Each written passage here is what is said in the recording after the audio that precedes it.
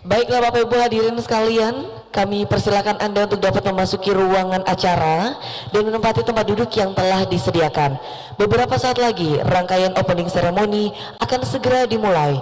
Untuk itu dimohon kerjasamanya kepada seluruh peserta dan tamu undangan dalam Rakornis Apeksi 2022 dipersilakan memasuki ruangan dan menempati tempat duduk yang telah disediakan. Bagi Bapak Ibu tamu undangan yang tidak mendapatkan tempat duduk atau posisi kursi, dapat menempati kursi yang masih kosong di deretan ketiga dan keempat. Beberapa saat lagi kita akan menyambut kehadiran Gubernur Sulawesi Selatan yang akan sekaligus membuka rangkaian Rapat Koordinasi Teknis Apeksi 2022. Untuk itu dimohon kepada seluruh tamu undangan dan para peserta untuk dapat menempati tempat duduk yang telah disediakan dimulai dari sekarang.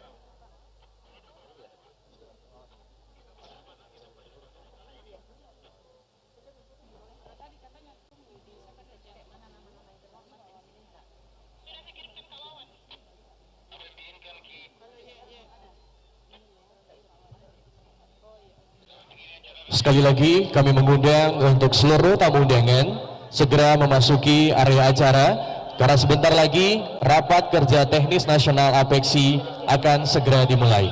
Dan silakan untuk yang sudah hadir boleh menempati tempat duduk yang telah disediakan agar kita bersiap-siap untuk memulai acara kita di pagi hari ini. Terima kasih.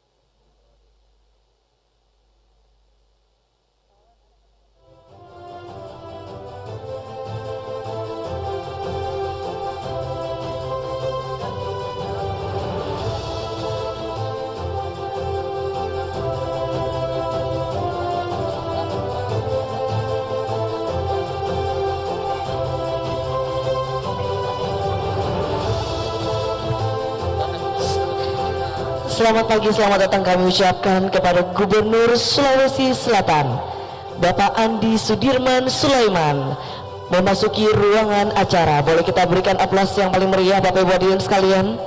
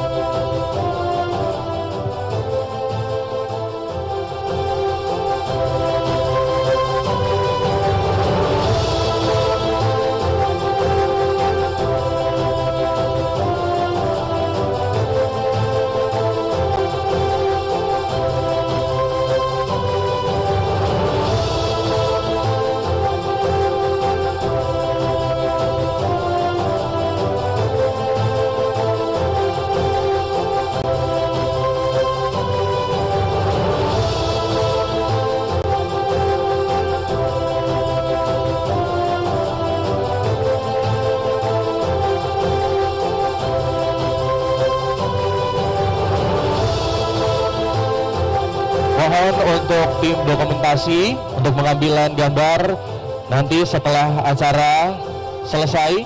Sekali lagi kami persilakan untuk tim dokumentasi, mohon untuk mengambil tempat terlebih dahulu karena acara sebentar lagi akan kita mulai.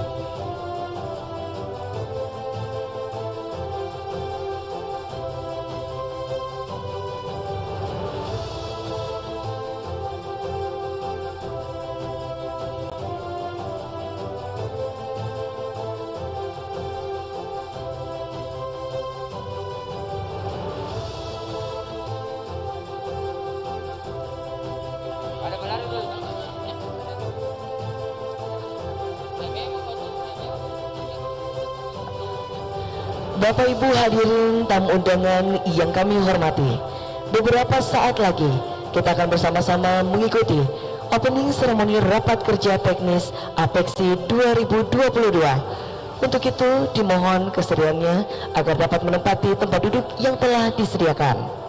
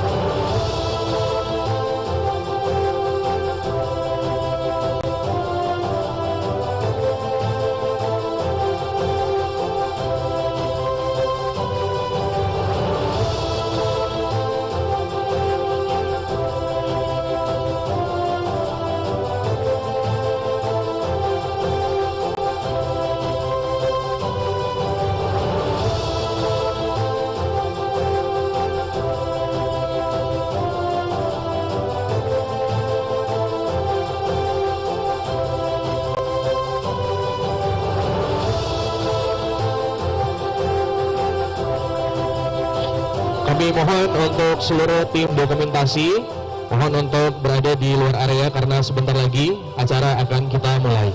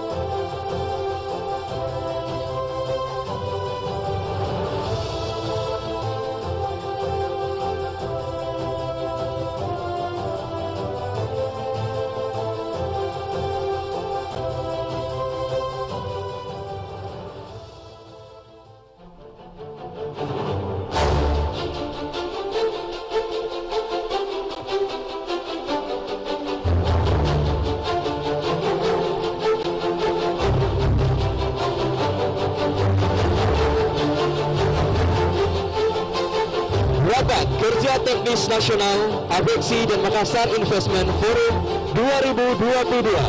Kita mulai dalam hitungan 3, 2, 1.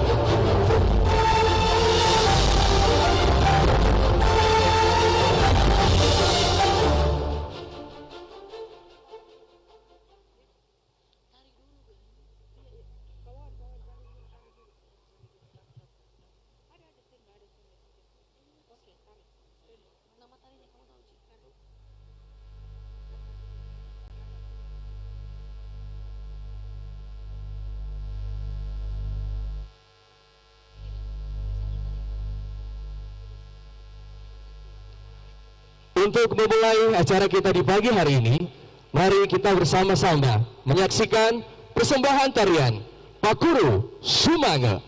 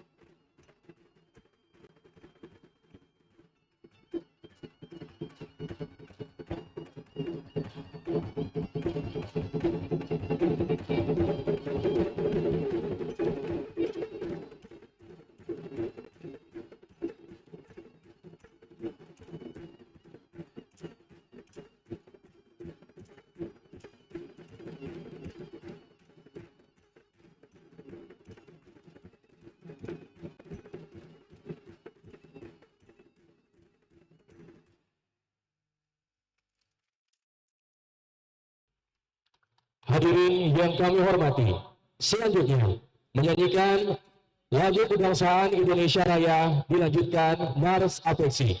Hadirin dimohon berdiri.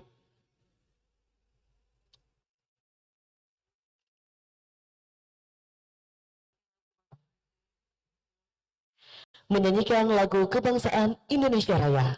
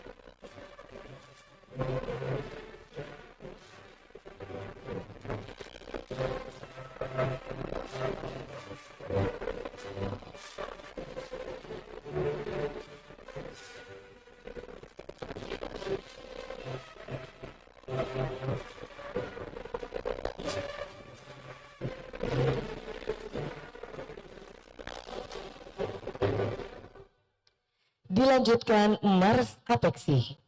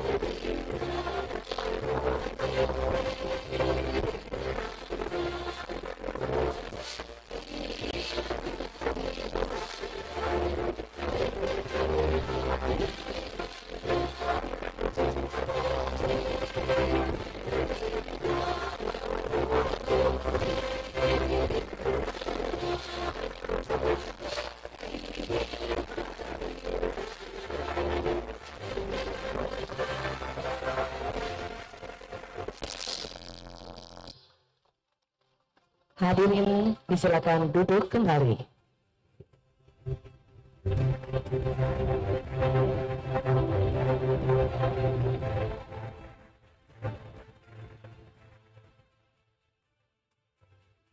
Assalamualaikum warahmatullahi wabarakatuh. Selamat pagi dan salam sejahtera untuk kita semua. Shalom, Om Swastiastu, Namo Buddhaya, salam kebajikan. Yang terhormat Gubernur Sulawesi Selatan, Yang kami hormati Deputi Bidang Sumber Daya Manusia, yang sama kami hormati Deputi Pengawasan Penyelenggara Keuangan BPKP, kami juga turut mengucapkan selamat datang kepada yang kami hormati Direktur Dana Transfer Umum Kementerian Keuangan, yang sama kami hormati Ketua Dewan Pengurus Apexi yang juga merupakan Wali Kota Bogor. kami juga mengucapkan selamat datang kepada yang kami hormati Wali Kota Makassar beserta Ibu Ketua Tim Penggerak PKK Kota Makassar selaku tuan rumah. Yang sama kami hormati para anggota Forkopimda Provinsi Sulawesi Selatan atau yang mewakili, Para anggota Forkopimda Kota Makassar, yang sama kami hormati Direktur Eksekutif Apexi beserta seluruh pengurus Apexi yang hadir di Kota Makassar. kami juga mengucapkan selamat datang kepada para wali kota, wakil wali kota, sekretaris daerah, dan jajaran pemerintah kota seluruh Indonesia. Dan tidak lupa kami juga ucapkan selamat pagi kepada para perwakilan konsulat jenderal dari beberapa negara yang sempat hadir pada pagi hari ini, serta hadirin tamu undangan. Selamat datang dalam acara Opening Ceremony Rapat Kerja Teknis Apexi dan Makassar Investment Forum 2022. Boleh berikan aplaus untuk kita semua. Luar biasa sekali dalam kesempatan ini. Izinkan kami untuk memandu acara. Perkenalkan, nama saya Cipta Perdana. Dan saya Indri Wijaya. Bapak Ibu hadirin sekalian, kami ucapkan selamat datang di Kota Angin Mamiri. Puji syukur tak lupa kita panjatkan kehadirat Tuhan Yang Maha Esa atas berkat nikmat kesempatan kita dapat berkumpul dalam suasana yang penuh kebahagiaan dalam rangkaian opening ceremony Rakornis dan Makassar Investment Forum 2022.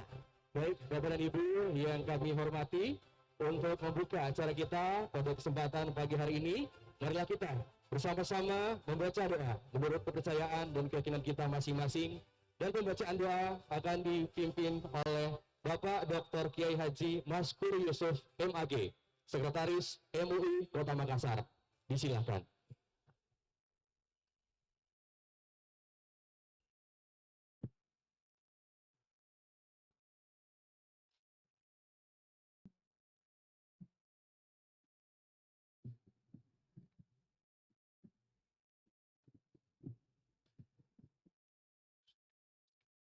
Assalamualaikum warahmatullahi wabarakatuh. Hamdan wa syukralillah, salatan wa salaman ala rasulillah, amma ba'du. Bapak Gubernur yang sama kita hormati, doakan. Pejabat yang mewakili pemerintah Republik Indonesia yang sama kita hormati dan tentu doakan. Wali Kota Makassar bersama Ibu yang sama kita hormati dan tentu kita doakan.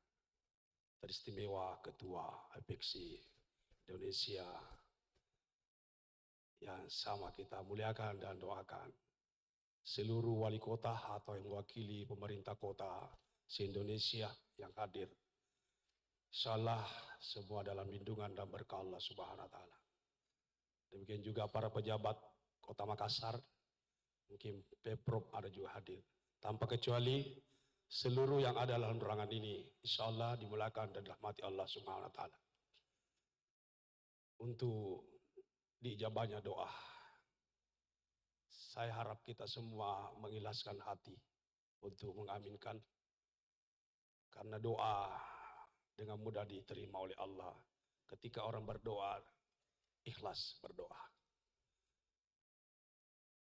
Untuk saudaraku yang di luar agama Islam, mari kita berdoa dengan kepercayaan dan keyakinan kita masing-masing. Mari mengikhlaskan hati untuk berdoa, bermunajat kepada Allah Subhanahu wa taala, Tuhan yang Maha Esa. Wa qala rabbukum ud'uni astajib lakum. A'udzubillahi minasyaitonir rajim. Bismillahirrahmanirrahim. Alhamdulillahi Rabbil Alamin. Wassalatu wassalamu ala Rasulillah. Sayyidina Muhammad wa ala alihi wa sahbihi fi kulli lamhati wa nafasin. Adada ma ilmullah. Allahumma anfa'na bima 'allamtana wa 'allimna ma yanfa'una warzuqna ilman yanfa'una. Allahumma inna na'udzubika minal hammi wal hazan wa na'udzubika minal ajzi wal kasal wa na'udzubika minal jubni wal bukhl wa na'udzubika min galabatid daini wa karijal. Allahumma yassir alaina wa la tu'assir alaina rabbi tamila bil khair. Allahumma yassir alaina wa la tu'assir alaina, yassir alaina kulla sir, yassir alaina kulla sir, yassir alaina kulla sir. Allahumma ij'al jam'ana jam'an marhuma wa tafarruqana min ba'dihi tafarruqan ma'zuma waj'alna minar rasyidin. Allahumma ya Allah, ya Maha Pengasih, Maha Penyayang.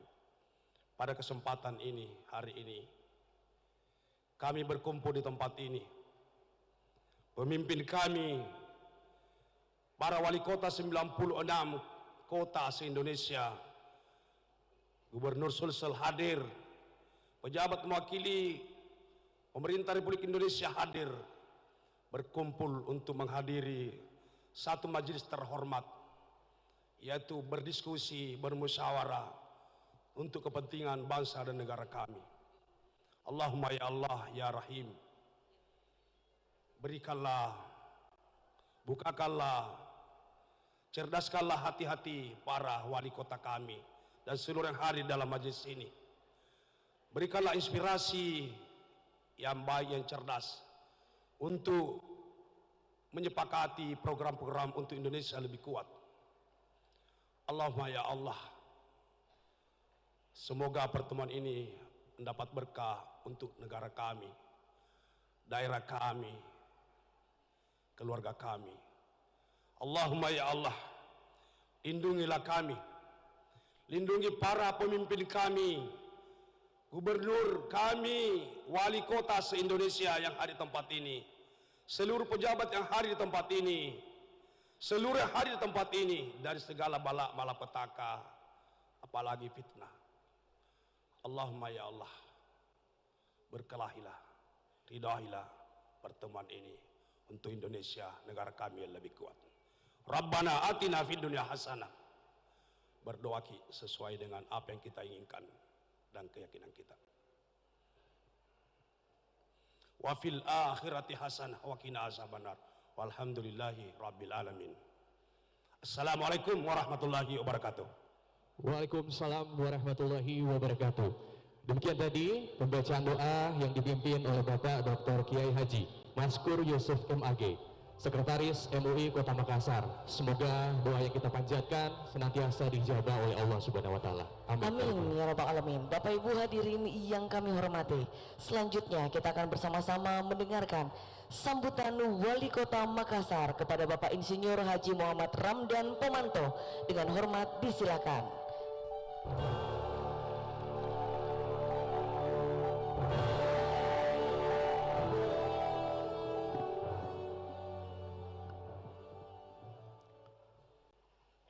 Assalamualaikum warahmatullahi wabarakatuh. Selamat pagi menjelang siang. Salam sejahtera bagi kita semua. Shalom, Om Swastiastu, Namo Buddhaya, salam kebajikan.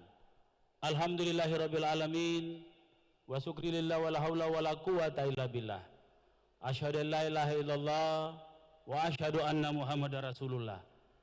Yang kita hormati, yang kita banggakan, Bapak Gubernur Sulawesi Selatan, Gubernur termuda.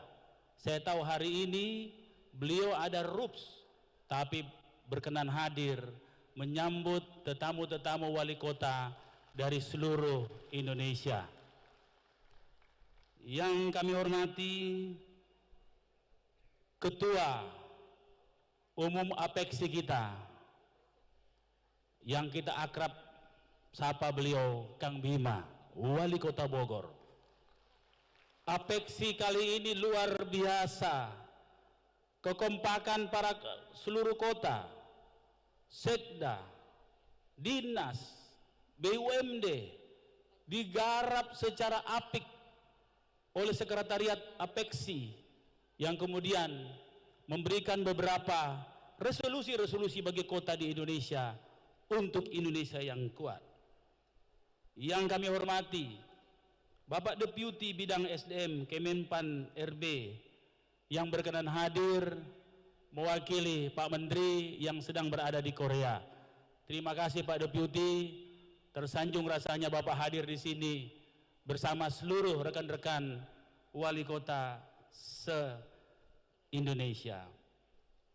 Yang kami hormati jajaran Forkompinda Provinsi Sulawesi Selatan yang berkenan hadir. Terima kasih Bapak, Ibu. Ini kekompakan antara Forkompinda Sulawesi Selatan dan Forkompinda Kota Makassar. Alhamdulillah tentunya tidak lepas dari kepemimpinan Bapak Gubernur. Yang kami hormati jajaran Forkompinda Kota Makassar lengkap dan tentunya dilengkapi dengan pembaca doa tadi Kiai Haji Maskur Yusuf, Sekretaris MUI Kota Makassar. Yang saya hormati sahabat-sahabat saya, saudaraku-saudaraku semua, para wali kota, Bapak Wali Kota dan Ibu Wali Kota yang berkenan hadir bersama Ibu dan Bapak Wakil Wali Kota, para sekda, para kepala dinas dan seluruh delegasi dari 64 kota yang sempat hadir. Yang saya hormati perwakilan negara-negara sahabat yang sempat hadir, baik itu delegasi dari negara, ada 6 negara, maupun dari international donor, termasuk beberapa company terbesar, termasuk terbesar di dunia, top di dunia. Yang kami hormati seluruh bapak-bapak, ibu-ibu yang sempat hadir pada acara pembukaan Rakernis Apeksi 2022 dirangkaikan dengan Makassar International Forum. Bapak-bapak, ibu-ibu yang saya hormati, izinkan saya atas nama seluruh jajaran pemerintah Kota Makassar dan mewakili suara rakyat Kota Makassar menyampaikan terima kasih atas kedatangan Bapak, Ibu Wali Kota, Wakil Wali Kota, dan sekda dan seluruh jajaran. Kami juga berterima kasih tentunya atas kehadiran Bapak Gubernur beserta seluruh Forkompinda baik provinsi maupun kota. Rakernis ini adalah rapat kerja teknis, aspirasi, inspirasi dari semua kota diramu pada annual meeting per tahun di Rakernis ini. Banyak persoalan-persoalan kota akan digarap di sini. Maka dengan itu izinkan saya menyampaikan selamat datang kepada seluruh 64 kota-kota di seluruh Indonesia yang berkenan hadir pada kesempatan yang baik ini. Izinkan saya juga menyampaikan permohonan maaf jika selama acara terdapat banyak kekurangan, dan izinkan saya menyampaikan bahwa Rakernis kali ini atas izin Pak Ketua Umum kita Kang Bima, kami juga memparalelkan dengan 2 acara. Yang pertama, Makassar International Forum, sebuah acara yang kita bisa manfaatkan secara maksimal daripada kita mencari jejaring ulang tahun Kota Makassar tanggal 9 malam yang insya Allah berumur 415 tahun. Tentunya kehadiran Bapak Ibu sekalian pada ulang tahun Kota Makassar merupakan kebanggaan bagi seluruh masyarakat Kota Makassar. Kita akan disajikan sajian budaya 15 kecamatan, tapi tidak perlu lama. Biasanya kalau kami ulang tahun sebelumnya itu 3 hari 3 malam, Pak. Sekarang 1 malam saja selesai semua. Mohon izin Bapak Gubernur, biasanya pagi kita upacara, malam kita resepsi, tengah malam kita di renungan suci, sebelumnya kita berkunjung. Nah, karena ini sekarang sudah zamannya yang lebih simple. Jadi saya izin Bapak Gubernur, undangannya malam. Ya, sekalian juga saya tahu bapak-bapak wali kota banyak yang sibuk, tapi kalau bapak-bapak insya Allah bisa hadir, begitu bangganya kami semua di Makassar dengan harinya bapak-bapak ibu sekalian. Untuk itu, atas nama panitia, tentunya panitia lokal, kami sangat mengharapkan pengarahan dari Bapak Ketua Umum kita, pengarahan dari Bapak Gubernur yang kita cintai, dan tentunya pengarahan dari Bapak Deputi. Semoga Rakernas ini akan membuat kita menjadi lebih kuat, walaupun dunia hari esok makin hari makin saya kira semua orang tahu kita menghadapi tantangan yang makin berat, tapi kekompakan 96 kota, 98 kota insya Allah akan membuat Indonesia ini kuat. Karena sekarang ini desa-desa pun semakin mengkota, 60% daerah sudah semakin mengkota, walaupun secara administrasi itu belum semuanya, baru 90-an lebih. Terima kasih, lebih dan kurang mohon dimaafkan. Wabillahi taufiq wal hidayah. Wassalamualaikum warahmatullahi wabarakatuh. Waalaikumsalam warahmatullahi wabarakatuh. Demikianlah sambutan Wali Kota Makassar, Bapak Insinyur Haji Muhammad Ramdan Pumantau.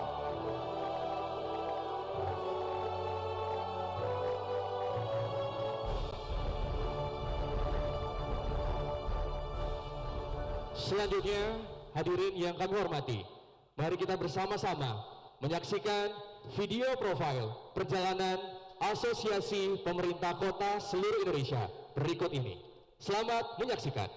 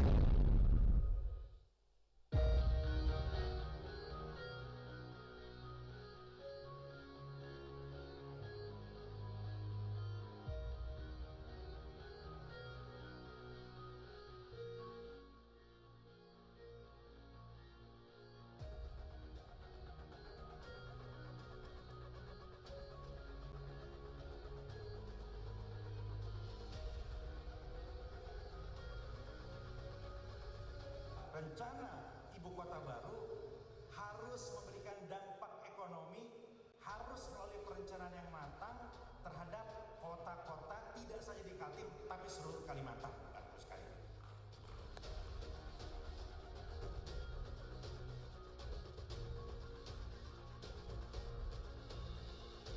Mari kita terus berkolaborasi untuk membangun peradaban kota, kota yang inklusif, kota yang memanusiakan manusia.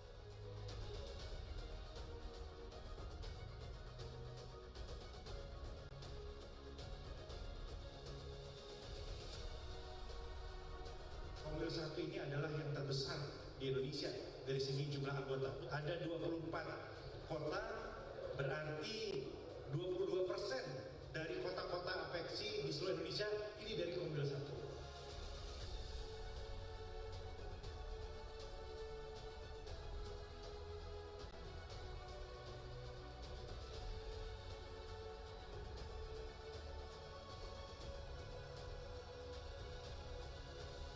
Kita tunjukkan solidaritas kita untuk Bali, support Bali, kebangkitan UMKM Bali semuanya.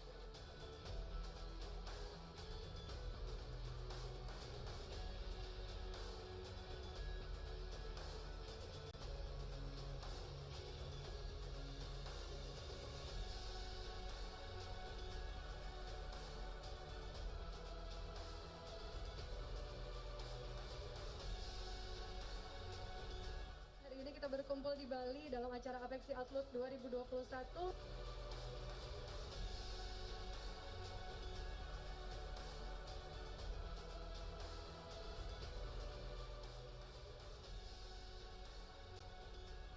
Jadi hadirnya kita di sini adalah dukungan kita untuk teman-teman di Bali dan warga di Bali semua.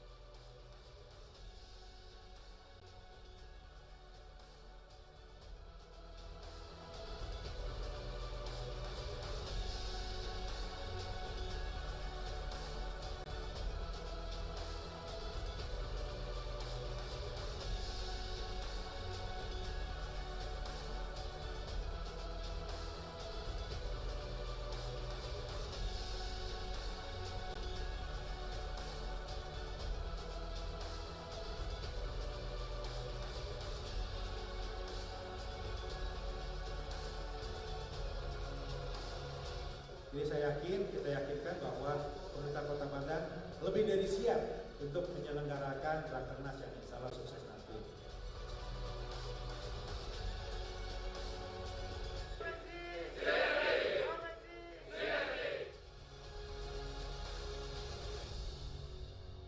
Boleh kita berikan tepuk tangan yang meriah untuk tayangan video profile perjalanan Apeksi yang baru saja sama-sama kita saksikan. Bapak Ibu hadirin yang kami muliakan, selanjutnya kita akan bersama-sama mendengarkan sambutan Ketua Dewan Pengurus Apeksi yang juga merupakan Wali Kota Bogor, Bapak Dr. Haji Bima Arya Sugiarto. Dengan hormat disilakan. Boleh kita berikan tepuk tangan yang meriah?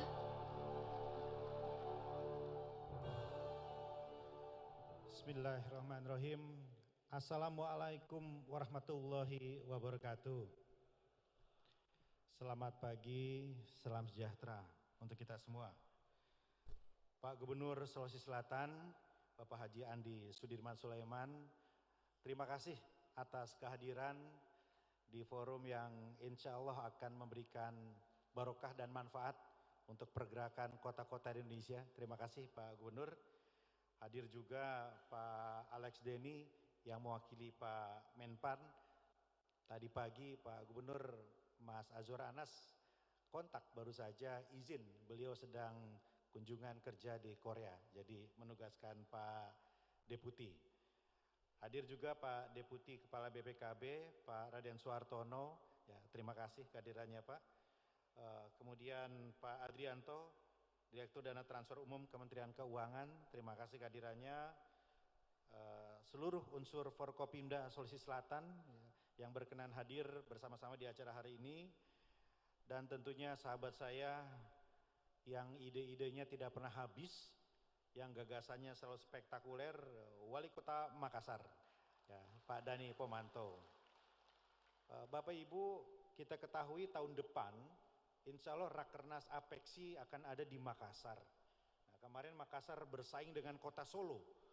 Tapi kami mempercayakan kepada Makassar Dan tadi Pak Dhani sampaikan acara hari ini adalah pemanasan untuk Rakernas tahun depan ya. Jadi pemanasannya seperti ini bisa dibayangkan Rakernasnya seperti apa nanti ya.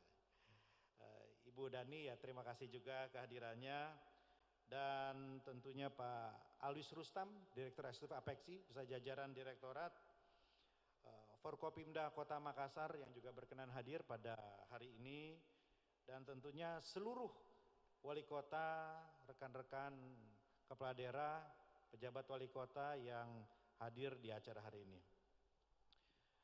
Pak Gubernur, Bapak Ibu, hari ini, saat ini kita berada di fase transisi.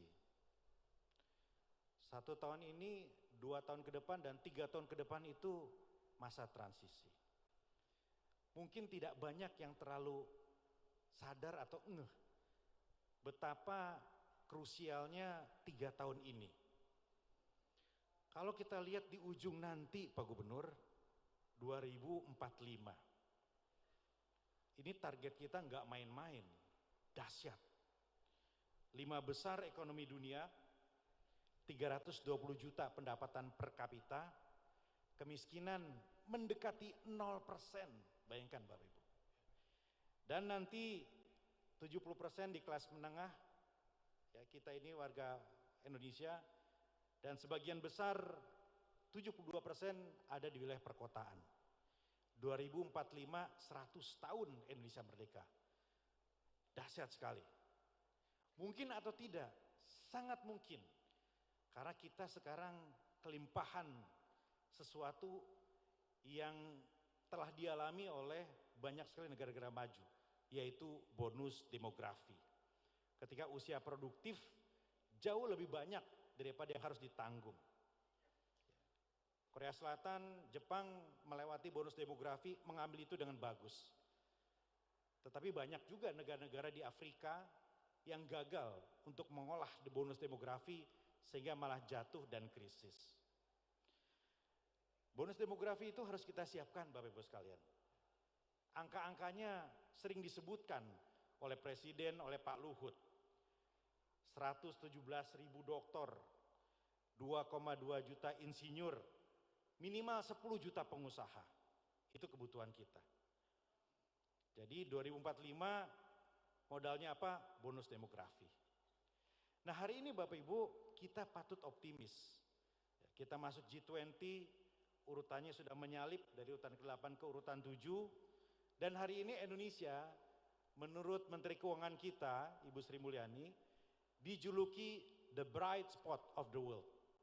Titik cerah di dunia. Ketika inflasi tertinggi ada di Turki, ketika negara-negara maju sekarang drop, bahkan Inggris, negara yang selama ini menjadi kiblat pembangunan negara berkembang, hari ini rontok. Perdana Menterinya turun karena salah kebijakan, inflasinya tinggi sekali. Indonesia, economic recovery terjadi, bukan hanya recovery tapi rebound Bapak Ibu sekalian. Pertumbuhan ekonomi Sulawesi Selatan 5,6%, di atas rata-rata nasional. Maluku Utara 27%, karena ada tambang, ada Tidore, pariwisata dan sebagainya. Jadi kota-kota Indonesia bergerak cepat, ekonominya kembali normal. Saking normalnya banyak konser-konser rusuh sekarang, berdesak-desakan, ya, itu untuk menggambarkan betapa situasinya sudah sangat normal. Namun demikian Bapak Ibu, di samping tadi titik cerah di ujung, modal yang kuat, Presiden mengingatkan kita, Menteri Keuangan mengingatkan kita, bahwa tahun depan sangat berpotensi kita akan mengalami resesi, stagflasi. Ketika pertumbuhan ekonomi melambat, ini Cina sudah drop Bapak Ibu, terendah sepanjang sejarah di Cina. Nah kalau Cina turun, ekspor impor kita banyak bergantung kepada Cina, maka kita akan terdampak. Diprediksi Indonesia pun akan melambat. Apalagi tahun depan dijuluki tahun ketidakpastian, the year of uncertainty. Kita tidak tahu Rusia Ukraina selesai kapan, Kita tidak tahu bagaimana dunia bisa pulih dari resesi. Nah, di tengah-tengah itulah terjadi berbagai kebijakan nasional yang harus kita cermati, yang harus kita evaluasi, yang harus kita kritisi. Apeksi Bapak Ibu sekalian mencermati dampak dari Undang-Undang Cipta Kerja. Mencermati implementasi dari OSS. Mencermati dampak dari Undang-Undang Hubungan Keuangan Pemerintah Daerah. Kita tentunya sadar, Bapak Ibu, rekan-rekan wali kota, bahwa Presiden mentargetkan pertumbuhan ekonomi dan investasi. Presiden mentargetkan birokrasi itu memudahkan investasi. Presiden dan jajaran juga mentargetkan akselerasi economic recovery. Tetapi pertanyaannya, sejauh mana target tadi kompatibel dengan undang-undang dan pelaksanaan daerah? Apeksi harus sampaikan evaluasinya bahwa hari ini terjadi berbagai persoalan terkait OSS. Banyak teman-teman wali kota yang curhat bahwa lebih baik zaman dulu ketika kita mengelola semua, kita bisa putuskan dengan cepat ketimbang sekarang. Ya, banyak teman-teman kepala daerah mengeluh tiba-tiba muncul tempat-tempat hiburan di tempat yang tidak semestinya, sehingga menimbulkan keresahan sosial dan sebagainya. Banyak pengusaha mengeluh juga karena sekarang rasanya birokrasi menjadi lebih ribet. Kita memiliki kesempatan besok berdialog dengan Menteri Investasi. Saya kira kita bisa sampaikan Pak Dhani hambatan-hambatan kita di lapangan terkait dengan Undang-Undang Cipta Kerja dan OSS tadi. Apakah sudah efektif? Apakah sudah berjalan di lapangan sesuai dengan ditentukan? Yang berikutnya ini PR berat. Rencana penghapusan tenaga honorer. Tidak mudah. Ini bukan persoalan akomodasi politik saja. Karena banyak yang mengatakan bahwa ya wali kota tidak boleh terlalu mengakomodir politik. Tidak. Ini adalah pelayanan publik Bapak Ibu sekalian. Tidak mudah bagi kita untuk menghentikan begitu saja honorer di bidang pendidikan, kesehatan, keamanan, dan lain-lain. Ya, bukan saja ini persoalan hajat hidup orang banyak gitu, untuk mereka bisa menghidupi keluarganya, tetapi pelayanan publik jangan sampai terganggu. Banyak yang bekerja di kelurahan, ya, staf-staf di kelurahan yang selama ini betul-betul membantu kelurahan. Banyak juga yang bekerja masih sebagai honorer, sebagai pendidik, tenaga kesehatan, dan lain-lain. Ini memerlukan satu formula yang pas. Kita sangat apresiasi Pak Alek, ya, Pak Anas ingin bergerak cepat mencari titik temu itu. Di satu sisi kita paham bahwa undang-undang harus dilaksanakan. Tapi kan sering kita sampaikan ini kesalahan kolektif. Ya, kita banyak teledor, kementerian juga banyak hal-hal yang perlu dievaluasi sehingga ketika deadline berdasarkan undang-undang ini tidak mungkin dilakukan. Kalau sesuai dengan jadwal di bulan November tahun depan, ya maka publik akan lumpuh pelayanannya. Nah, kita ingin mencari win-win solution, titik temu sehingga tidak terjadi gejolak di daerah, tidak terjadi kebuntuan dalam pelayanan publik, tetapi di sisi lain kita progressing. Di sisi lain kita tetap mentargetkan bahwa pada saatnya birokrasi lebih efektif, efisien, dan tidak terlalu banyak lagi non-ASN di sana. Bapak Ibu sekalian, satu hal yang sangat penting, kenapa saya katakan tadi 3 tahun ke depan adalah masa transisi, karena rencana pembangunan daerah jangka panjang ini akan selesai di 2025 sampai 2025. Tahun depan harus mulai dengan kajian teknisnya. Kemudian 2024 harus sudah siap ya, dengan naskah akademik. Sehingga nanti kita mulai dengan rencana pembangunan jangka panjang daerah yang baru. Tetapi masalahnya tahun depan dan 2 tahun lagi kota-kota akan mengalami fase-fase transisi. Tahun politik dan sebagian besar pejabat akan bertugas. Kalau kita catat Bapak Ibu sekalian, di tahun 2022 ini ada 18 pejabat wali kota Di tahun depan ada 44 pejabat dan di tahun 2024 ada 84 pejabat. Ya. Ini kalau tidak terjadi kolaborasi dan koordinasi, maka bukan saja pembangunan daerah, rencana RPJMD-nya yang terhambat, tetapi juga rencana jangka panjang. Pejabat harus bisa berkolaborasi dengan Sekda. Di titik inilah Pak Gubernur, Pak Wali Kota, signifikansi pertemuan 2 hari ini luar biasa. Para Sekda menjadi jembatan untuk memastikan keberlanjutan pembangunan. Para Sekda memiliki peran yang strategis untuk memastikan para pejabat nyambung dengan apa yang digagas oleh pejabat sebelumnya. Para Sekda dan Kepala Bapeda memiliki posisi yang sangat-sangat luar biasa untuk memastikan target-target jangka panjang itu bisa tercapai dengan penyusunan rencana pembangunan jangka menengah dan jangka panjang daerah. Jadi terima kasih atas kehadiran para Sekda, dan sebagian para Sekda mungkin punya peluang untuk ditunjuk menjadi pejabat kepala daerah, pejabat wali kota.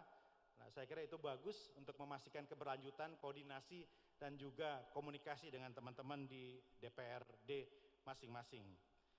Bapak Ibu sekalian yang saya hormati, terima kasih sekali lagi atas kehadirannya. Kepada Pak Wali Kota Dhani, terima kasih atas kerja kerasnya. Mudah-mudahan 2 hari ini bisa memberikan kita arah yang lebih jelas lagi untuk membuat kolaborasi kita, koordinasi kita efektif di masa transisi. Karena visi tanpa masa transisi yang pasti hanya akan mimpi saja. Tetapi visi 2045, apabila kita kawal masa transisi ini dengan cara berkolaborasi, insya Allah itu akan terjadi. Demikian, terima kasih Bapak Ibu sekalian, mudah-mudahan memberikan manfaat bagi kita semua. Assalamualaikum warahmatullahi wabarakatuh. Waalaikumsalam warahmatullahi wabarakatuh. Kami ucapkan terima kasih untuk sambutan yang telah disampaikan oleh Ketua Dewan Pengurus APEKSI yang juga adalah Wali Kota Bogor, Bapak Dr. Haji Bima Arya Sugiarto.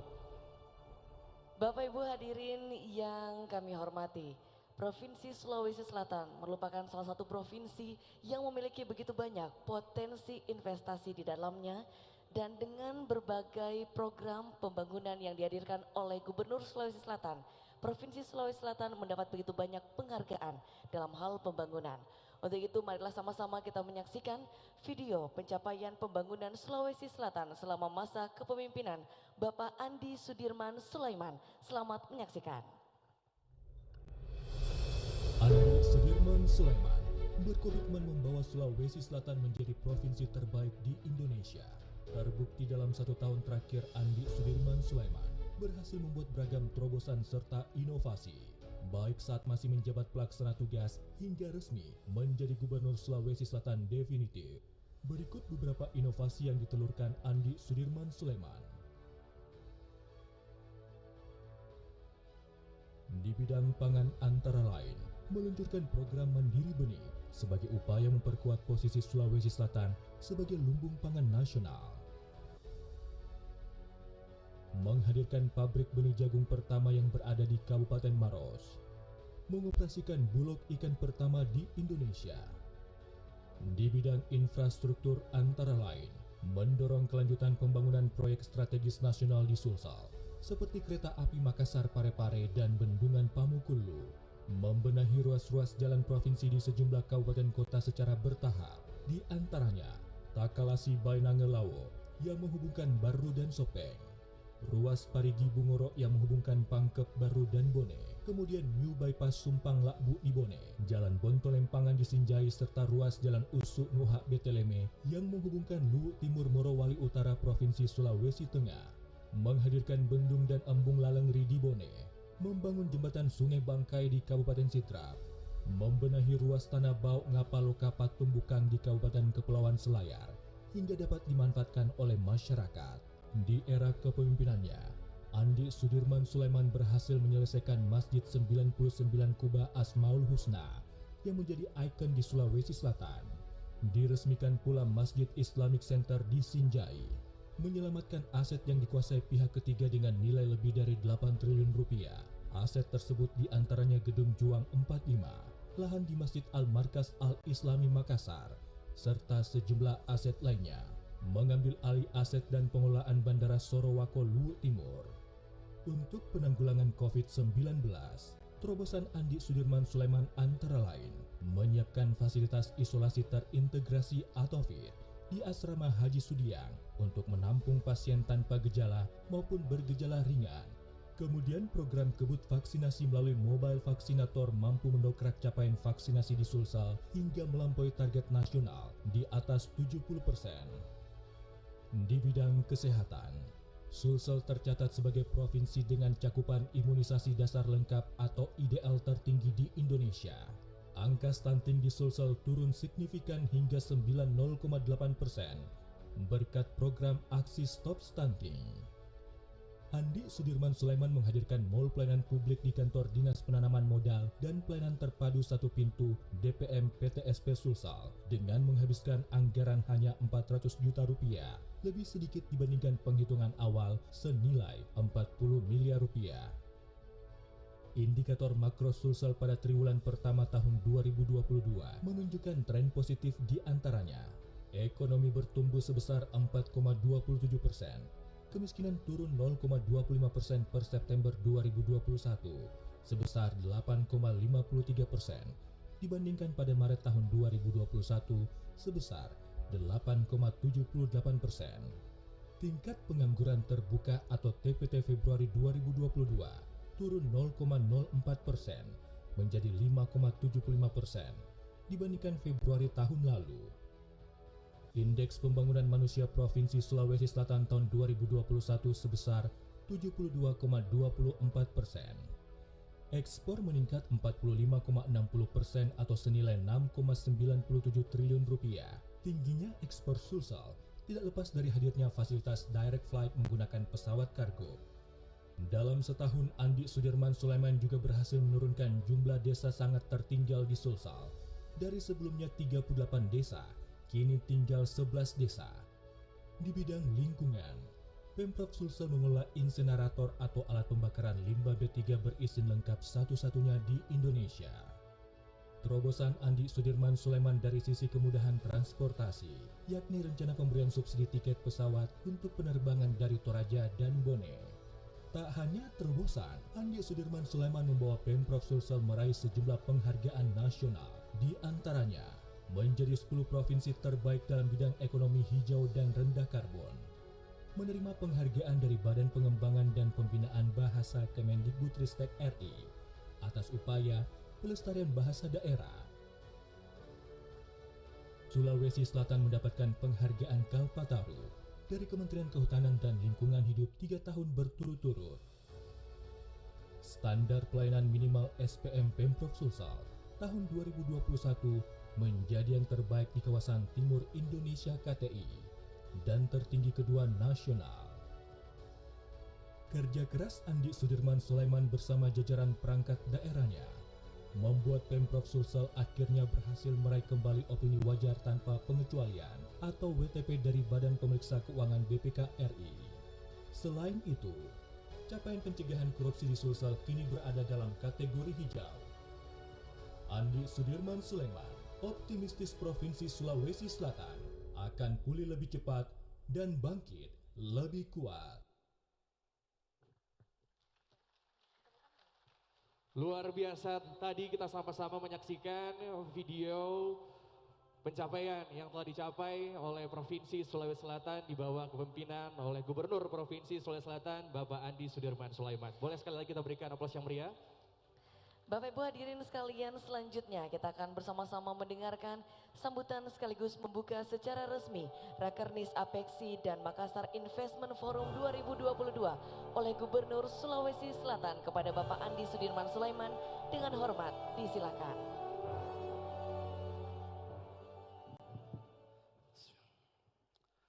Assalamualaikum warahmatullahi wabarakatuh.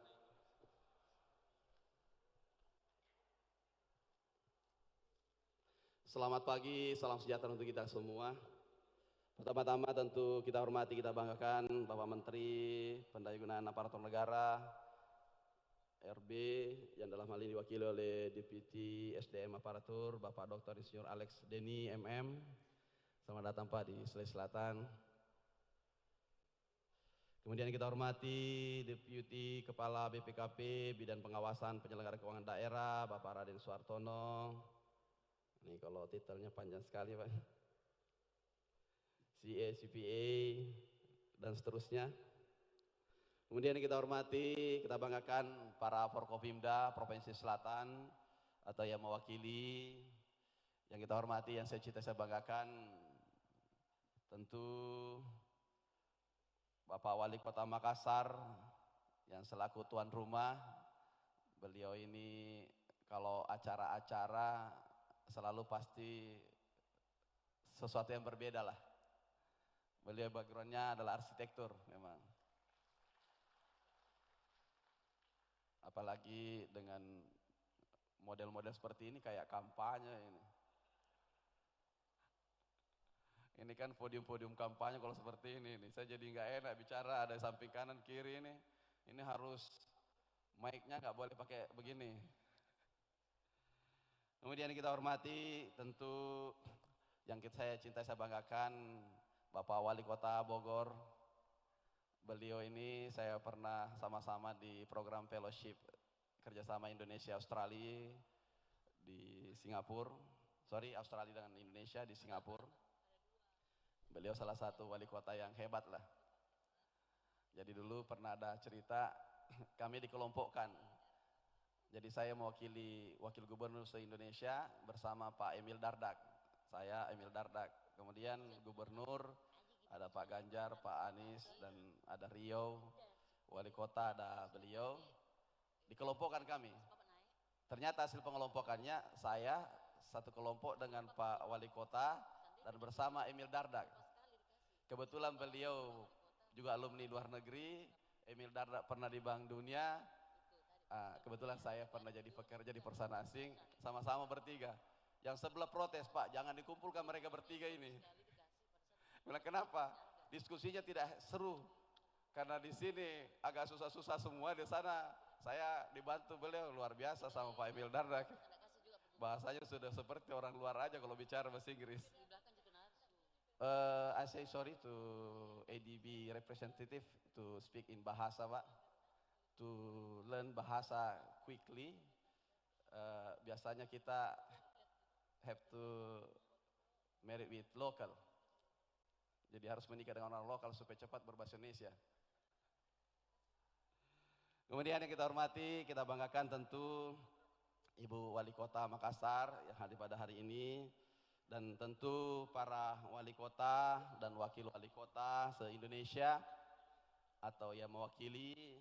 Yang kita hormati tentu Bapak Direktur Apeksi, Bapak Alwi Rustam, kemudian para anggota Forkopimda Kota Makassar, Ibu Kejari, kemudian Bapak Kapolres Tabes atau yang mewakili, kemudian tentu Bapak Dandim yang hadir, yang mewakili tentu dari Angkatan Laut, Angkatan Udara, dan tentu jajaran Forkopimda vertikal yang saya tidak dapat sebutkan satu persatu.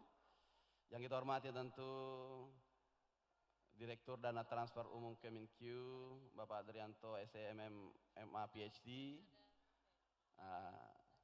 Saya nanti punya mungkin hal-hal yang harus disampaikan terkait dana alokasi umum yang rasa DAK. Mungkin beliau sudah tahu ini jadi keluhan se-Indonesia Pak. Tapi tentu kita minta supaya ada fleksibilitas sedikit. Soalnya di tengah jalan baru dibuat aturannya. Ini bukan hal yang kecil. Soalnya Sulsel ini menjadi mendorong P3K terbesar Indonesia. 10.000 guru. Begitu lihat 400 miliar masuk ke DAU, bahaya ini. Saya kira penambahnya, ternyata pembaginya DAU. Oke, kita akan bicara banyak Pak Direktur. Kemudian tentu hadirin sekalian, saya tidak dapat satukan satu persatu. Innal hamdalillah nahmadu wa nasta'inu wa nastaghfiru wa na'udzu billahi min syururi anfusina wa min sayyiati a'malina may yahdihillahu fala mudhillalah wa may yudhlil fala hadiyalah. Asyhadu an la ilaha illallah wahdahu la syarika lah, asyhadu anna Muhammadan abduhu wa rasuluh, la nabiyya ba'da amma ba'd. Pertama-tama puji syukur kehadirat Allah Subhanahu wa taala atas segala nikmat kesehatan, kesempatan, salawat dan salam atas junjungan Nabiullah Muhammad SAW. Mudah-mudahan kita senantiasa menjadi orang-orang yang berjalan di atas tuntunannya, menjadi pemimpin-pemimpin yang amanah, pemimpin-pemimpin yang mampu berjalan di atas risalah dan kemudian dapat berhujjah di hadapannya kelak. Amin. Pertama-tama tentu atas nama pemerintah Provinsi Selatan mengucapkan terima kasih banyak kepada Bapak Ketua APEKSI, Ketua Umum APEKSI, Bapak Wali Kota, Bapak Bima Arya yang telah berkenan untuk menunjuk Kota Makassar sebagai tuan rumah pelaksanaan kegiatan Rakernis dan juga rapat kerja nasional tahun depan. Tentu kami merasa bangga, Pak. Makassar ini menjadi kota yang strategis untuk dikunjungi. Memang pelaksananya sangat fair kalau di Makassar. Kalau Bapak mau berkunjung pelaksananya di wilayah timur, harus mampir juga ke Makassar. Mau ke barat dari timur, kasihan juga kalau tidak mampir Makassar. Akhirnya apa yang terjadi? Ya memang penerbangan terramai adalah transitnya Makassar.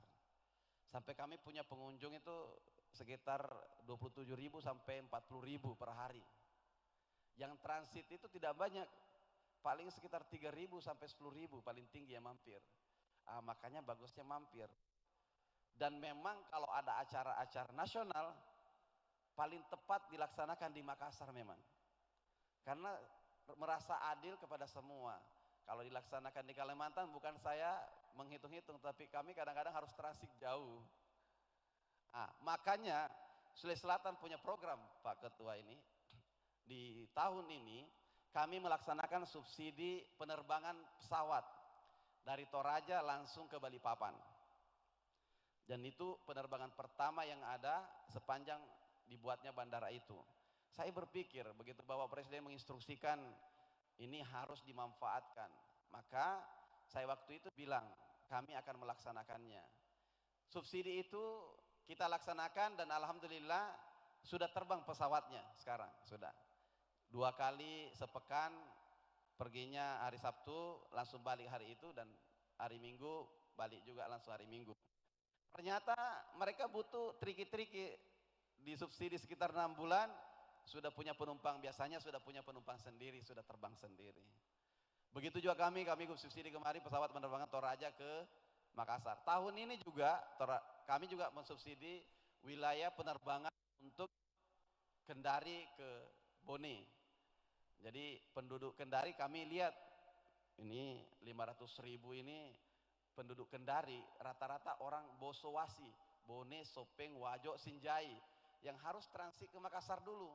Makanya kami subsidi, program subsidi kami kasih ke bantuan keuangan daerah bawahan. Mereka yang melakukan lelang, kerjasama dan sebagainya. Penerbangannya saya bekas tahu Pak Gubernur Sultra, bisa enggak 50-50. Cuma karena tahun ini beliau belum siap, saya bilang oke, kami cover dulu lah. Jadi penerbangan nanti kalau terbang, bandaranya masih kecil. Kami sudah janjian dengan Kementerian Perhubungan untuk perpanjang, saya bikin bypass untuk irigasinya, pembebasan lahan, mereka yang akan extend runway. Harapannya kalau banyak wisata, banyak tempat kunjungan, kalau tidak ada aksesibilitasnya bagaimana? Tidak ada orang yang berkunjung bagaimana? Toraja sudah dipermak baik-baik, kami anggarkan sudah ratusan miliar sampai hampir 1 triliun, tapi nggak ada pengunjung bagaimana? Makanya ide-ide untuk menerbangkan pesawat ke arah sana. Tahun depan kami rencana lagi, mungkin untuk melihat potensi-potensi penerbangan yang langsung dari mana. Malahan cita-cita kami sebenarnya bisa Toraja itu langsung ke Badung. Badung itu kan Bali. Kenapa? Indonesia pernah 2 wisata terkenal di dunia, itu Toraja dan Bali. Yang ketinggalan itu kan Toraja. Kenapa? Karena aksesibilitas. Karena ada 3 faktor biasanya menjadikan suatu wisata menjadi rame. Kalau aksesnya susah. Inilah harusnya, makanya sudah masuk kami dorong Bappenas untuk extend runway, Boeing bisa mendarat di sana. Harapan saya Jakarta bisa langsung mendarat Toraja, tidak perlu ke Makassar. Soalnya Makassar Toraja kalau darat 10 jam. Wisatawan kalau lebih dari 3 jam sudah balik kanan pulang. Karena capeknya tidak seimbang dengan apa yang mau dinikmati. Inilah salah satu program kami. Dan kami juga tampilkan Provinsi Sulawesi Selatan, alhamdulillah tahun ini juga kita sudah mengambil alih 1 bandara. Jadi bandara salah satu perusahaan asing Brasil di VT salah satu di Sulawesi Selatan yang sudah 54 tahun, 40 tahun bandara itu sudah beroperasi, kita ambil alih menjadi milik provinsi. Jadi dalam 1 tahun saya sebagai PLT, ini sudah lama sebenarnya dibahas, sudah dari zaman dulu, tapi terus dibahas saja. MOU, saya bilang saya tidak mau MOU, saya lanjut. Harus MOU langsung perjanjian hibah. Alhamdulillah dipenuhi dan kemudian sudah menjadi milik sah sebagai milik provinsi, diserahkan pada tahun ini. Dan kemudian itu menjadi aset dengan nilai lebih dari 100 miliar. Harapan saya begitu saya diskusi dengan Pak Menhub, saya bilang Pak Menhub saya minta tolong sekarang. Saya punya bandara, tolong dioperasikan. Dan saya minta kalau mau diambil pun sesama plat merah silakan, ambil aja. Nggak apa-apa kami. Saya tidak pernah pikir-pikir, kabupaten saya kalau mau minta-minta sesuatu hal dengan prosedur yang baik dan tentu dengan cara-cara yang bagus, saya kasih selama mereka mau memanfaatkan dengan baik. Alhamdulillah juga di Sulawesi Selatan ini kita memang melakukan beberapa hal yang menjadi kebutuhan dasar. Dan yang menjadi masalah bagi kami adalah tahun ini produksi kami seperti beras misalnya. Kami itu besar sekali produksinya. Sampai overstock bisa sampai 2,9 juta ton. Sekarang ini kami ini untuk menyerap dan menampung gabah saja sekarang ini kejar-kejaran dengan pengusaha, kejar-kejaran dengan target market pasar. Kenapa? 25% stok Indonesia adalah dari Sulawesi Selatan, semua beras. Dan kemudian apa yang terjadi? Saya programkan tahun ini untuk membantu mereka melakukan sistem pembenihan yang diproduksi oleh Sulawesi Selatan sendiri, dikemas oleh Sulawesi Selatan sendiri, ditangkar oleh kami sendiri, petani kami. Apa yang terjadi kalau kita beli langsung e-katalog? Biasanya tidak adaptif terhadap varietasnya di tempat yang kita mau tanam. Bagus untuk wilayah mungkin misalnya di Jember, bagus untuk wilayah misalnya di Bandung, tapi begitu masuk di Pindrang, Sidrap, di kabupaten kota Sulawesi Selatan, dia tidak cocok karena adaptifnya kurang. Maka apa yang kami lakukan, kami beli benih pokok di Sukamandi, tangkar di sini, IKB kami yang melaksanakan, kami panen kembali, kita fabrikasi, standarisasi, sertifikasi oleh kita sendiri, dikemas, dibagi 100.000 hektar untuk seluruh Sulawesi Selatan. Ternyata alhamdulillah hari ini kita sudah dapat hasilnya, kenaikannya per hektar itu rata-rataannya sekitar 10 juta. Kalau dikali dengan 100.000 hektar, itu sekitar 1 triliun lebih daripada produksi. Saya punya anggaran cuma 30 miliar saja modal untuk menghasilkan bagaimana kemudian mendapatkan 1 triliun lebih. Program-program ini kita akselerasi untuk mempercepat, termasuk mengekspor barang. Sekarang ini sudah 2 kali lipat dari target, dan bahkan kita setiap triwulan bagaimana memecahkan rekor dari tahun sebelumnya untuk melipat 2 kalikan. Kami melakukan subsidi, melakukan standarisasi gratis untuk semua produksi-produksi yang bisa standar untuk ekspor, bisa masuk target market, masuk di jejaring-jejaring untuk seperti Bukalapak dan sebagainya. Artinya apa? Kami ingin kalau bisa ada prinsip seperti ini. Sendal sebelah pun kalau bisa dijadikan uang, kita jual untuk jadikan uang. Sendal sebelah hilang sebelah. Artinya apa? Kami harus menggempur mereka dengan barang-barang kami. Karena kenapa? Kami terkenal dengan produksi yang kuat, tapi tidak cukup kuat untuk menjual. Harus ada perimbangan antara industri dengan perdagangan. Harus ada perimbangan antara supply and demand-nya. Bagaimana kita mentarget, bagaimana kita menjual. Inilah menjadi keluhan selama ini. Karena kenapa? Karena pemerintah harus menjadi fasilitator. Saya rasa pertemuan ini sangat bagus sekali. Kenapa? Para wali kota hadir, dan saya yakin, kenapa saya sebutkan beras tadi? Saya yakin kurang sekali sawahnya di kota-kota ini, pasti. Dan paling banyak mulut orang yang mau makan. Iya kan? Saya tanya tadi wali kota dari Lampung, Ibu wali kota bilang kami punya penduduk 1,2 juta. Pak wali kota Bogor, Pak Ketum, warganya ada 1,1 juta sekitar itu. Kemudian mungkin rata-rata 1 juta. Ini bayangkan suplainya dari mana? Bisa langsung ke Sulawesi Selatan? Boleh, langsung aja. Kami punya overstock banyak sekali. Bahkan menjadi pencadangan nasional untuk 25% total dari seluruh lumbung yang ada di pangan, menjadi salah satu perdebatan dan perbincangan dunia selain energi dan kemudian air yang ketiga dalam peradaban kita. Sulawesi Selatan juga menjadi tempat investasi paling baik. 3 faktor yang menjadi utama dalam investasi pasti salah satu semuanya adalah terpenuhi Sulawesi Selatan. Yang pertama, aksesibilitas. Semua sistem transportasi adalah terbaik untuk wilayah pemetaan. Sampai makanya di Sulawesi Selatan itu dikenal ada namanya Center Point of Indonesia. Kalau dilipat petanya tuh cari-carinya pasti ke Sulawesi Selatan. Penerbangan juga kalau kita lihat itu rute-rute airlines itu Makassar selalu jadi senternya. Itu dapat. Yang kedua, listrik. Kami salah satu 20% pencapaian yang menjadi target 2045 Indonesia untuk green economy, untuk energi terbarukan. Kami memiliki PLTB Bayu 2, pertama di Indonesia yang ada. Jadi kita overstock, oversupply sekarang 560 megawatt, ditambah yang sekarang Sengkang Energi sudah lebih 300, ada hampir 1000 megawatt. Ini salah satu resource yang dibutuhkan untuk investasi, berarti Sulawesi Selatan paling tepat. Kemudian yang berikutnya adalah air. Kita memiliki air yang berlimpah dengan panjang pesisir termasuk adalah sekitar 2000 hektar, 2000 kilometer panjang coastline-nya. Artinya apa? Memang tempat yang paling tepat untuk berinteraksi terkait kebutuhan pangan, bagaimana kemudian tempat-tempat strategis untuk kunjungan. Cuma persoalan yang pertama ini adalah kurangnya kita antara share, kurangnya kita antar diskusi, antara inilah terima kasih banyak Pak Ketum menghadirkan forum-forum seperti ini untuk ada share tentang apa yang plus, apa yang minus. Harapan saya dikonkretkan aja. Kalau dikonkretkan ini enak sekali. Ada Lampung pasti minta apa dan sebagainya. Ada wali kota Makassar minta apa. Ada wilayah-wilayah di timur minta apa. Di barat minta apa. Kota-kotanya ini banyak sekali kita punya. Akhirnya apa bisa tercipta dengan forum-forum seperti ini bisa ditindaklanjuti. Yang berat adalah ketika didiskusikan tidak ditindaklanjuti, masalah sudah. Kenapa? Kebanyakan dari kita ini membawa banyak terlalu masalah, tapi penyelesaiannya tidak ada yang ditindaklanjuti. Sama kami waktu membangun infrastruktur, saya sengaja kasih tampilkan tadi. Itu infrastruktur Sulawesi Selatan itu sekitar 2000 hektar kewenangan provinsi.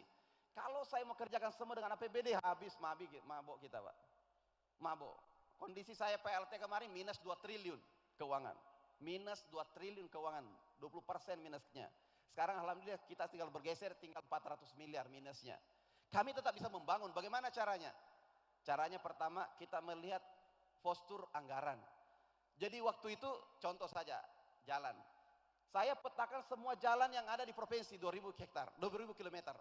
Kemudian saya garis semua yang LHR tinggi, lintas harian rata-rata tinggi. Kemudian saya cap merah semua jalan-jalan yang rusak berat. Saya lihat, oh ini berat semua dulu. Kemudian setelah itu saya bungkus, ini berapa nilainya? Ini sekitar nilainya sekitar 1,5 triliun Pak. Saya punya anggaran 400. Saya laksanakan selama 3 tahun periode. Tahun depan semua LHR tinggi sudah tersentuh oleh aspal dari provinsi. Insya Allah tahun depan sudah selesai. Dan semua pertanyaan dari teman-teman DPR, dari teman-teman konstituen, dari masyarakat, Pak, jalan ini belum dikerja. Rata-rata yang memiliki populasi yang banyak lewat, pasti sudah dikerjakan provinsi. Rata-rata. Kenapa? Karena kami petakan, tidak semuanya dikerjakan, base-nya tidak berhitungan kalkulasi kemampuan keuangan. Sehingga skalanya jelas. Saya gambar dulu.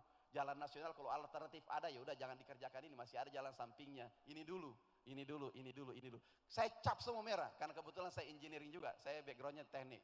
Jadi saya gambar, setelah gambar, saya main, tanya ini gubernur kok main sampai detail gambar begini. Saya bilang strategi perang itu kalau tidak tahu detail-detail, karena kita sudah masuk level-level, coba kalau nonton El Clasico itu, kayak misalnya contoh Barcelona lawan Madrid. Yang membuat mereka kering kalah dan menang itu hal detail, hal-hal kecil. Kita harus turun spot, tetapi tidak semuanya kita turun. Kalau turun semuanya mabuk juga kita. Hanya on the spot yang mana menjadi target sasaran. Ini salah satu metodologi yang saya pikir teman-teman kita bisa share. Dan saya yakin wali kota kita ini banyak yang bisa memberikan pengalaman kepada saya sendiri juga. Saya mau belajar juga, Pak Dhani, Pak Wali Kota punya ide-ide, saya bisik tadi. Punya tim-tim, ada bagaimana P3K menjadi masalah, honorer dan sebagainya. Kita sharing. Beliau juga saya tidak masalah juga, saya sharing sama beliau walaupun saya gubernur. Karena beliau adalah senior saya di teknik juga. Meskipun rentangnya jauh, beliau angkatan 81 dan saya baru 2 tahun belum lahir saya waktu 81. Saya 83 lahirnya. Jadi kalau bertanya nggak ada masalah, beliau pasti perjalanan panjangnya itu kita bisa tanya. Beliau termasuk Pak Ketum, saya enggak malu saya tanya, Pak Ketum bikin apa waktu? Saya tanya, share tadi, tolong nanti bisa share tentang pengalaman Pak Ketum memimpin Bandung, bagaimana mempercepat akses informasi di wilayah-wilayah lain, sehingga kita tidak perlu kemudian menunggu waktu, karena kita ini ada delay-nya, ada delay ketika informasi pembangunan terjadi di barat sudah bagaimana, di timur bagaimana. Percepatannya adalah satu yang paling cepat, bagaimana kemudian sharing di dalam sistem dan metodologi. Termasuk kalau ada mau berdiskusi tentang bagaimana mengambil alih bandara dari perusahaan asing, nah saya bisa sharing juga bagaimana caranya. Saya bisa sharing, tidak ada penggunaan kekuatan bagaimana, tidak perlu saya kerahkan Satpol PP saya, dan saya bisa mengambil alih itu. Ini perusahaan saya belum lahir, ini bandara sudah hadir. Mereka yang bangun, mereka bangun sendiri pakai uangnya. Saya bilang saya ambil bandaranya, kita ambil. Bagaimana perang itu terjadi? Perang itu harus mengambil bandara dulu, landasan Pacu dulu. Setelah itu kita bisa ambil sekitarnya. Makanya kalau bisa nonton RDP saya waktu bagaimana sistem pertambangan, itu ada pernah viral. Apa yang kita lakukan? Kita menginginkan Sulsel ini di HUT tahun ini adalah bagaimana Sulsel optimis, harus ada optimisme yang kuat karena kita pandemi. Yang kedua, Sulsel tangguh. Kemudian bagaimana Sulsel untuk berdaulat secara perekonomian. Apa yang kita inginkan? Kita tidak ingin menjadi penonton, kita tidak ingin menjadi warga kami miskin di tengah lumbung yang kaya raya, di tengah SDM yang kaya raya. Kami tidak menginginkan itu. Boleh bekerja sama. Saya pernah di perusahaan nasi 12 tahun menjadi pemain bayaran di perusahaan nasi. Saatnya inilah saya dibayar oleh negara untuk membangun untuk negeri. Saat ini saya merasa berterima kasih diberikan kesempatan. Makanya anggota saya banyak anggota alumni luar negeri tapi dibayar Kementerian Keuangan atau pemerintah untuk beasiswa. Saya bilang Bapak harus lebih 2 kali bekerja dari saya. Kenapa? Saya dulu beasiswa ikatan dinasnya saya dibayar perusahaan asing, bekerja perusahaan ini kembali ke negara. Bapak semua ibu ini dibayar perusahaan negara, kemudian disuruh bekerja untuk negara, 2 kali utangnya. Kenapa? Sudah dibiayai, kemudian disuruh bekerja. Kalau saya dulu uangnya negara orang, saya pakai sekolah, kemudian disuruh bekerja. Tetapi tidak, sebuah profesionalitas tinggi. Dan inilah penting sekali bahwa kami harus melakukan dengan baik. Kami juga banyak sekali melakukan terobosan termasuk di sistem pengadaan barang dan jasa kami. Kami bukan sempurna, tapi kami mencoba untuk memperbaiki semua. Jadi Barjas kami, pokja-pokja kami itu sudah dapat insentif 3 kali lipat dan sering yang dia terima, 3 kali lipat. Kenapa? Kami ingin mereka lebih kuat, lebih semangat untuk melakukan itu. Dan alhamdulillah dalam satu periode bisa menjadi kategori hijau untuk sistem pengadaan Barjas kami dari penilaian KPK dan teman-teman kepolisian kejaksaan yang membantu kami hal itu. Dan itu mungkin bisa menjadi sharing. Saya tahu pengalaman. Kalau saya lihat muka-mukanya wali kota dan semua sekda dan mewakili sudah mau juga menyampaikan apa yang mereka lakukan, bisa di-share ke kami semua. Kami berharap itu menjadi sebuah rangkuman untuk memberikan pembelajaran kami secara cepat untuk adaptif terhadap bagaimana sistem pembangunan Indonesia ini. Kalau kita sama-sama, insya Allah kita pasti kuat. Tapi kalau kita bercari-cari tengah resesi global, kita akan menjadi terpuruk. Lawan terberat kita ini satu, melawan bangsa sendiri. Melawan kita sendiri. Yang harus kita lakukan bagaimana melawan luar. Bagaimana kemudian menjadi adidaya juga. Bagaimana merasakan juga yang pernah menjadi tongkatnya selalu Amerika, selalu Rusia, selalu Cina. Kenapa bukan Indonesia? Satu hal, kita harus kaya raya, kita harus menjadi pemain di tempat kita sendiri. Bukan menjadi pelaku-pelaku yang menjadi pengkhianatan bangsa sendiri. Harus tempatkan kita seperti itu. Saya mungkin mengucapkan selamat datang Sulawesi Selatan. Ada saya mau sampaikan, di Sulawesi Selatan itu terkenal dengan coto Makassarnya. Ya, jadi kalau datang di sini jangan pernah pulang sebelum makan itu. Jadi namanya, di sini kan akan ada pembangunan OJK, otak jantung kanker, rumah sakit, 2 triliun investasi Kemenkes. Kami kasih hibah lahan 2 triliun untuk mereka bangun 2 triliun juga. Ya kita share, itu OJK. Tapi kalau OJL, otak jantung lidah, itu coto. Nah, nanti harus Cocipi juga datang. Dan ada tempat menarik tidak jauh dari sini. Ada namanya Rama-Ramang. Itu salah satu kars terbaik di dunia. Salah satu sekarang sudah mendapatkan tahun ini sebagai penghargaan salah satu Global Geopark dari UNESCO. Nah, sekarang bisa berkunjung situ Rama-Ramang sekitar 30 menit, 45 menit dari 30 menit dari bandara. Dari sini mungkin 45 menit sudah dapat ke sana. Bisa melihat pemandangan view yang sangat bagus. Itu salah satu promosi kami. Datanglah untuk berkunjung dan itu hanya ada 2 terbaik di dunia, satunya di Cina dan satunya ada di Maros ini. Kalau mau tahu di mana yang 2 itu, di sini dekat. Kenapa kami sampaikan itu? Kami ingin berkunjung juga, kita sama-sama sesuai arahan Bapak Presiden. Kalau bukan kita yang berwisata berkunjung, siapa lagi? Makanya sudah pas itu kalau kita yang datang semua. Terima kasih banyak sudah datang dan terima kasih banyak Pak Wali Kota sudah melaksanakan kegiatan ini. Dan Pak Ketum, ada sesuatu hal yang membutuhkan kami hadir, insya Allah kami selalu hadir. RUPS pun kami tinggalkan untuk Bapak Ketum bersama seluruh Wali Kota. Kami berpikir mereka semua ini, saya hadir kalau RUPS cuma sebagai direktur, sebagai apa. Ini datang semua orang-orang yang membawahi 1 juta orang rata-rata dia bawa. Ini penting sekali pertemuan ini. Ini penting sekali pelaku kebijakan. Bahkan di rujak saya tengah malam pun kalau mereka datang dan dia menyatakan saya adalah wali kota, bupati langsung tembus itu Pak. Tembus. Belum pernah ada bupati yang mental kalau datang ke rujak saya dan mereka datang dalam jam berapa saja. Jam berapa saja. Karena mereka, saya berpikir mengurus orang banyak. Mengurus orang banyak. Kalau yang tidak mengurus orang banyak, tunggu dulu karena banyak yang ngantri. Terima kasih banyak, itu saja mungkin dari saya. Saya mohon maaf panjang lebar. Saya menyampaikan ini, menyampaikan juga bagaimana Sulawesi Selatan. Saya bukan orang yang Superman, saya Sudirman Pak. Banyak kekurangan juga. Saya tentu kekurangan saya berharap tempat ini, forum ini bisa memberikan saya juga penyempurnaan-penyempurnaan, pengalaman-pengalaman dari senior-senior saya. Saya termasuk yang muda dan saya berpikir banyak yang harus di-share dari teman-teman yang lebih pengalaman. Selamat kepada selamat datang di Kota Makassar dan tentu saya membuka acara rapat kerja teknis ini dengan ucapan Bismillahirrahmanirrahim. Demikian dari saya, lebih kurangnya mohon maaf. Subhanallah wa Assalamualaikum warahmatullahi wabarakatuh. Waalaikumsalam. Berkenan Bapak tetap berada di atas panggung. Prosesi pembukaan secara resmi akan ditandai dengan pemukulan gong. Untuk itu kami turut mengundang kepada Ketua Dewan Pengurus APEXI, Bapak Dr. Haji Bima Arya Sugiarto untuk dapat mendampingi. Kami mengundang Bapak Wali Kota Makassar, Bapak Insinyur Haji Muhammad Ramdan Pomanto untuk bersama-sama mendampingi Gubernur Sulawesi Selatan dalam prosesi pembukaan secara resmi Rapat Kerja Teknis APEXI dan Makassar Investment Forum 2022.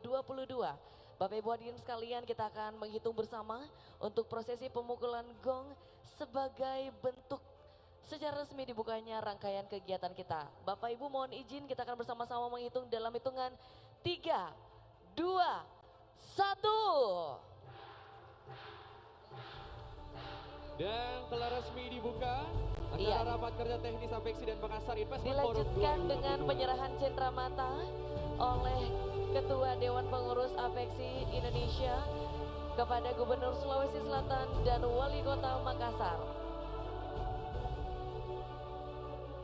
Kami persilahkan kepada Ketua Dewan Pengurus APEXI, Bapak Dr. Haji Bima Arya Sugiarto untuk menyerahkan cenderamata-nya kepada Gubernur Provinsi Sulawesi Selatan, Bapak Andi Sudirman Sulaiman. Dan selanjutnya penyerahan cenderamata kepada Wali Kota Makassar, yang dimana pada tahun ini Kota Makassar menjadi tuan rumah dari kegiatan kita Rapat Kerja Teknis APEXI 2022. Selanjutnya untuk sesi foto bersama, kami mengundang Ketua Tim Penggerak PKK Kota Makassar, Wali Kota Bandar Lampung, Wali Kota Tegal. Kami juga mengundang untuk Deputi Bidang Sumber Daya Manusia untuk bisa hadir juga di atas panggung. Iya, seluruh wali kota dan wakil wali kota Sekda se-Indonesia kami turut mengundang untuk bisa berfoto bersama. Ya, wali kota dan wakil wali kota untuk bisa bersama-sama berfoto di atas panggung. Kami persilakan untuk seluruh wali kota dan juga wakil wali kota dari seluruh kota yang hadir pada kesempatan ini untuk bisa bergabung bersama melakukan foto sesi bersama dengan Gubernur Provinsi Sulawesi Selatan, kemudian juga Ketua Dewan Pengurus APEXI dan juga Wali Kota Makassar dan undangan yang lain. Kami turut mengundang untuk bisa berfoto bersama Deputi Pengawasan Penyelenggara Keuangan Daerah BPKP dan juga Direktur Dana Transfer Umum Kementerian Keuangan Republik Indonesia untuk bersama-sama dalam sesi foto di sesi pertama ini.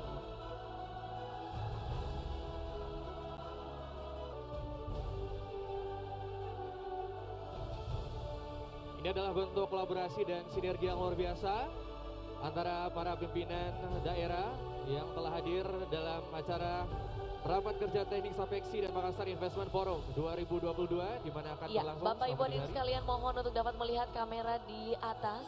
Iya, silakan untuk tim fotografi kita berada di atas, silakan untuk langsung bersama-sama kita bersiap-siap dalam sesi foto dengan melambaikan tangan dalam hitungan 3, 1. Silakan Bapak Ibu untuk diangkat tangannya melambai ke arah kamera. Selamat mengikuti rapat kerja teknis Apeksi dan Makassar Investment Forum 2022 untuk seluruh wali kota dan wali kota seluruh Indonesia. Boleh sekali lagi kita berikan aplaus dan juga berfoto bersama Bapak Ibu. Boleh sekali lagi Bapak Ibu kita berfoto bersama dengan kompak. Ya, silakan pada hitungan ketiga nanti mengangkat tangan melambaikan ke atas. Kita mulai 3, 2, 1. Silakan tangannya diangkat ke atas Bapak Ibu. Melambai ke kamera.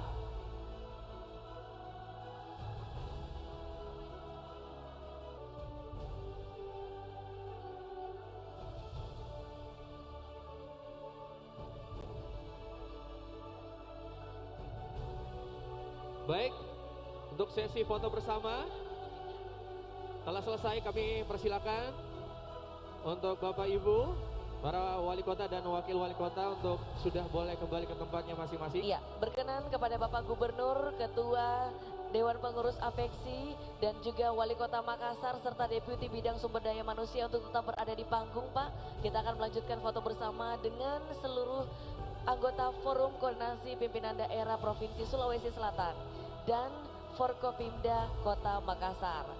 Untuk itu dimohon berkenan kepada Bapak Gubernur, Ibu Ketua Tim Penggerak PKK Kota Makassar, Bapak Wali Kota Makassar, Ketua Dewan Pengurus Apeksi, dan juga kepada Bapak Deputi Bidang Sumber Daya Manusia untuk tetap berada di atas panggung karena foto bersama akan dilanjutkan bersama dengan seluruh, ya saat ini berlangsung ya, seluruh anggota Forkopimda Sulawesi Selatan. Boleh Bapak Ibu mohon izin kita bersama-sama melihat ke arah atas ya, tim foto kita berada di atas. Baik, saat ini kita sama-sama menyaksikan foto sesi bersama dengan para anggota Forkopimda Provinsi Sulawesi Selatan dan juga para anggota Forkopimda Kota Makassar. Iya, mungkin boleh melambaikan tangan Bapak Ibu ke arah drone kamera kita. Iya, luar biasa. Terima kasih banyak kami ucapkan atas keikutsertaan Anda dalam acara pada pagi hari ini. Kami persilakan untuk dapat kembali ke tempat duduk masing-masing.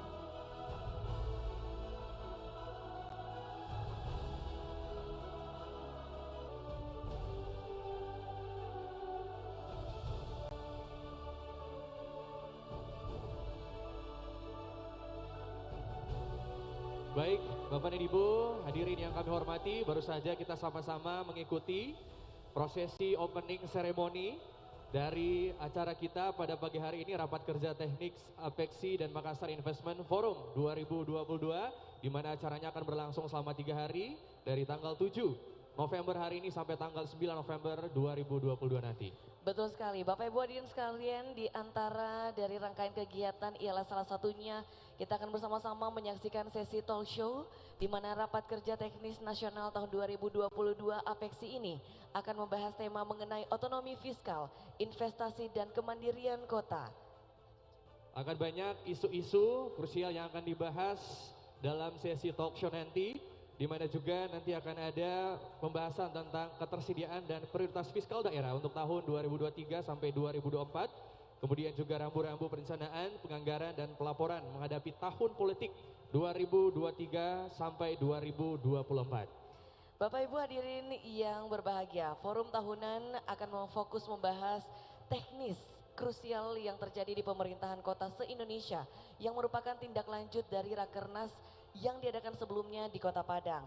Untuk itu, untuk sesi talk show kita kali ini akan membahas hal-hal tersebut bersama dengan para narasumber yang telah hadir di tengah-tengah kita, yakni Deputi SDM Aparatur Kementerian, yakni Bapak Dr. Insinyur Alex Denny MM, dan Direktur Dana Transfer Umum Kementerian Keuangan Bapak Andrianto SEMM MA PhD. Kemudian juga hadir secara virtual Sesditjen Bina Keuangan Daerah Kemendagri, Bapak Dr. Trandes Horas Maurits Panjaitan MSc Dev, dan juga Deputi Pengawasan Penyelenggara Keuangan Daerah BPKP Bapak Raden Suhartono SE MK CA QIA CPE CQCAA. dan akan dipandu langsung oleh Direktur Eksekutif Apexi, Bapak Alwis Rustam sebagai moderator kita pada talk show kali ini. Untuk itu Bapak Ibu hadirin sekalian, mari sama-sama kita mengikuti sesi dialog talk show yang akan dipandu oleh moderator Bapak Alwis Rustam selaku Direktur Eksekutif Apexi. Boleh berikan tepuk tangan yang meriah?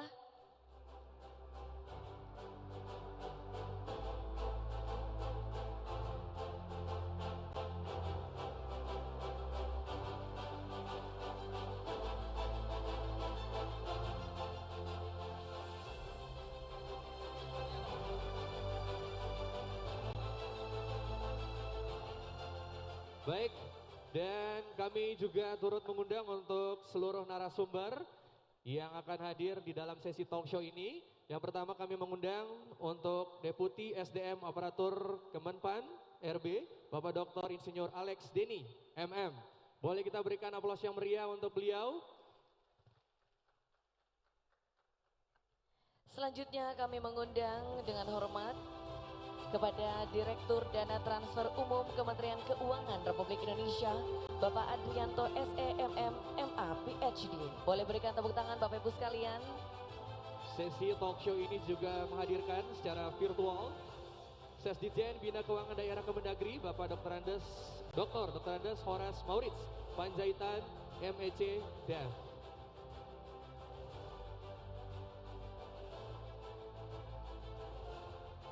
Kemudian kami juga turut mengundang untuk narasumber yang terakhir, Deputi Pengawasan Penyelenggara Keuangan Daerah BPKP, Bapak Raden Suhartono, SE MAK CA QIA CPA CGCAE. Boleh berikan tepuk tangan Bapak Ibu sekalian, luar biasa. Telah lengkaplah narasumber dan juga moderator kita yang akan membahas sesi talk show yang pastinya akan begitu penting untuk kita bahas bersama pada rapat kerja teknis pada hari ini.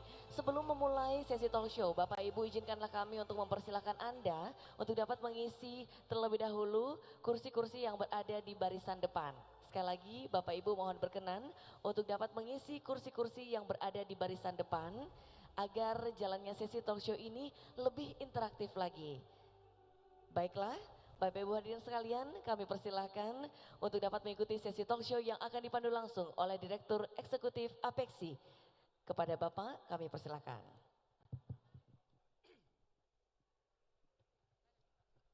Bismillahirrahmanirrahim.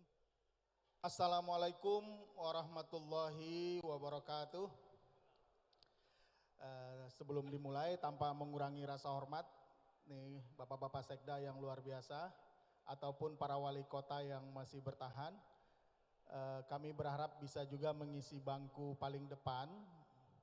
Nih mumpung ini kita ketemu para eselon 1, para pejabat dari 4 kementerian yang ingin kita ulik lebih teknis gitu ya, melanjutkan perbahasan para wali kota di Padang kemarin di Rakernas. Hari ini Bapak-Bapak Ibu wali kota yang hadir, yang bertahan maupun sekdanya maupun asisten 1, kabak ataupun para OPD yang terkait untuk membahas yang lebih teknis dengan isu-isu yang sesuai dengan sesi kita untuk hari ini. Di samping besok juga tentang investasi, sekarang kita ngebahas dulu dapur kita ini yang lebih teknis. Waduh, terima kasih sekali Bapak Ibu Sekda, Bapak Ibu Asisten, para OPD. Sekali lagi saya ulang, bismillahirrahmanirrahim. Assalamualaikum warahmatullahi wabarakatuh. Salam hormat, saya Alwis Rustam. Saya ditugaskan untuk bisa memanfaatkan, mengoptimalkan waktu kita. Saat ini Pak Ketua dan Pak Wali Kota Makassar sedang doorstop bersama media. Kita manfaatkan waktu ini dengan para sekretaris daerah kota-kota Apexi. Ini para narasumber, baik yang hadir langsung maupun yang virtual. Ada satu dari Dirjen Bina Keuda yang nanti secara online. Kami sampaikan bahwa beliau-beliau ini yang dimaksud oleh Pak Wali tadi sebagai penjaga gawang sustainability dari pembangunan gerbong birokrasi yang ada di kota-kota apeksi.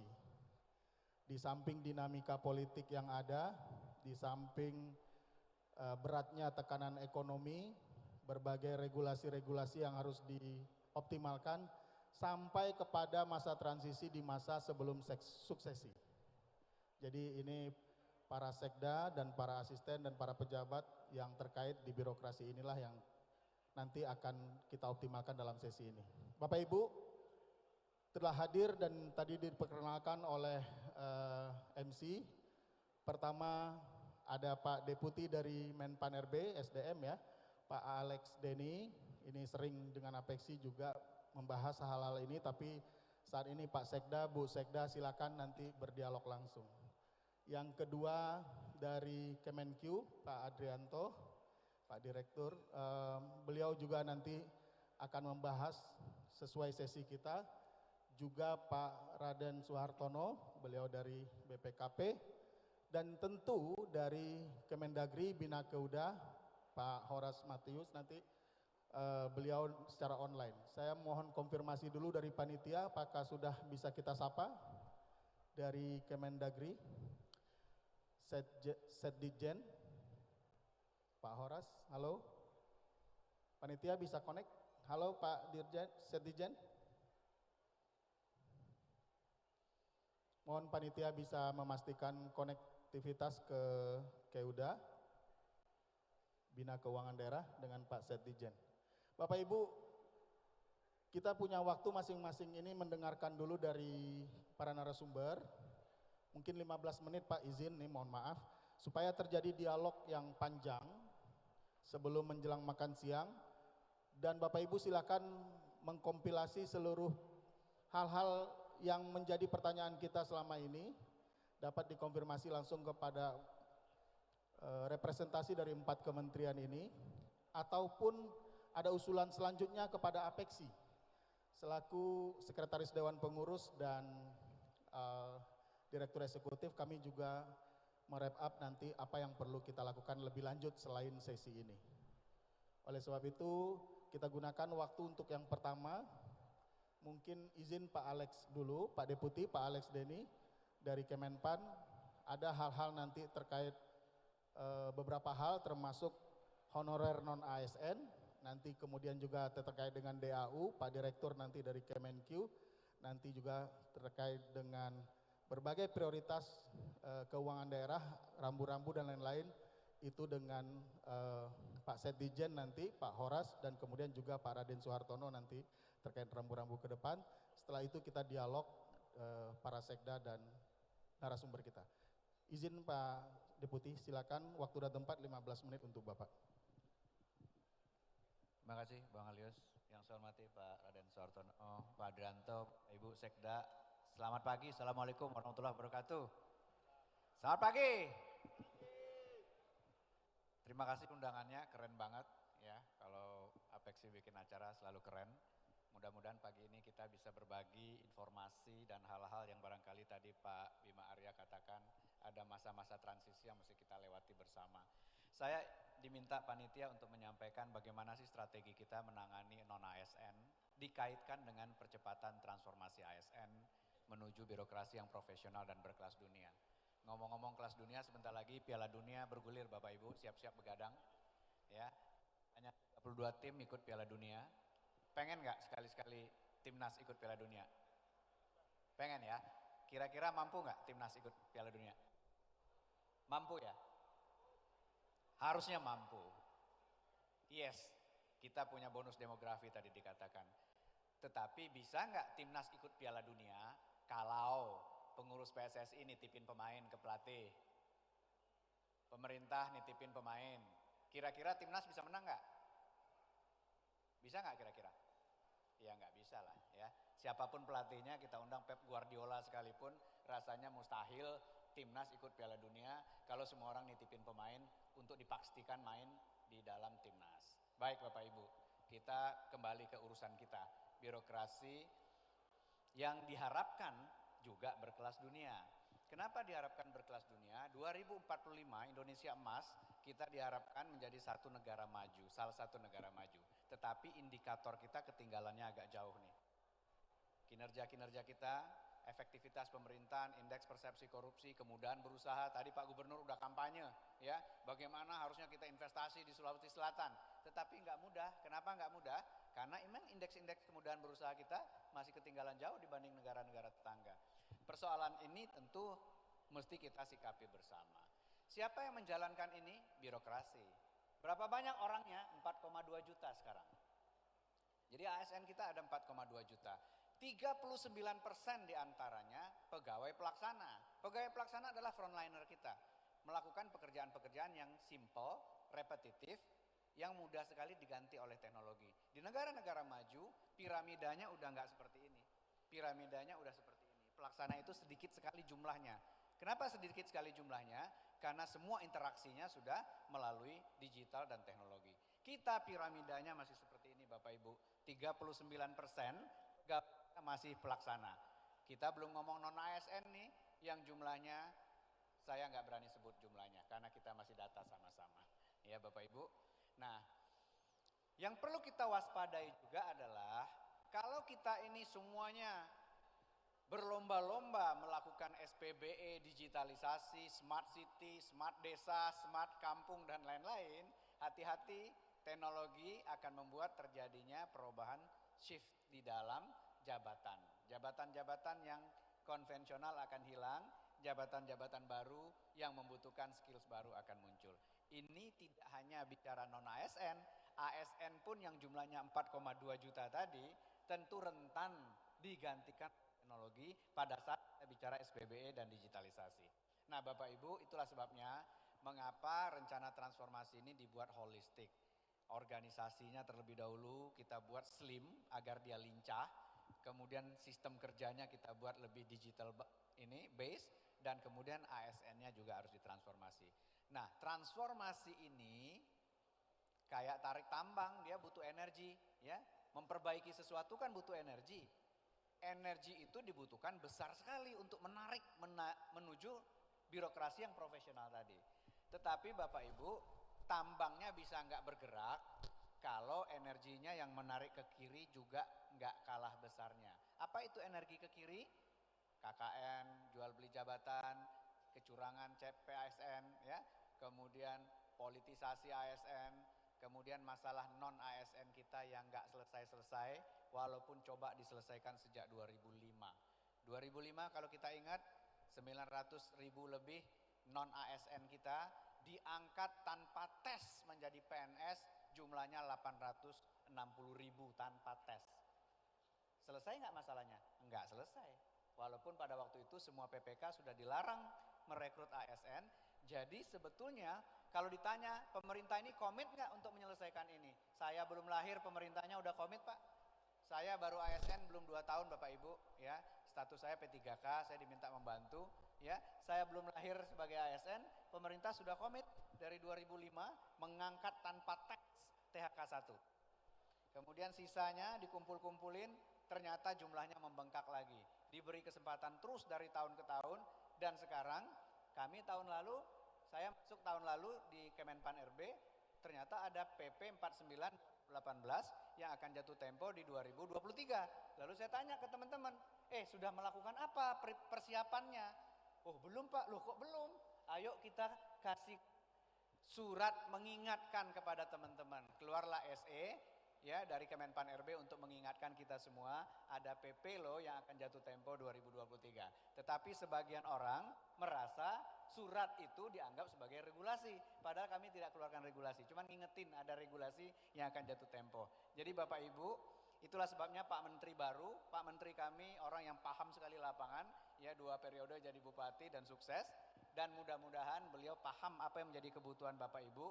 Itulah sebabnya kami dengan APEKSI, APKASI, dan APPSI intens membahas ini. Ya, bahkan sebentar lagi insya Allah Pak Direk, Pak Menteri akan keluarkan SK tim penyelesaian ini yang anggotanya adalah dari APEKSI, APKASI, dan APSSI bersama-sama dengan kami. Yuk kita selesaikan sama-sama. Karena ini persoalan besar yang nggak mungkin selesaikan oleh 1-2 kementerian saja. Nah, Bapak Ibu yang saya hormati, sebagai penutup ya, bahan diskusi, kami sudah berdiskusi dengan kawan-kawan waktu itu di Jakarta dengan Pak Bima dan tim juga. Ada 3 opsinya Bapak Ibu. Opsi yang pertama gampang, angkat aja semua. Ya gampang banget kan, angkat semua. Tapi apakah realistik? Resikonya apa? Nanti kami akan sampaikan resikonya apa. Opsi kedua apa Pak? Berhentiin semua, karena semuanya ngelanggar. Udah dilarang ngangkat, masih ngangkat juga, berhentiin semua. Tapi realistik apa tidak? Ya, nanti kita lihat resikonya apa. Opsi ketiga adalah, yuk kita angkat sesuai prioritas. Nah inilah yang kami sedang diskusikan dengan teman-teman. Kalau ditanya apa resikonya mengangkat semua?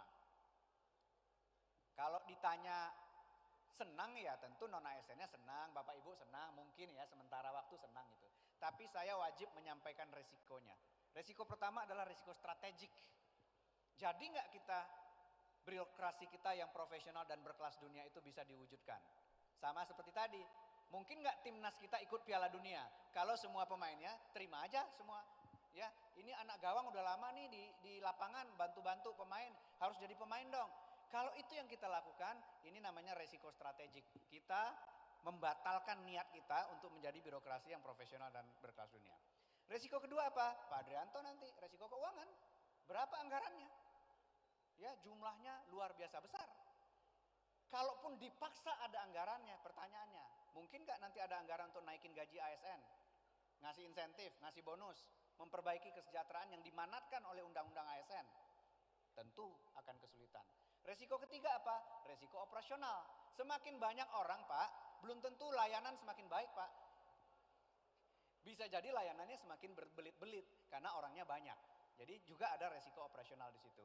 Dan terakhir resiko reputasi. Bukan hanya pemerintah, negara nih. Undang-undang kan dibuat oleh DPR bersama pemerintah. Serius nggak sih nih bikin regulasi? Mau menyelesaikan non ASN dari 2005 gitu? Apakah karena kalau di pressure sedikit kemudian kita robah? Di pressure sedikit kemudian kita robah. Jadi ada 4 resiko kalau ini diangkat semua Pak. Nah sekarang pertanyaannya, kalau diberhentiin semua resikonya ada nggak? Ada Pak. Kalau diberhentiin semua resikonya ada 2 Pak. Ini resikonya ada 4 nih kalau diangkat semua. Nah kalau diberhentikan semua, punten tolong slide-nya nggak bergerak ini. Tolong diklik, ini dari nggak bergerak. Oke, kalau diberhentikan semua resikonya ada 2. Tadi disampaikan oleh Pak Bima. Resiko operasional bisa terjadi. Kenapa bisa terjadi? Bisa jadi orangnya memang dibutuhkan untuk pelayanan publik, lalu kita berhentikan, kan beresiko Pak. Atau demonya nggak selesai-selesai, pelayanan publik kita juga terbengkalai. Itu resiko operasional. Ada resiko lain nggak? Ada Pak, resiko reputasi. Kalau demonya kemudian dipolitisir, dia kemudian dimanfaatkan oleh oleh orang-orang yang berkepentingan, bisa jadi kewibawaan pemerintah, wali kota, camat, bupati, ya gubernur, kemudian juga menimbulkan resiko reputasi. Ada resikonya. Tetapi lebih sedikit dibandingkan yang tadi Pak. Tadi resikonya 4, ini resikonya 2. Karena itu apa alternatif lain? Alternatif lain adalah diangkat sesuai prioritas. Apa yang dimaksud prioritas? Ayo kita diskusikan bersama. Tadi Pak Bima bilang, guru prioritas. Ayo kita carikan anggarannya. Kita tanya ke Pak Andrianto. Harus ada dong, namanya guru prioritas. Nakes prioritas. Kita tanya ke Pak Andrianto, mana anggarannya buat nakes? Karena nakes itu prioritas. Ayo kita berembuk Pak secara nasional apa yang kita anggap sebagai prioritas. Ada risikonya nggak? Ada. Kenapa? Akan terjadi penambahan anggaran, kemungkinan membengkak di atas 30% APBD-nya Bapak Ibu. Tapi kita tahu sama-sama anggarannya membengkak. Ada lagi nggak resikonya? Ada resiko operasional. Ya, orang-orang yang masuk tanpa seleksi yang terlalu baik bisa jadi perlu kita tingkatkan kompetensinya secara intensif. Jadi duduk dulu diangkat, habis itu kita didik belakangan gitu. Jadi ada resikonya juga. Tapi resikonya cuma 2. Jadi memberhentikan semua resikonya 2, mengangkat sesuai prioritas resikonya 2, mengangkat semuanya resikonya ada 4. Silakan dipilih Bapak Ibu. Kita mau ngangkat semua, mau berhentiin semua, atau ngangkat sesuai prioritas. Kami mohon masukan dari Apexi, kami mohon masukan dari Apkasi, APPSI, nanti akan kami godok kebijakannya untuk kami sampaikan. Saya kira itu, terima kasih atas kesempatannya, dan kalaupun tidak diangkat, kita nggak boleh berhenti hanya bilang ini bukan prioritas, diberhentikan saja. Enggak Pak, kita harus selesaikan kanalisasinya. Ini saya menggunakan istilah Pak Bima Arya. Kanalisasinya gimana yang bukan prioritas? Kalau mereka mau jadi wirausaha, bisa nggak kita bantu pelatihannya, akses pendanaannya dan lain-lain. Kalau mereka mau kerja lagi di tempat lain, bisa nggak kita bantu pelatihannya, ya, kemudian menyalurkannya apakah ke BUMN, ke BUMD, atau bisa nggak pekerjaan ini di-outsource-kan ke pihak ketiga. Maka kita sedang bekerja sama sekarang ini berdiskusi intensif dengan Asosiasi Outsourcing atau Alih Daya Indonesia. Bisa nggak mereka serap? Berapa banyak mereka bisa serap? 500.000, 1 juta, kita diskusi dengan mereka. Karena dengan Undang-Undang Ciptaker, orang bisa kerja nggak harus penuh waktu kok. Bisa jadi 2 jam di sini, 2 jam di sini, 2 jam di sini, sehingga anggaran honorer Bapak Ibu bisa mengakomodir itu tanpa harus direkrut penuh waktu seperti sekarang ini. Saya kira ini semua butuh diskusi yang intens, butuh keterbukaan dari kita. Karena itu saya berharap pagi ini persepsi kita sama. Ini bukan masalah mengangkat atau tidak mengangkat. Ini masalah kita mau ikut Piala Dunia atau enggak. Kalau enggak mau ikut Piala Dunia ya enggak apa-apa, ya. Silakan kita robah tujuan-tujuan bernegara kita. Kita nggak usah jadi negara maju deh. Pokoknya yang penting ASN-nya kita makin lama makin banyak. Berarti kita berharap pemerintah menjadi pembuka lapangan kerja. Harusnya bukan. Pemerintah harusnya mempermudah usaha agar investasi tumbuh dan lapangan kerjanya terbuka, Pak. Jadi harusnya begitu cara berpikirnya. Bukan pemerintah yang membuka lapangan kerja sebanyak-banyaknya. Karena itu kami mendukung instansi-instansi mulai mapping, Pak. Kemudian kita diskusikan bagaimana kita menyelesaikan ini. Yang paling penting adalah kita kompak komunikasinya. Kalau kita nggak kompak komunikasinya, ini rentan sekali digoreng menjelang 2024, Bapak Ibu. Ya, itu dari kami. Terima kasih Pak Direk. Saya kembalikan. Assalamualaikum warahmatullahi wabarakatuh. Waalaikumsalam warahmatullahi wabarakatuh. Aplaus dulu buat Pak Deputi, luar biasa Pak Alex Denny ini. Pas 15 menit, kita memang sangat teknis ini pembahasannya. Kita memfollow up edaran dari Menpan RB untuk bagaimana mengeksekusinya, mengimplementasikannya. Tadi kita lihat ada opsi-opsi, opsi-opsi ini ada dampak dan ada risikonya atau ada ongkosnya gitu. Ada 4, kalau diangkat semua, diberhentikan itu mendadak semua misalnya itu ada 2 dan kemudian diangkat sesuai prioritas itu tetap juga ada risikonya. Nah ini kami ingin kita merespon dari 2 follow up surat edaran, 2 surat edaran tersebut sehingga lebih praktis masukan-masukannya, termasuk masukan ke Apeksi. Di sini alhamdulillah juga Pak Ketua sudah selesai doorstop, Pak Dani juga sudah, para wali kota yang hadir silakan nanti kalau berdialog dengan Pak Deputi. Kita juga langsung ke narasumber kedua, kalau boleh Pak Adrianto juga lebih teknis, bagaimana ini persoalan DAU-nya, Pak Direktur, anggaran untuk eksekusi yang tadi itu. Kalau misal katakan tadi prioritas, mungkin guru dan nakes gitu, gimana teknis kemudian bagaimana tahun depan itu bisa tereksekusi. Silakan Pak Direktur, Pak Adrianto 15 menit untuk Bapak. Silakan Pak. Baik, terima kasih Pak Arwis. Izin Pak Denny, Pak Radin. Assalamualaikum warahmatullahi wabarakatuh. Selamat siang Bapak Ibu semua. Salam sehat, salam sejahtera semua. Salam hormat saya untuk Bapak Ibu semua, Pak Wali, Pak Bima Arya sebagai Ketua Umum, Bapak Ibu yang pimpinan dari OPD dan para sekda. Saya mungkin langsung aja Bapak Ibu semua, mungkin ini mengingat waktu, tetapi sebelum saya masuk isu teknis, saya ingin menyampaikan ada beberapa poin penting. Saya tadi Pak Ketua Umum, Pak Bima menyampaikan kondisi tahun depan. Ini perlu jadi perhatian kita semua Bapak Ibu semua. Saya mencatat tadi Pak Gubernur menggambarkan ide-ide beliau, saya kira itu contoh yang bagus, bisa diaplikasikan di tempat lain, tetapi itu menunjukkan bahwa upaya untuk menggunakan anggaran secara baik itu menjadi penting Bapak Ibu semua. Karena kondisi di tahun depan itu mungkin akan berbeda. Coba lanjut aja. Mungkin saya akan mulai dengan sesuatu yang gambaran yang mungkin perlu jadi perhatian kita aja. Lanjut, bisa dilanjutkan slide-nya. Jadi Bapak Ibu semua, mungkin kalau ini kelihatan, saya samping aja. Ini tadi Pak Ketua Umum sudah menyampaikan, dan juga di Presiden saya kira sudah menyampaikan juga, bahwa kondisi di tahun depan itu mungkin tidak akan baik-baik saja artinya kondisi di luar negeri sana. Karena kita ini kan tidak bisa lepas dari negara tetangga kita. Apa yang terjadi di sana, itu bisa terjadi di sini. Kalau kita lihat yang tabel yang di atas Bapak Ibu semua, pertumbuhan ekonomi global itu kalau di 2021 itu cukup optimis, bagus sekali. global tumbuhnya 6%. Di tahun ini hanya tumbuh proyeksinya hanya 3,2, tahun depan itu hanya proyeksinya tumbuh sekitar 2,7%. Tentu ini akan berdampak ke semua negara. Dan Indonesia walaupun kita fondasi ekonomi cukup kuat, tetapi harus tetap berjaga-jaga, tetap merespon situasi yang ada. Negara lain ini relatif juga sama kondisinya. Kalau kita dilihat tadi Pak Ketua Umum menyampaikan, Inggris misalnya, tahun lalu itu dia tumbuh 7,4%, Bapak Ibu semua. Tahun ini hanya 3,6%. Tahun depan di 2023 hanya sekitar 0,3%. Jadi sebetulnya sudah terjadi kontraksi atau resesi di Inggris. Tentu dampaknya apa? Salah satu dampaknya yang terjadi adalah perdagangan kita, ekspor impor. Ini salah satu channel yang paling gampang, di luar dari sektor keuangan. Nah, saya ingin tunjukkan Bapak Ibu semua, kalau kita lihat dari sektor perdagangan, ini kita lihat ya yang di tabel bawah. Di 2021 itu kalau total ekspor dunia ini, itu tumbuhnya 11,8% tahun lalu. Tahun depan itu hanya akan tumbuh, tahun ini hanya akan tumbuh 3,3%. 2023 hanya akan tumbuh 2,9% untuk negara berkembang.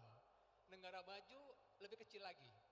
Kalau kita lihat di tabel ini 8,7% tahun lalu, tahun ini hanya akan turun separuhnya, hanya 4,2%. Tahun 2023 hanya akan tumbuh 2,5% ekspornya. Import kalau lihat di bawah ini juga akan turun. Misalnya negara maju itu di 2023 hanya akan tumbuh 2% dibandingkan di 2022 6%. Artinya apa? Kalau kita pengekspor, ini hati-hati. Ekspor kita mungkin akan terdampak dari permintaan di luar negeri. Nah, ini memang dinamika yang perlu kita jaga. Artinya Bapak Ibu semua, kebijakan APBD ini menjadi penting di 2023 nanti.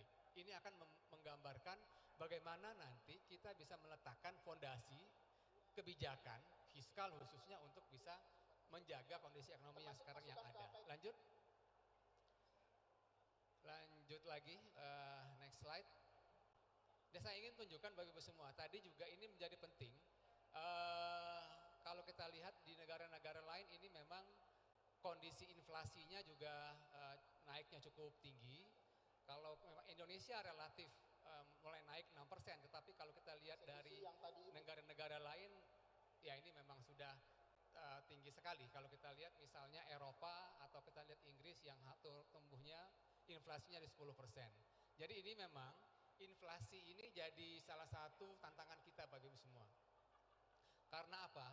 Biasanya ya setelah periode resesi, itu kan sektor swasta kita ini tidak bisa bergerak cepat. Biasanya ada banyak yang kolaps, kemudian mereka butuh waktu untuk recovery lagi biasanya. Nah, kalau tidak dibantu dengan kebijakan fiskal, pajak di pusat, kebijakan APBD Bapak Ibu semua untuk mendorong sektor swasta, ini perlambatan sektor swasta akan lambat recovery-nya. Sehingga ini perlu menjadi perhatian kita Bapak Ibu semua. Kalau masyarakat kita sudah mulai pulih demand-nya, sudah mulai banyak yang belanja, jangan lupa swasta harus bisa siapkan supply-nya. Kalau tidak terjadi seperti ini, tidak ada keseimbangan supply dan demand-nya. Lanjut. Coba lanjut aja. Lanjut. Mungkin saya akan agak telat ya.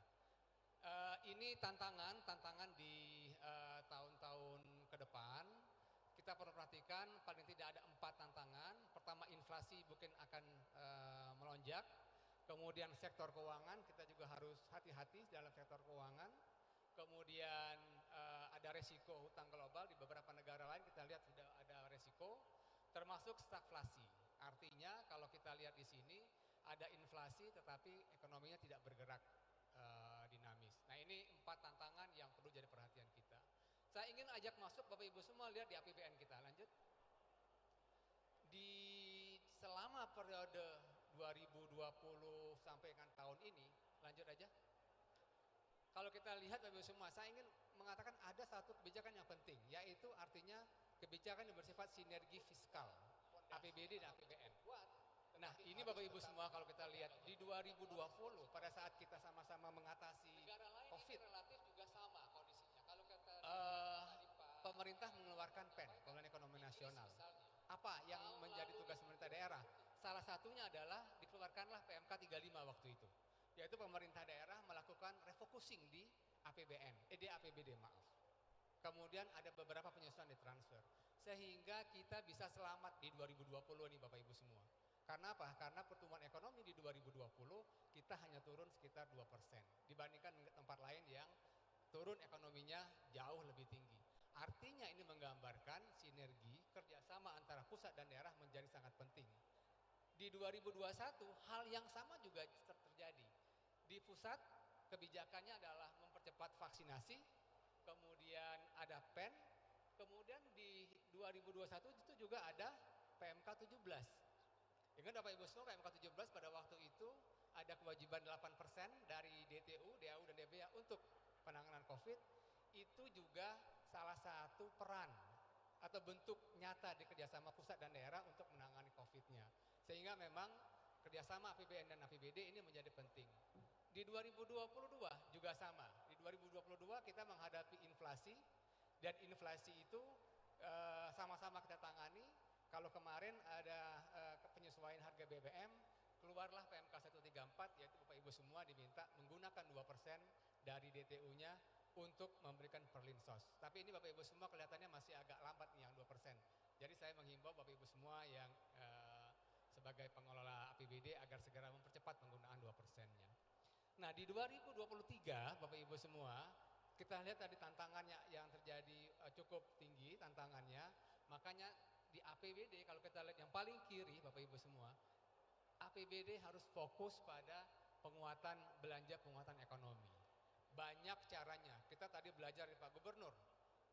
Adakan kegiatan-kegiatan di masing-masing daerah, karena itu bisa mengundang masyarakat, bisa menciptakan demand, menciptakan pergerakan ekonomi. Atau menggunakan anggaran secara baik, yaitu membangun infrastruktur. Sehingga ada pergerakan masyarakat, menciptakan pergerakan ekonomi. Nah ini Bapak Ibu semua saya kira penting, inilah beberapa kegiatan yang perlu menjadi perhatian nanti di 2023. Lanjut. Nah ini Bapak Ibu semua saya ingin sampaikan ini adalah besaran dari transfer di 2023. Mungkin Bapak Ibu semua sudah lihat, sudah diumumkan besaran transfer di 2023 masing-masing daerah. Tapi saya ingin tunjukkan bahwa DAU, ini tadi yang ditanyakan tadi, DAU itu tumbuh yang terbesar, sekitar 18 triliun. Ini sudah mengakomodasi beberapa masukan dari banyak tempat, termasuk masukan dari Ketua Umum Pak Bima, yaitu diantaranya penggunaan untuk dana kelurahan. Mungkin lanjut aja. Nah saya ingin tunjukkan ini ada penggunaan DAU Bapak Ibu semua. Di dalam penggunaan DAU itu ada yang diatur dalam Undang-Undang HKPD yang disebut dengan penggunaannya, ditentukan penggunaannya, dan yang tidak ditentukan penggunaannya. Kenapa ada yang tidak ditentukan penggunaannya dan ditentukan penggunaannya? Yang ditentukan penggunaannya ini tujuannya adalah supaya pemerintah daerahnya bisa lebih fokus dalam penggunaan belanja DAU-nya.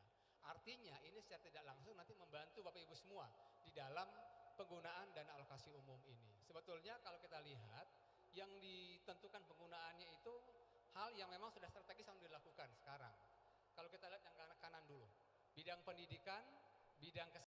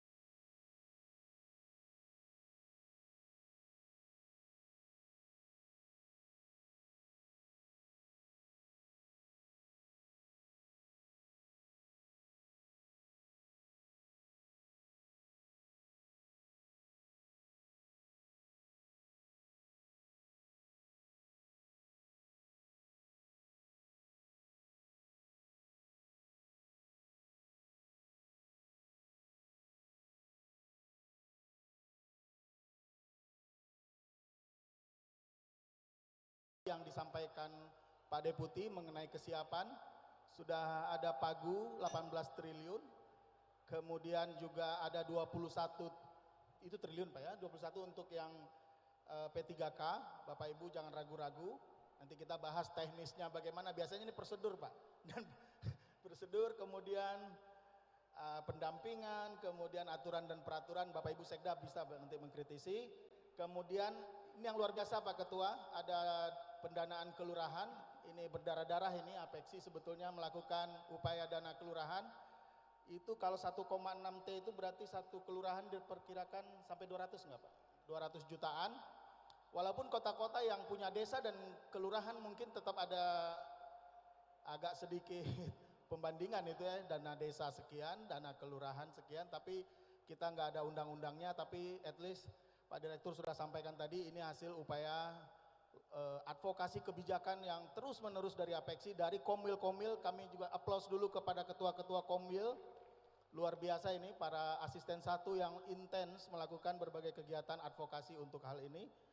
Dan nanti Bapak Ibu Sekda maupun para pejabat dari kota-kota silakan mengkritisi. Selanjutnya mohon izin Pak Deputi, kalau boleh kita ke Pak Horas dulu, ke Bina Keuda.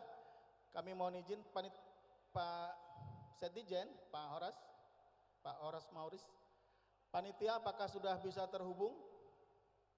Ini kaitannya dengan Bina Pembangunan Daerah ini problem kita justru. The devil in detail katanya, kadang-kadang problemnya di detail pelaksanaan, regulasi, kadang-kadang prosedur dan panduan kadang-kadang sangat singkat waktunya. Apakah sudah terhubung? Panitia? Dengan Pak Setdijen, izin Bapak Ibu Wali Kota, Pak Sekda, Pak Fatoni kebetulan langsung mendisposisi ke Pak Setdijen karena beliau berhalangan. Ini hari-hari yang padat ini mengenai, apakah sudah terhubung? Siapa panitia? Sudah? Kita sabar tunggu biar berurut ini, nanti baru kemudian rambu-rambu dari Pak Deputi, dari Badan BPKP ya, dari Bapak, nanti Pak Raden Soehartono akan wrap up sedikit buat Bu Sekda, Pak Sekda supaya lebih ini. Kemudian mudah-mudahan masih ada waktu. Gimana teman-teman?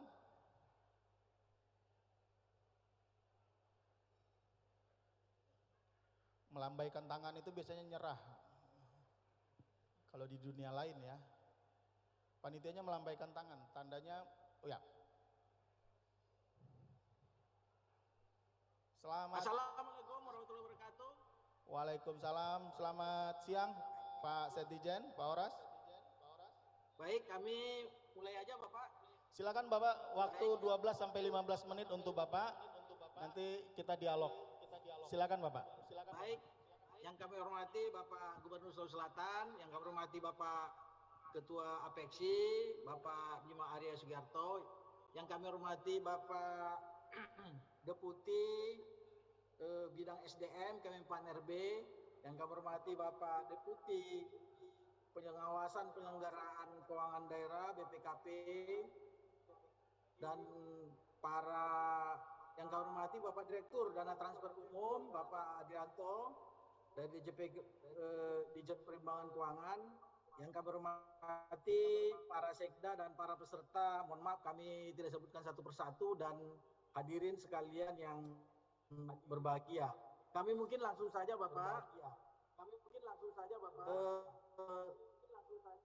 Terkait dengan prinsip pengelolaan APBD, ini kan sebenarnya tadi mungkin sudah disinggung juga oleh Pak Direktur, Pak Adrianto ya, bahwa memang APBD kan harus disusun sesuai kebutuhan penyelenggaraan urusan pemerintahan dan juga harus sesuai dengan kewenangan daerah. Bahkan juga dalam menyusun APBD juga harus memperhatikan kemampuan keuangan daerah. Dalam hal ini adalah kalau kami melihat kalau dana transfer sudah jelas hitung-hitungannya tadi mungkin sudah disampaikan. Satu sisi adalah PAD, pendapatan asli daerah. Dalam hal ini adalah dalam konteks baik, langsung slide ketiga aja mungkin. dalam konteks potensi itu tentunya memang harus dikaitkan, PAD itu harus dikaitkan dengan potensi daerah. Nah, baik, makasih Pak. Dalam APBD penyusunannya tentunya interface-nya kan urusan ya. Ada urusan, kemudian ada organisasi, ada program kegiatan dan juga subkegiatan, baru diikuti dengan akun kelompok belanja, pendapatan, belanja, dan pembiayaan. Nah, hal ini memang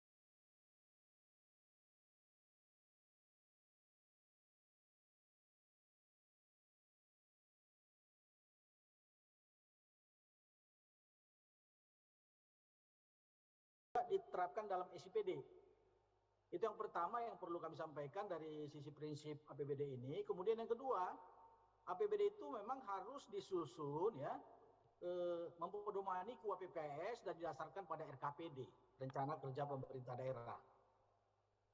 Sebenarnya hal ini sebenarnya untuk memastikan sinergisitas atau keselarasan dan sinkronisasi lah, sehingga memang benar-benar ada sinergi daripada antara perencanaan dan penganggarannya. Kemudian yang ketiga adalah APBD itu juga harus mempunyai fungsi otorisasi ya, baik perencanaan pengawasan dan alokasi distribusi dan stabilisasi. Nah kemudian yang keempat, dari sisi APBD ini kan memiliki yang namanya sumber-sumber penerimaan, di mana penerimaan itu terdiri dari pendapatan daerah dan penerimaan pembiayaan daerah. Jadi kalau melihat potensi fiskalnya tidak hanya semata-mata pendapatan ya, tapi juga penerimaan pembiayaan daerah, di mana di sana ada sisa lebih perhitungan tahun lalu atau juga silpa yang kita kenal, kemudian juga ada di sana tentunya juga ada penyertaan modal dan lain-lain sebenarnya. Nah kemudian juga Bapak Ibu, di dalam penerimaan daerah ini memang harus direncanakan secara terukur dan rasional, karena sangat terkait nanti kalau tidak terukur dan rasional, berkaitan nanti di dalam penetapan surplus dan defisitnya. Itu saya kira perlu menjadi perhatian. Kemudian prinsip berikutnya adalah setiap penerimaan yang menjadi hak ya, juga harus dialokasikan menjadi kewajiban daerah dan semuanya harus masuk di dalam APBD. Artinya prinsipnya sebenarnya semua penerimaan maupun pengeluaran itu harus dicantumkan dalam APBD. Jadi tidak ada kegiatan yang ujuk-ujuk masuk di APBD. Semuanya harus melalui suatu proses perencanaan di dalam penyusunan APBD.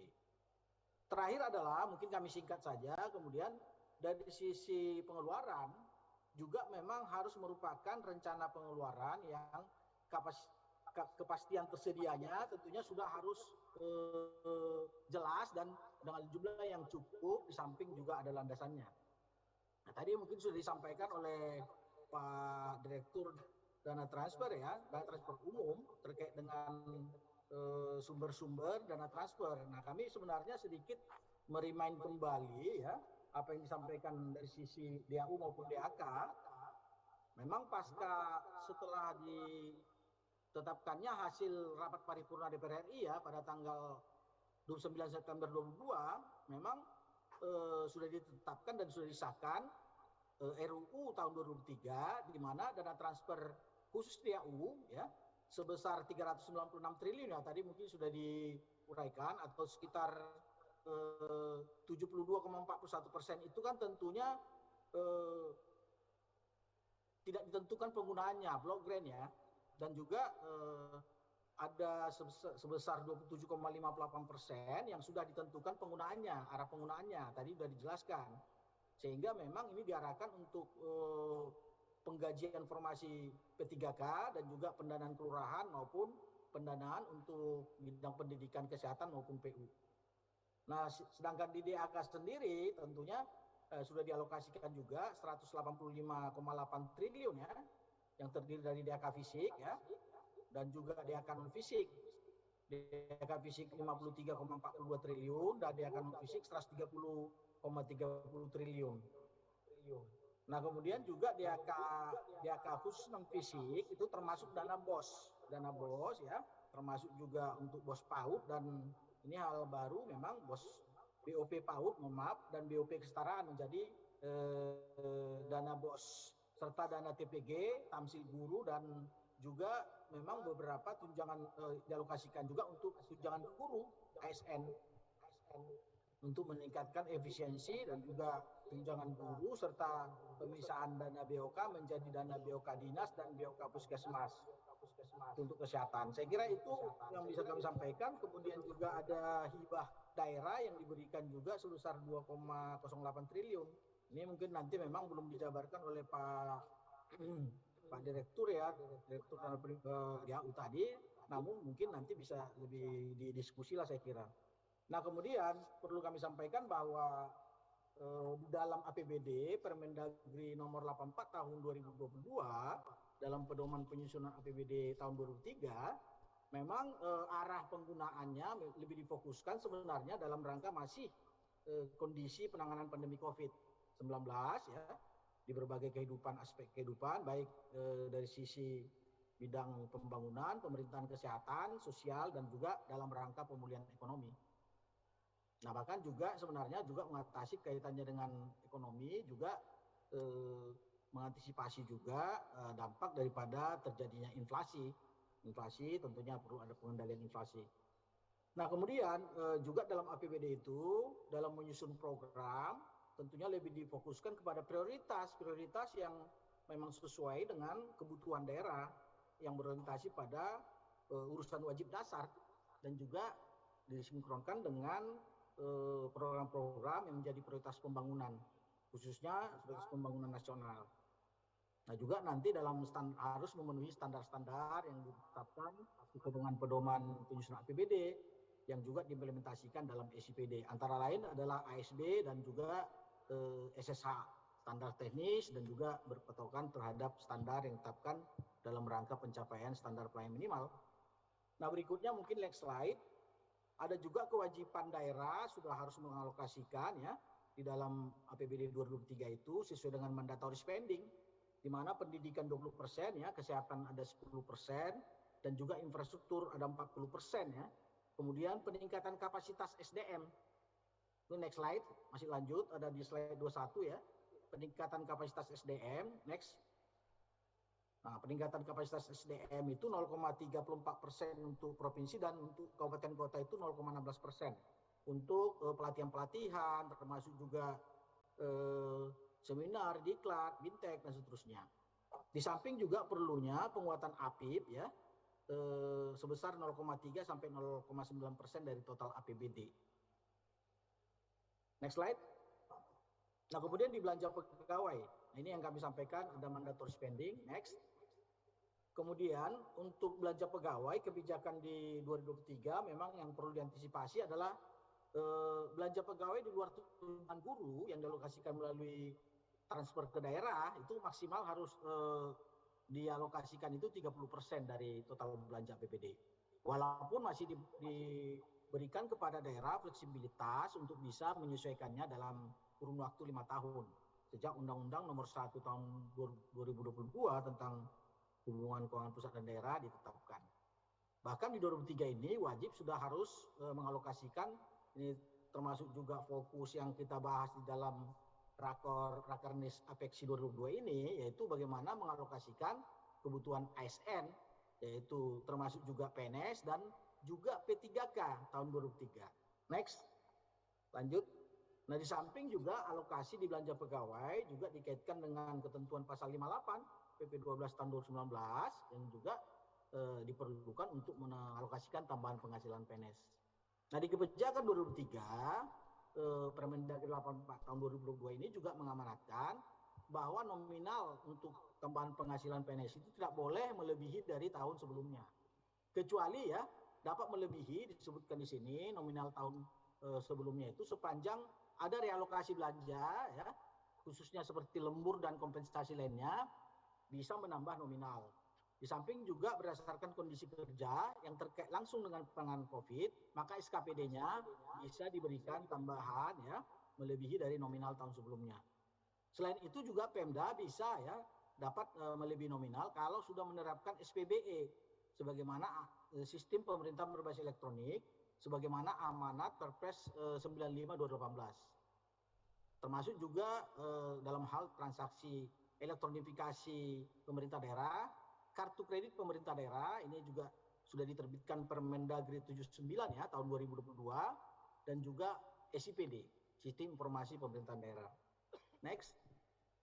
Nah, terakhir adalah belanja untuk pendidikan dan pelatihan yang kami singgung tadi, diminta memang daerah bagi pemerintah kabupaten kota paling tidak mengalokasikan 0,16 alokasi anggarannya, bahkan pemerintah daerah tidak diperkenankan mengurangi besaran persentase alokasi anggaran diklat dimaksud dari tahun sebelumnya. Next slide.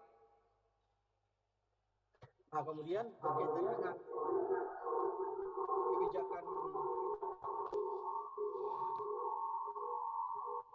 baik.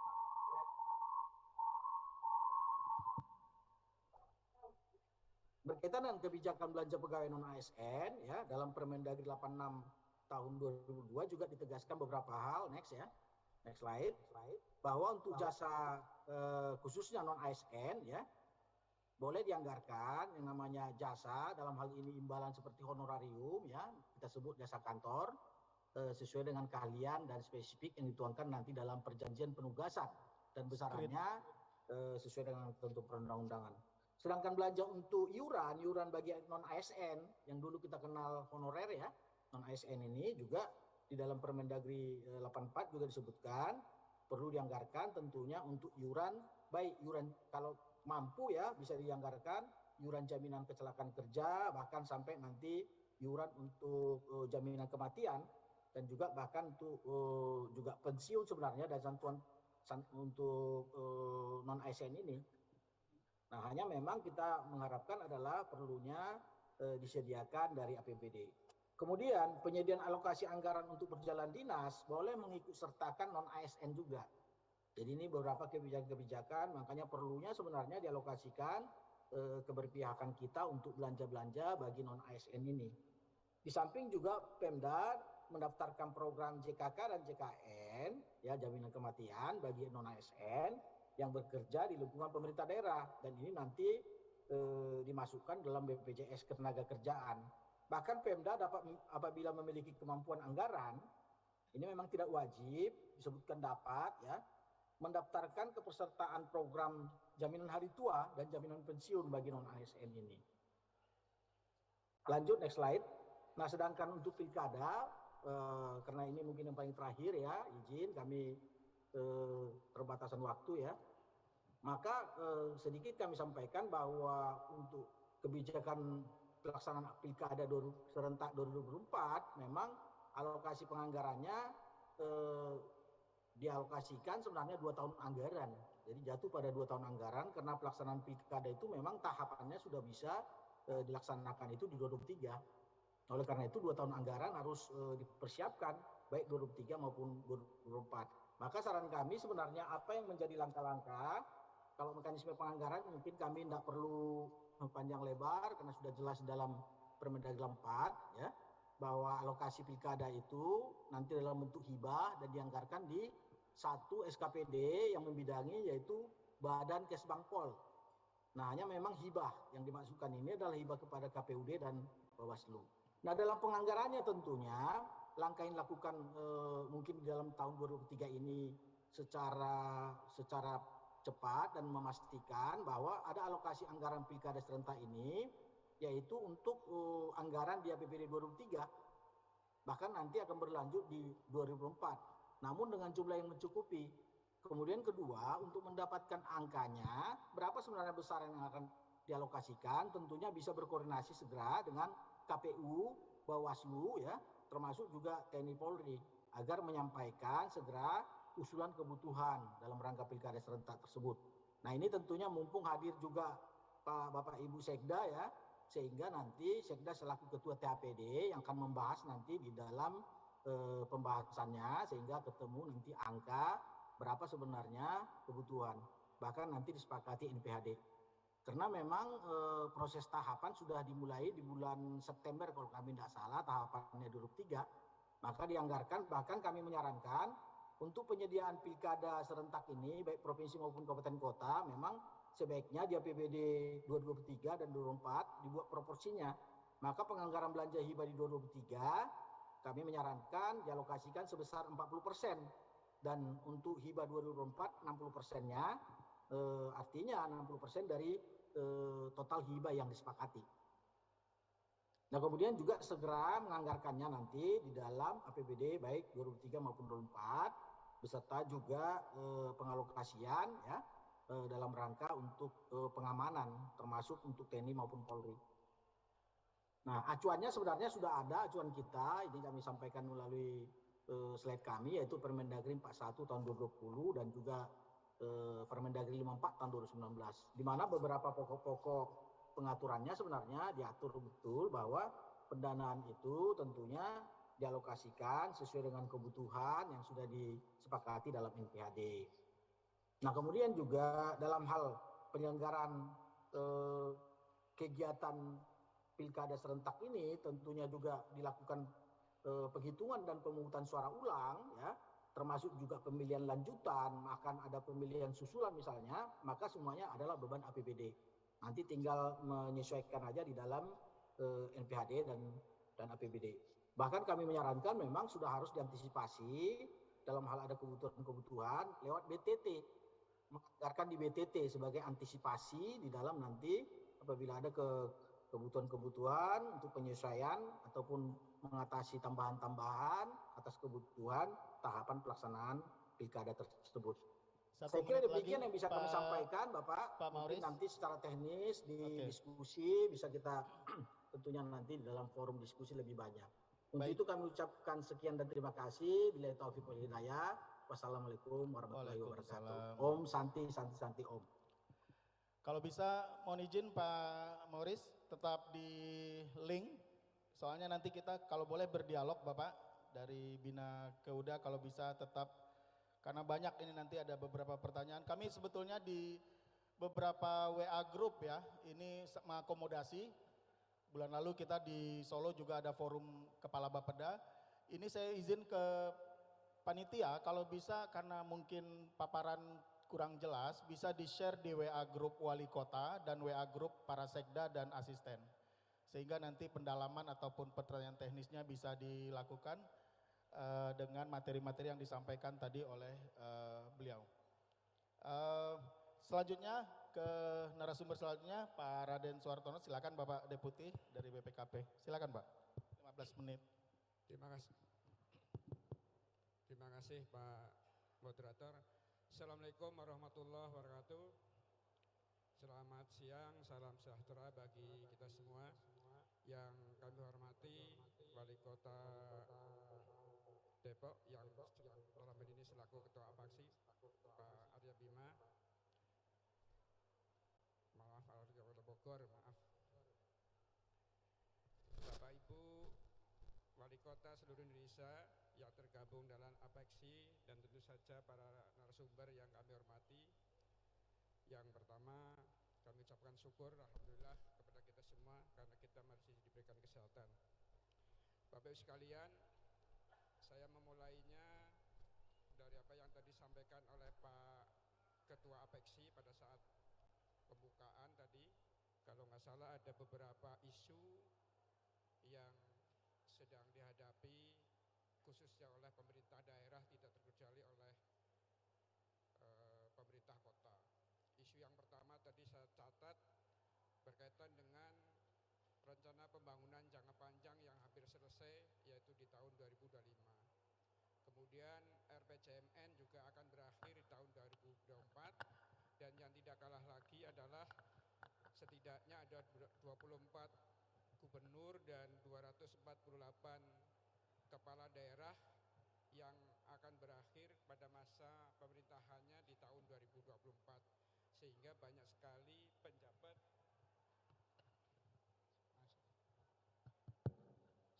sekali penjabat kepala daerah baik gubernur maupun wali kota, bupati yang akan ditunjuk untuk melakukan menjadi pemimpin di daerahnya. Bapak Ibu sekalian, terkait dengan itu, perencanaan dan penganggaran merupakan hal yang sangat urgent dan penting. bicara perencanaan dan penganggaran, mungkin kita perlu mengingat kembali bahwa pada dasarnya perencanaan itu merupakan kunci utama dari pencapaian tujuan.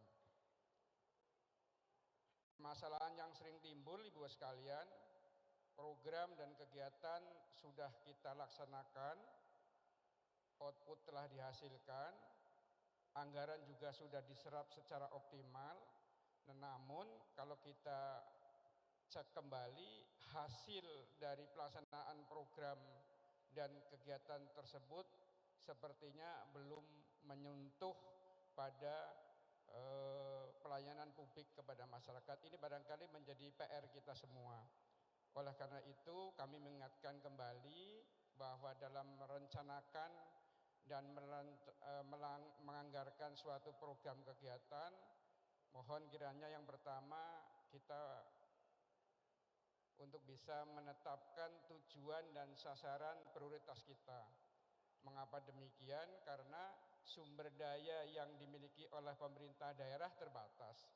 Anggaran yang teralokasi baik melalui anggaran pusat maupun PAD mungkin tidak bisa memenuhi seluruh keinginan dalam rangka membiayai pembangunan di daerah. Oleh karena itu yang paling penting adalah bagaimana kita menetapkan tujuan dan sasaran prioritas di daerah kita masing-masing. Setelah menetapkan tujuan dan sasaran prioritas, barangkali yang tidak kalah pentingnya adalah bagaimana kita menetapkan ukuran, indikator, dan target dari kinerja yang sudah kita tetapkan dalam mencapai tujuan dan sasaran prioritas itu. Setelah menetapkan tujuan, sasaran prioritas, dan ukuran indikatornya, baru kita kemudian menetapkan program dan kegiatan. Setelah itu, anggaran yang kita rencanakan kemudian ditetapkan berdasarkan ukuran prioritas-prioritas tadi yang kami sebutkan. Ibu sekalian, dari lingkup pengawasan pada kesempatan pagi menjelang siang hari ini perlu kami sampaikan bahwa tujuan dan tugas fungsi BPKP adalah melakukan pengawasan atas akuntabilitas keuangan dan pembangunan. Dua hal ini yang menjadi concern kami, Bapak sekalian, dalam hal ini adalah akuntabilitas keuangan terkait dengan sejauh mana program kegiatan telah direncanakan, dilaksanakan, dan dipertanggungjawabkan dengan baik sesuai dengan peraturan perundang-undangannya. Kemudian dari sisi akuntabilitas program, apakah program-program yang telah dilaksanakan tersebut telah berjalan sesuai dengan efektif, efisien, dan mencapai sasaran yang telah ditetapkan atau tidak.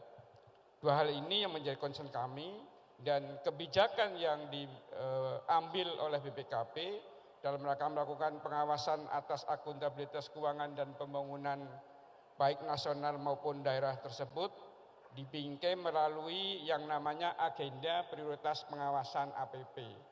Agenda prioritas pengawasan ini tidak terlepas dari program-program prioritas yang telah ditetapkan oleh pemerintah pusat dan pemerintah daerah. Kemudian berdasarkan program-program prioritas tersebut, kami memetakan setidaknya ada 8 sektor meliputi 42 tema dan 123 topik pengawasan yang akan kami lakukan di tahun 2023. Topik-topik pengawasan tersebut dirangkai melalui 8 sektor, antara lain reformasi pembangunan dan SDM, penguatan infrastruktur dan konektivitas, akuntabilitas keuangan negara dan daerah, kemudian pemulihan ekonomi nasional, ketahanan pangan, ketahanan energi, penguatan penyelenggaraan pemerintahan yang bersih dan baik, dan yang tidak kalah pentingnya adalah penanggulangan kemiskinan dan ketahanan pangan. Ibu sekalian, berdasarkan tema-tema tersebut yang berkaitan dengan permasalahan penjabat kepala daerah dan di tahun 2023-2024 yang sudah di depan mata tidak lain adalah terkait dengan pelaksanaan pemilihan umum dan pemilihan kepala daerah serentak. Ini juga menjadi salah satu concern kami dalam melakukan pengawasan, baik akuntabilitas pengelolaan anggaran dan pemilihan umum serta pilkada serentak, kemudian akuntabilitas pengadaan logistik dan penetapan daftar pemilih tetap, serta akuntabilitas pengamanan pemilu itu sendiri. 3 hal ini menjadi concern kami Bapak Ibu sekalian berkaitan dengan pelaksanaan pemilu dan pilkada serentak di tahun 2023-2024. Adapun sasaran pengawasan yang kami fokuskan terkait dengan ketiga hal itu adalah kecukupan kebijakan penganggaran penyelenggaraan dan pengawasan pemilu dan pilkada, akuntabilitas perencanaan penganggaran, akuntabilitas pengadaan barang dan jasa termasuk logistiknya, sampai dengan proses pemutakhiran DPT yang ditetapkan. Bapak Ibu sekalian, berkaitan dengan penjabat kepala daerah, dalam hal ini kami juga mengingatkan kembali adanya tugas dan kewenangan penjabat kepala daerah yang diatur dalam pasal 65 ayat 1 dan ayat 2 Undang-Undang Nomor 10 Tahun 2016. Dalam konteks ini bahwa penjabat kepala daerah tugas dan fungsinya sama persis dengan kepala daerah dengan berbagai pengecualian sebagaimana diatur dalam pasal 132A ayat 1 dan ayat 2 Peraturan Pemerintah Nomor 65 Tahun 2008. Dalam hal ini Bapak sekalian, kami hanya sekedar mengingatkan kembali bahwa tugas dan fungsi penjabat kepala daerah sudah diatur sedemikian rupa. Mohon kiranya norma-norma, aturan-aturan yang sudah diatur tadi untuk bisa diikuti dengan baik. Mungkin yang menjadi permasalahan adalah kebijakan-kebijakan yang telah ditetapkan oleh kepala daerah definitif sebelumnya yang harus dilanjutkan oleh para penjabat kepala daerah dan tidak diperkenakan lagi untuk melakukan perubahan atas kebijakan terhadap kebijakan-kebijakan tertentu yang sudah ditetapkan sebelumnya. Ibu Bapak sekalian, berkaitan dengan rambu-rambu perencanaan dan penganggaran, sebenarnya tadi Pak Maurus sudah juga menyampaikan panjang lebar. Kami hanya sekedar mengingatkan kembali bahwa setiap tahapan pengelolaan keuangan daerah, mulai dari perumusan kebijakan, penganggaran, pelaksanaan, penatausahaan, hingga pelaporan dan pertanggungjawaban, di dalamnya mengandung risiko-risiko yang melekat pada pemilik risiko, baik pemilik risiko pada tingkat kepala daerah maupun pemilik risiko pada tingkat pimpinan OPD. Oleh karena itu, kami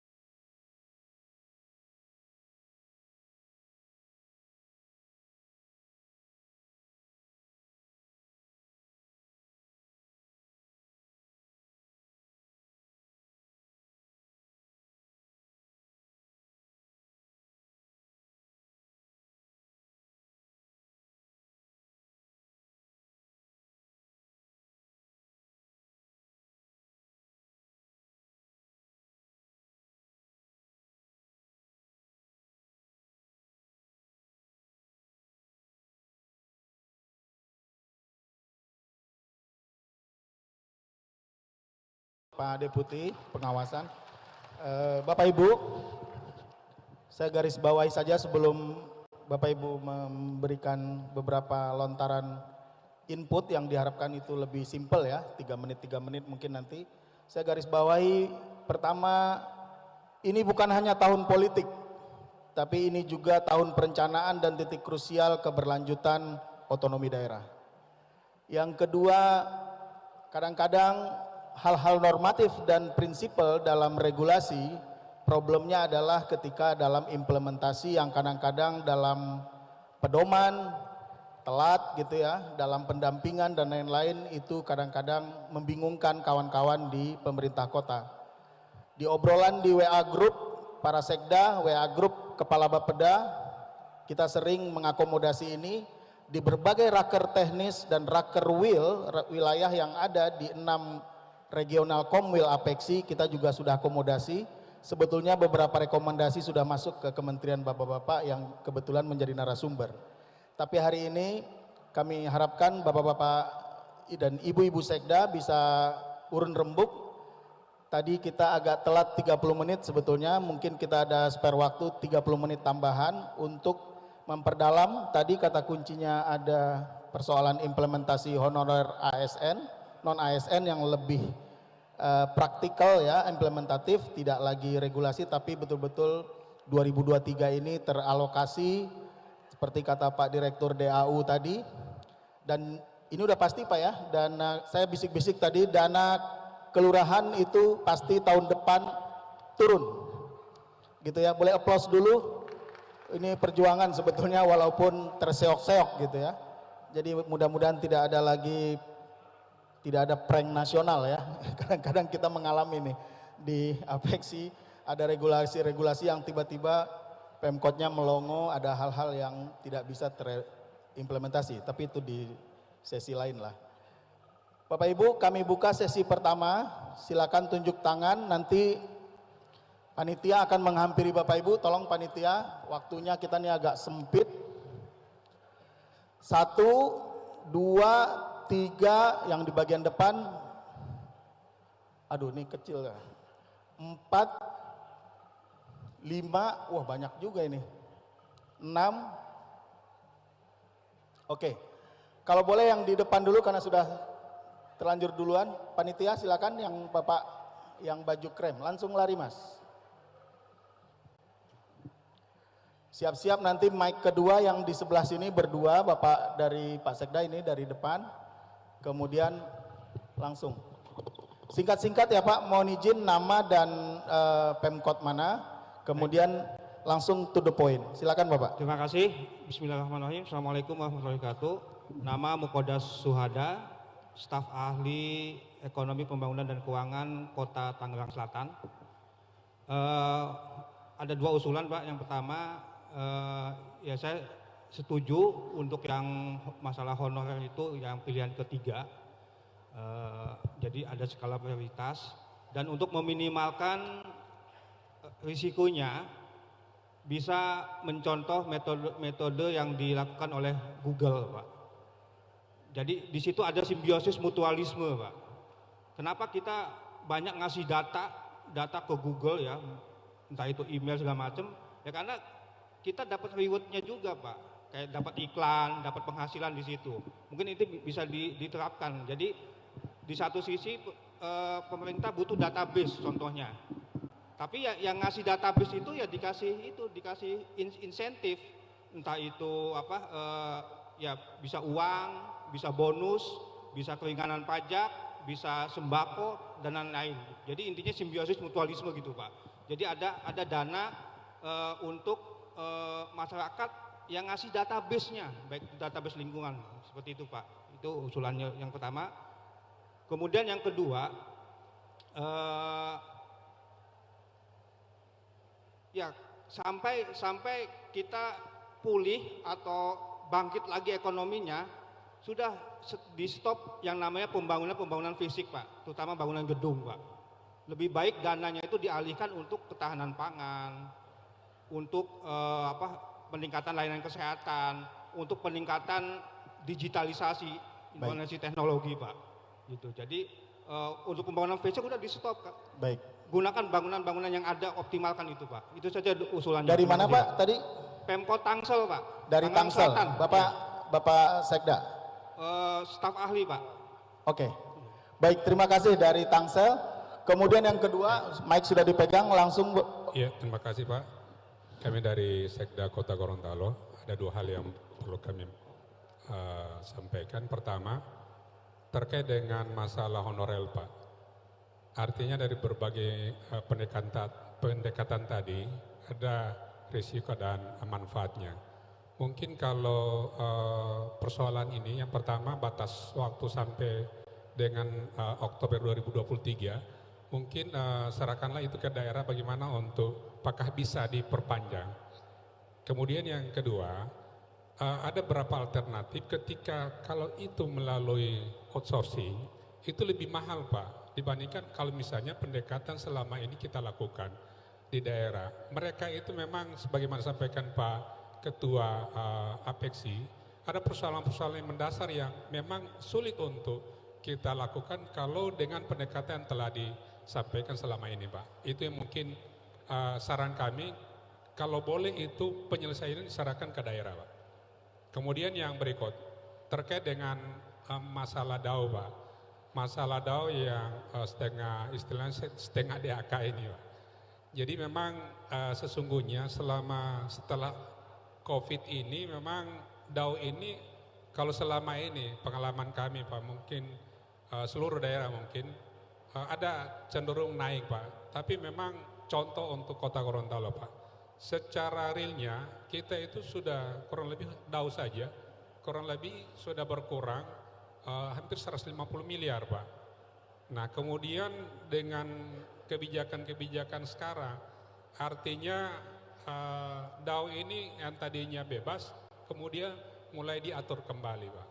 Jadi ini persoalan yang tentunya ke depan perlu dikembalikan kembali seperti dulu Pak.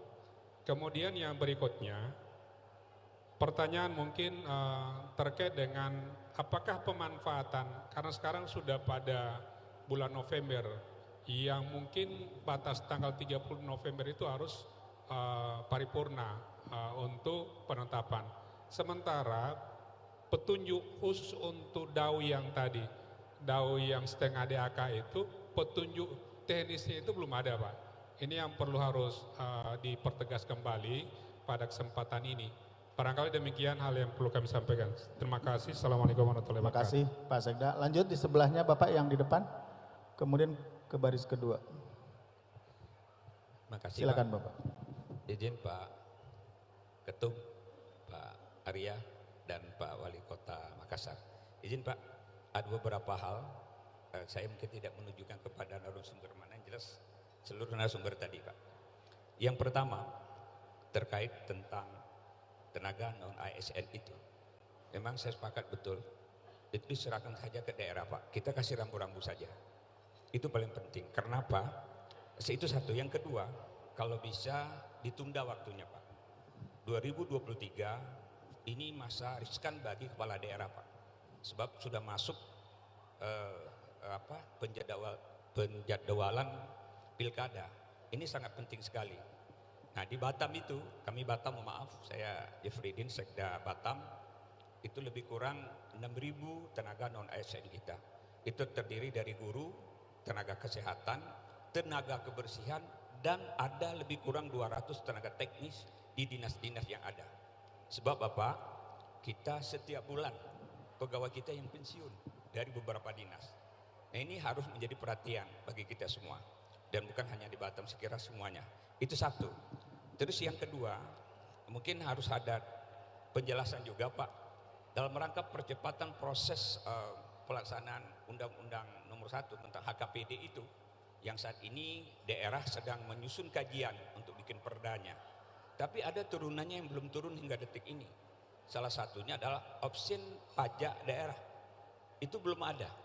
Ketika itu belum ada, kami belum bisa melaksanakan kajian dan membahas tentang itu. Sementara ini penting dalam rangka optimalisasi pendapatan daerah, terutama pajak daerah dan retribusi daerah. Ini penting sekali Pak. Terus yang ketiga ada pertanyaan, kami mohon penjelasan dari Kementerian Keuangan atau di Kementerian Dalam Negeri terkait indikator DID, dana insentif daerah, dan DAU pendidikan. Kami Batam tidak dapat. Maka kami ingin tanyakan indikatornya apa sih? Ya, indikatornya apa? Karena ini penting buat kami karena Batam tidak dapat. Nah, sekali itu saja 3 hal. Terima kasih. Assalamualaikum warahmatullahi wabarakatuh. Terima kasih Bapak dari Pemkot Batam. Lanjut Bapak. Terima kasih. Izin pimpinan Pak Ketum. Saya Martia Swanto, Sekda Kota Bukit Tinggi. Kami terima kasih, sebetulnya forum ini sudah sangat lama kita impikan. Forum Sekda dengan beberapa pejabat terkait mengantisipasi persoalan-persoalan yang kekinian yang ada di Republik ini. Pada kesempatan yang berbahagia ini, kalau persoalan tenaga honor kontrak tadi barangkali sudah tidak lagi baru untuk kita bicarakan. Tadi sudah ada alternatif ketiga, cuman Pak Deputi, kalau diangkat seluruhnya atau kalau dibatalkan seluruhnya, diberhentikan seluruhnya, tadi ada 2. Setidaknya ada 2. Yang pertama, potensi untuk terhambatnya atau berkurangnya pelayanan. Tapi potensi ini kalau bisa kita geser sedikit, 99,9% lah untuk memang terhambat nanti pelayanan itu. Jadi potensinya digeser sedikit, tinggal 0,1 aja yang tidak potensi itu lagi untuk kondisi itu. Yang kedua, kami pikir ini kalau dibicarakan dengan kepala daerah juga akan mentok terus Pak. Makanya kami sudah ingin maju ini. Karena nanti kalau kepala daerah yang bicarakan dengan Bapak, nanti konsekuensinya nanti dibicarakan, disampaikan nanti persoalan politik. Sebetulnya bukan persoalan politik. Untuk kepala daerah yang terpilih hari ini hanya mendapat begitu masuk, begitu diangkat, beliau ini sudah ada keluar, jangan ditambah, jangan diangkat lagi. Jadi ini adalah produk-produk yang terdahulu. Kalau ini diberhentikan semua atau ini diangkat semua, saya pikir ini kalau Pak Kepala Daerah juga, pimpinan-pimpinan kami juga yang dibawa berunding terhadap hal ini, saya pikir ini akan mentok terus ini. Jadi mungkin kalau tidak salah atau tidak menyalahi aturan, bebankanlah kepada Sekda persoalan ini. Kalau tidak menyalahi aturan, supaya nanti jangan dianggap juga persoalan politik, persoalan pemberhentian atau pengangkatan tenaga-tenaga honor pada hari ini. Karena situasinya sudah mulai tidak aman-aman sekali kami di daerah terhadap hal ini. Persoalan kita patuh terhadap undang-undang wajib kita patuhi. Tapi kondisi kekinian, kondisi faktual seperti ini juga perlu mendapat perhatian. Jadi mungkin alternatif 3 tadi kami sepakati barangkali mungkin itu kita angkat bertahap, yang sisanya diberi delay waktunya beberapa tahun ke belakang baru kita tuntaskan. Ini jangan diangkat yang penting dulu, yang lain diberhentikan, sama juga kondisinya dengan itu. Itu yang pertama nyangkut dengan tenaga. Yang kedua, Pak Direktur, kami bukan tidak ingin cepat mengeksekusi PMK itu. Tapi barangkali tolong juga akan dipertimbangkan. Salah satu dari 4 sasaran PMK itu adalah subsidi untuk transportasi. Begitu subsidi kita bicarakan, kita benturan lagi dengan Permendagri 77. Bahwasanya lembaga yang kita beri subsidi itu harus oleh akuntan, lalu diperiksa, diaudit dulu. Nah, ada beberapa PO-PO kita, yang pertama dia tidak memiliki anggaran untuk itu. Yang kedua memang belum periksa dia, belum diaudit, belum teraudit. Jadi ini makan waktu lagi. Ketika kita akan melaksanakan itu, ketika kita bantu dia mengaudit dengan dana kita tidak punya anggaran masuk di APBD Perubahan. APBD Perubahan mungkin November ini kita berikan. Jadi mungkin kami berharap kalau ada regulasi-regulasi yang turun itu, mungkin sampai ke bawahnya kita lihat dulu apa yang akan mengganjal dari program itu. Kita minta 3,5 bulan atau 3 bulan, tapi rata-rata kami tidak dapat memberikan seperti itu. Kami akan mengaudit dulu, ini persoalannya Pak Dir. Lalu Bukit Tinggi, salah satu titik pantau dari inflasi daerah bersama dengan Kota Padang. Kami wajib sebetulnya melaksanakan ini. Karena begitu BBM naik, transportasi juga naik. Inilah yang menjadikan Bukit Tinggi menjadi kota inflasi tertinggi di bidang transportasi tahun bulan September kemarin. Kami tidak bisa intervensi apa-apa karena dia harus kita audit dulu, lama kita akan melaksanakannya. Jadi mungkin saran kami kalau itu turun atau berikan aturan khusus sehingga dia ketika PMK itu turun tidak ada lagi yang di hambat ya, ada aturan-aturan di bawah yang menghambatnya. Jadi langsung bisa kita eksekusi. Terakhir menyangkut pendanaan pemilu dan pilkada, kita mohon kepada Pak Sesdijen ini juga perlu kita berikan standar-standar lah. Hari ini KPU itu memasukkan usulan semua rapat 3 orang 4 orang pun di hotel. Rapat, nah tentu aja pokoknya standar-standar hotel semua. Kalau daerah nanti nggak mengakomodir, ini kepentingan nasional gitu. Jadi ini perlu lagi kita dudukkan secara bersama agaknya, sehingga apa yang disampaikan 40% 2023 dan 60% 2024 ini dapat kita laksanakan dengan baik. Apalagi nanti persoalannya agak aneh juga. Kalau terjadi pemilihan ulang ditanggung oleh daerah, ini pola penganggarannya gimana lagi ini? Belum jelas ini. Kan gambling kita dengan hal-hal seperti itu. Jadi sekali lagi kami terima kasih Pak Ketua mengalokasikan waktu untuk para sekda ketemu langsung seperti ini, dan nanti dalam grup mungkin juga akan kami tindak lanjuti pembicaraannya di bawah koordinator Pak Alwis nanti. Terima kasih. Assalamualaikum warahmatullahi wabarakatuh. Terima kasih. Lanjut yang di belakang, agak cepat Bapak. Itu yang menunjuk tangan Bu, silakan. Silakan Bapak. Terima kasih. Saya dari Sekda Kota Blitar Bapak. Langsung saja, pertama kepada Bapak Deputi Kemenpan, saya mengapresiasi apa yang telah dilakukan oleh Kemenpan, baik regulasi maupun reformasi. Namun beberapa hal saya tidak mengkritisi tentang kebijakan yang sudah baik karena memang ditelurkan oleh tim ahli. Hanya pelaksanaan tes di lapangan Pak, pelaksanaan di lapangan yang saya rasakan. Yang pertama kaitan dengan pengangkatan non-ASN. Sementara ini kita mengukur formasi itu berdasarkan peraturan yang dibuat oleh Kemenpan. Di aturan formasi itu sangat atau memberikan ukuran bahwa jumlah pegawai itu rata-rata masih kurang. Berarti alat yang diterapkan yang oleh Kemenpan itu memang kurang. Sementara kita tidak boleh ngangkat ASN atau non ASN atau jumlah ASN yang terbatas. Nah ini kan sama dengan monggo kalau memang Kemenpan ukurannya dengan keadaan sekarang ini sebuah organisasi cukup dengan 5 orang, buatkan aturan dari penyusunan formasi cukup 5 orang. Nyatanya itu lebih Pak, karena memang memang sekarang sudah Duna IT Pak, tapi dengan Duna IT itu tidak semuanya jumlah pegawai menjadi berkurang atau bisa digantikan oleh IT, karena tingkat pelayanan kita harus meningkat dan juga heterogenisasi saat ini itu membutuhkan beberapa pegawai. Jadi intinya tidak ada solusi untuk mengisi jabatan-jabatan non ASN yang kosong. Jadi untuk itu maka pengangkatan tadi atau pemberhentian itu harus selektif. Nah saat ini yang perlu dilakukan oleh Kemenpan, monggo Pak segera diterbitkan aturan yang solutif bagaimana supaya daerah tidak mudah mengangkat pegawai non-ASN untuk mengisi non-ASN, tapi juga tidak menutup.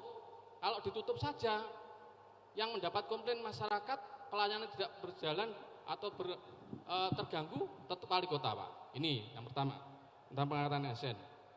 Yang selanjutnya tentang penyetaraan jabatan Pak, dari struktural ke fungsional. Saat ini sudah saya perkirakan dengan Korpri, DPN Korpri waktu itu, bahwa nyata-nyata bahwa fungsional rasa struktural. Jadi amanat Pak Jokowi itu sangat bagus bahwa perlu adanya pemotongan birokrasi ke level 2. Tapi pelaksanaannya Bapak, karena Kemenpan itu membawa birokrasi aturan pegawaian, monggo dari tahun 19 ide Pak Jokowi itu pelaksanaannya aturan-aturan masih belum banyak yang berubah Pak. Definisi jabatan struktural fungsional juga masih. Fungsional tidak punya fungsi kewenangan untuk manajerial, memerintahkan, menggerakkan, dan memimpin tidak ada Pak. Sementara kemarin semua daerah harus menetarakan menghapus jabatan struktural eselon 4. kenyataannya Pak, sekarang ini semua daerah, hampir semua itu jabatan-jabatan yang atau tugas-tugas yang dilaksanakan struktural masih diemban oleh fungsional yang sekarang belum jelas angka kreditnya, belum jelas pejabat usulannya Pak, usulannya. Ya, ini harus selektif Pak, tidak semua langsung disetarakan ke fungsional. Nyatanya sekarang kenaikan pangkat aja bingung Pak. Apalagi ini tunjangan jabatannya, itu yang eselon 4 yang kemarin setarakan, ada yang sama, ada yang di atasnya eselon 3, ada yang di bawahnya, angka kreditnya ada yang sulit, ada yang mudah dan sebagainya. Nah ini sibuk terhadap ngitung angka kreditnya daripada sibuk melakukan tugas. Kalau pekerjaan timbek sudah dilaksanakan sejak dulu Pak. Dari Kemenpan, mohon maaf kemarin menerbitkan tentang perlunya kerja timbek. Itu dari dulu sudah di rumah daerah sudah dilaksanakan Pak. Tanpa ada Permenpan itu kita kerja timbek kalau ada kegiatan-kegiatan yang misalkan di Bapeda ada musrenbang sudah secara timbek Pak. Dan ini peraturan-peraturan Menpan mohon lebih aplikatif lah. Baik. Contohnya misalkan seperti DP3 dan di SKP itu formalitas Pak. Baik, Formalitas poinnya ditangkap Pak. Bagian yang Oke. nomor 2 ini poinnya sudah ditangkap. Ya, Ada lagi jadi Pak? Itu saya kira itu Baik. mohon dari Kemenpan untuk bisa melaksanakan amanat dari Pak Jokowi bahwa jangan sampai aturan itu malah menjadi ribet di kita di dalam melaksanakannya, karena itu sangat formalitas. Malah dengan peraturan-peraturan yang Menpan yang baru kemarin yang disosialisasikan itu juga tentang Baik, terima SKP, kasih Pak dari Oke, Blitar. saya kira itu, mohon maaf, terima kasih. Assalamualaikum warahmatullahi wabarakatuh. Lanjut ke sebelah kiri sedikit, 2 lagi nih di sini. Saya mohon maaf kalau silau ini ya, nggak kelihatan. Masih adakah yang sebelah kiri? Sayap kanan, sayap tengah sudah. Yang kiri? Jika tidak mungkin dari para wali kota, Pak Dani atau Pak Ketua, ada beberapa wrap up mungkin yang bisa dikomentari sebelum nanti dijawab oleh narasumber. Sekalian kita mengingat waktu, kita wrap up. Nanti kita akan, atau usulan buat Apexi nanti mungkin buat kedepannya bagaimana untuk follow up. Karena saya baca di sini ada beberapa isu tentang pedoman-pedoman, persoalan aturan dan peraturan turunan, persoalan pendampingan, kebanyakan itu sebetulnya. Nah mungkin nanti, ya silakan Pak Wali, Pak Dani, sebelum nanti ditanggapi, mungkin nanti juga dari Ketua Apexi sebelum nanti ditanggapi. Terima kasih Pak Sekretaris. Saya kira yang pertama masalah pegawai honor. Makassar akhirnya membuat sebuah program adaptasi, apakah nanti honor ataukah outsourcing, kami membuat namanya Laskar Pelangi. Itu kependekan daripada Laskar Pelayanan Publik Berintegritas. Ada sekitar 12.800. Saya kira Apexi harus punya usulan yang lebih kuat soal ini. Izin Pak Ketua, bukan hanya mempertahankan pegawai kontraknya saja, tapi kita ajukan konsep. Karena yang paling tahu dengan kebutuhan pegawai ini, baik ASN dan OSN, adalah daerah. Yang anehnya, P3K kita ini dari pusat, terus pakai APBD, kadang-kadang yang lulus bukan kita tidak butuhkan. Ini kan persoalan besar. Di Makassar ini ada 400 ASN yang pensiun setiap tahun. Kemudian penerimaan P3K itu jauh dari itu. Nah, sedangkan persoalan-persoalan harian kita dengan dunia yang semakin sulit itu membutuhkan banyak tenaga-tenaga yang memang harus profesional di bidangnya. Tidak usah jauh-jauh, guru saja. Saya kesulitan mendapatkan kepala sekolah sekarang. Saya lagi tes kepala sekolah. Ternyata kepala sekolah yang memenuhi syarat itu kurang dari sekolahnya. Karena sekarang banyak guru-guru yang ASN itu berkurang. Justru sekarang banyak guru yang non ASN. Nah, saya kira kita harus merumuskan sebuah konsep, jadi tidak usah hanya framing besarnya saja, tapi langsung konsepnya. Bahwa yang menentukan kebutuhan itu adalah daerah. karena kan pakai APBD juga sekarang. Ya. Kemudian proses standarisasinya pusat, tidak masalah. Tapi daerah yang mengusulkan kebutuhannya, standarisasinya silahkan di pusat. Karena itu menyangkut kualitas. Saya kira sementara itu saja, Pak. Terima kasih Pak Wali. Ada yang lain, Pak Ketua? Saya sedikit saja menambahkan ya. Ini terutama para sekda yang ada di sini nih momentum yang baik. Bapak Ibu ada 3 cara kita memberikan masukan evaluasi kepada pemerintah pusat. Yang pertama adalah jalur kepala daerah dengan Pak Menteri langsung. Jadi individual kita sampaikan, seringkali berhasil Pak Menteri memberikan atensi. Yang kedua adalah jalur birokratis formal melalui kajian dari Komwil, kemudian disampaikan melalui Apexi ke kementerian terkait dalam bentuk surat formal. Namun 1-2 ini agak seringkali tidak efektif. Kesempatan untuk tatap muka dengan Pak Menteri enggak sering, dan jalur kedua juga terlalu banyak, terlalu panjang. Nah, tapi enggak apa-apa, itu kita lakukan. Ada jalur ketiga Bapak Ibu, yaitu opini publik. Nah, seringkali kalau kita keras lewat opini publik, maka akan lebih dihitung. Gitu. Jadi Bapak Ibu diminta memberikan masukan yang lebih detail terhadap beberapa hal.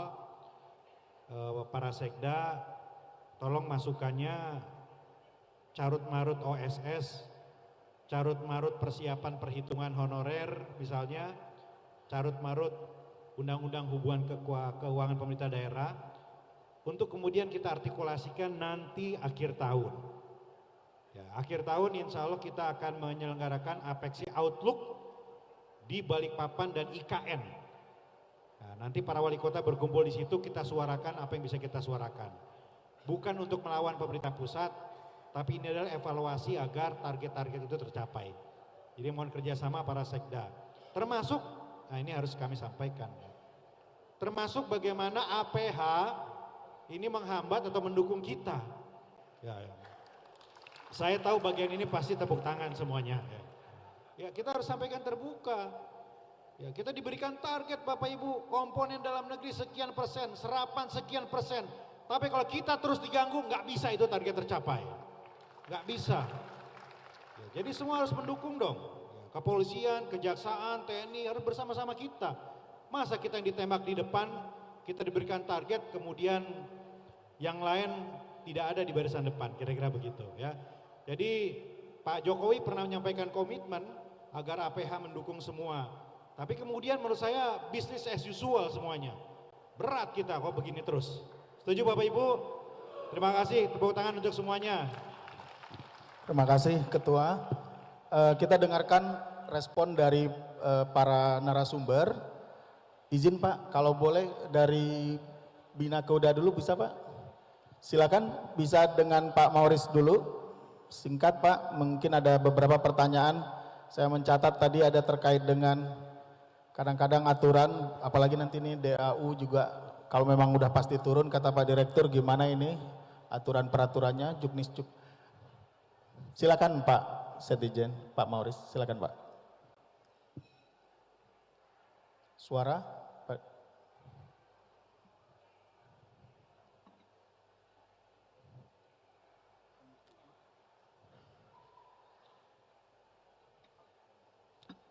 Suara belum masuk teman-teman panitia.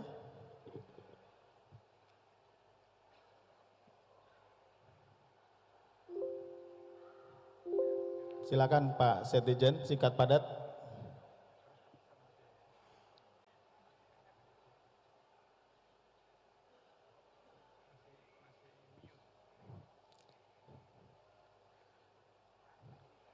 Iya.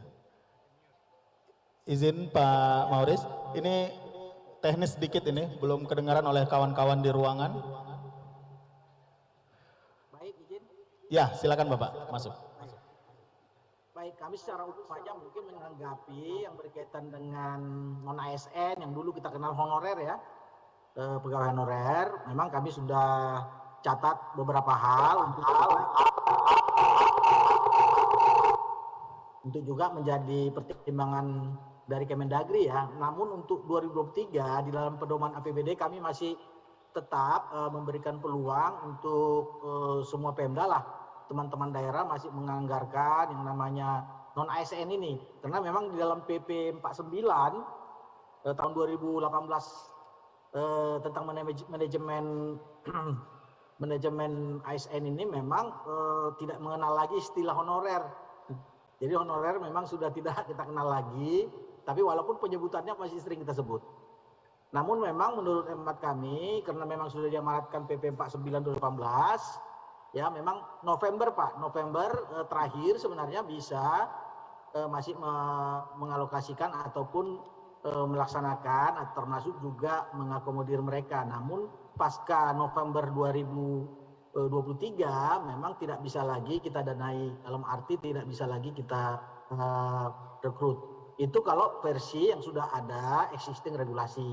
Namun beberapa masukan-masukan termasuk juga dari langsung Pak Ketua ya, Ketua APEXI Pak Bima Arya tadi, itu menjadi catatan kami saya kira, dan kami mungkin tak perlu harus mengupas lagi, tinggal nanti menunggu usulan-usulan aja saya kira, untuk bisa nanti kami kaji lagi dan juga mungkin kita lakukan mungkin beberapa hal, langkah-langkah dan pertimbangan untuk bisa dijadikan sebagai pengambilan keputusan. Saya kira itu masukan kami. Kemudian yang kedua, kalau mengenai PP ataupun peraturan operasional terkait dengan Undang-Undang Nomor 1 2002 ya memang sedang proses. Mungkin nanti lebih jelasnya nanti mungkin Pak Direktur Pak Adrianto ya menyampaikan posisi perkembangannya. Kemudian terkait dengan termasuk nanti indikator DID ulang, nanti mungkin Pak Adrianto lah, saya kira sudah ada ketentuannya, memang itu semua sudah koridornya sudah jelas. Hanya memang itu untuk DID yang tahun berjalan itu kan baru tahun ini Pak. Nah ini juga nanti Pak Adrianto silakan nanti mempertegas kembali, tapi prinsipnya memang daerah itu diberikan karena kemarin ada reward untuk penanganan pengendalian inflasi ya, saya kira itu. Nah kemudian terkait dengan ada pertanyaan tadi mengenai standarisasi untuk pemilu kada, dalam hal ini pilkada ya, pilkada serentak 2024.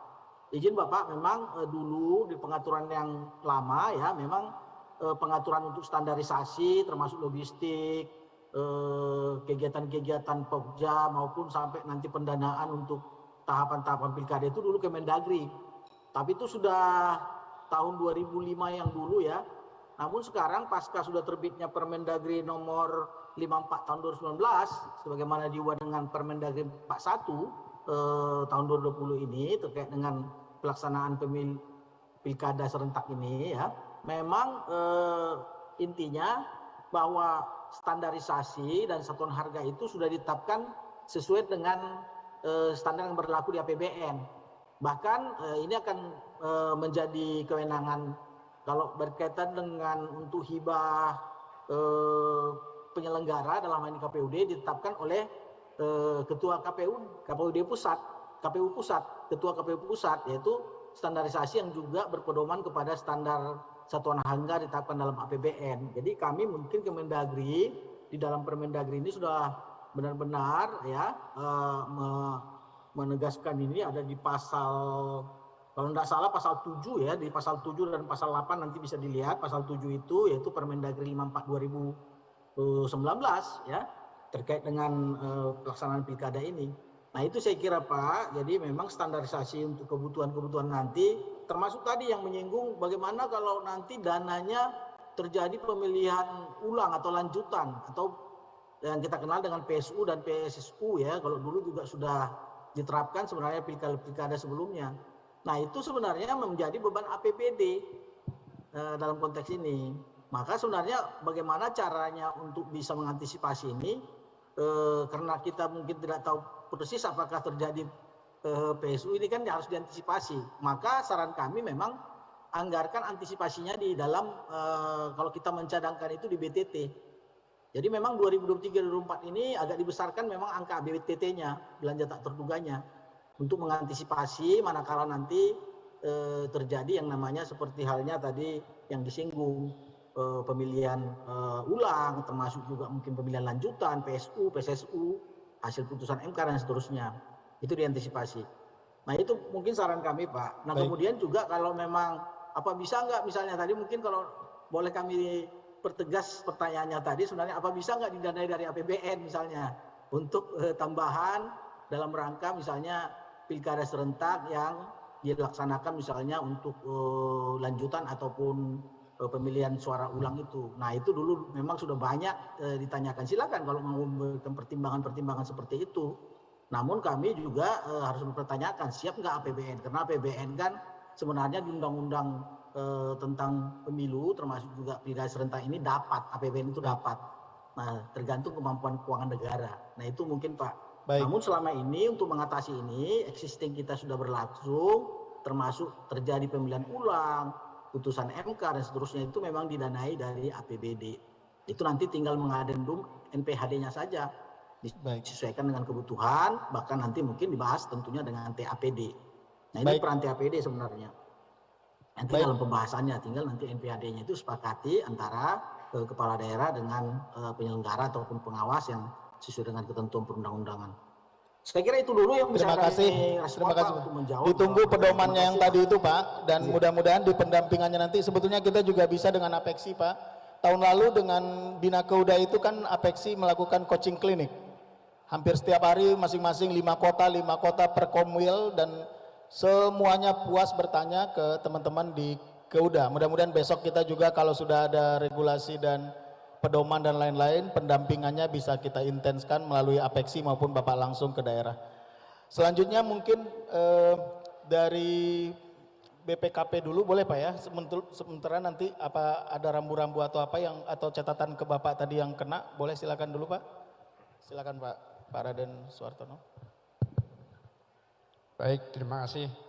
Bapak sekalian, menjawab pertanyaan masukan dari Bapak-Bapak sekalian, meskipun tidak secara khusus disampaikan kepada kami, pada prinsipnya kami BPKP dan seluruh jajaran perwakilan BPKP di seluruh provinsi siap untuk mengawal Bapak Ibu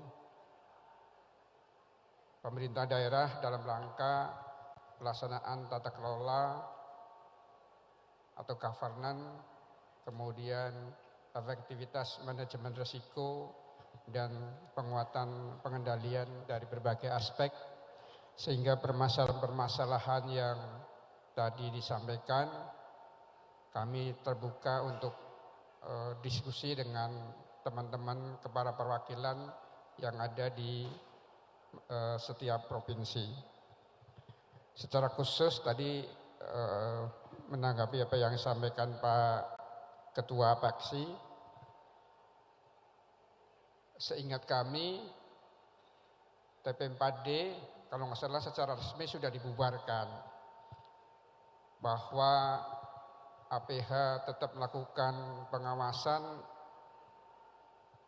Menurut hemat kami mestinya dalam konteks untuk menjamin bahwa pelaksanaan dari program dan kegiatan yang telah, sedang dan akan dilaksanakan oleh pemerintah daerah itu betul-betul sesuai dengan peraturan perundang-undangan. Itu yang kami tangkap. Dari sisi ini Bapak Ibu sekalian, perlu kami sampaikan bahwa strategi pengawasan yang dilakukan oleh BPKP sebenarnya ada 3. Yang pertama adalah preemptif, yang kedua preventif, dan yang ketiga represif tapi untuk preventif. Preemptif kami lebih fokuskan kepada sedini mungkin kami memberikan pemahaman atas tata kelola, pengendalian risiko, dan mitigasinya, termasuk mitigasi atas terjadinya fraud dari berbagai aspek penyelenggaraan pemerintahan. Adapun strategi yang kedua preventif, yaitu bagaimana untuk melakukan pencegahan sedini mungkin dengan melakukan pengawasan-pengawasan yang sifatnya konsultatif dan pendampingan serta bimbingan teknis. Selanjutnya yang ketiga, represif dalam artian BPKP melakukan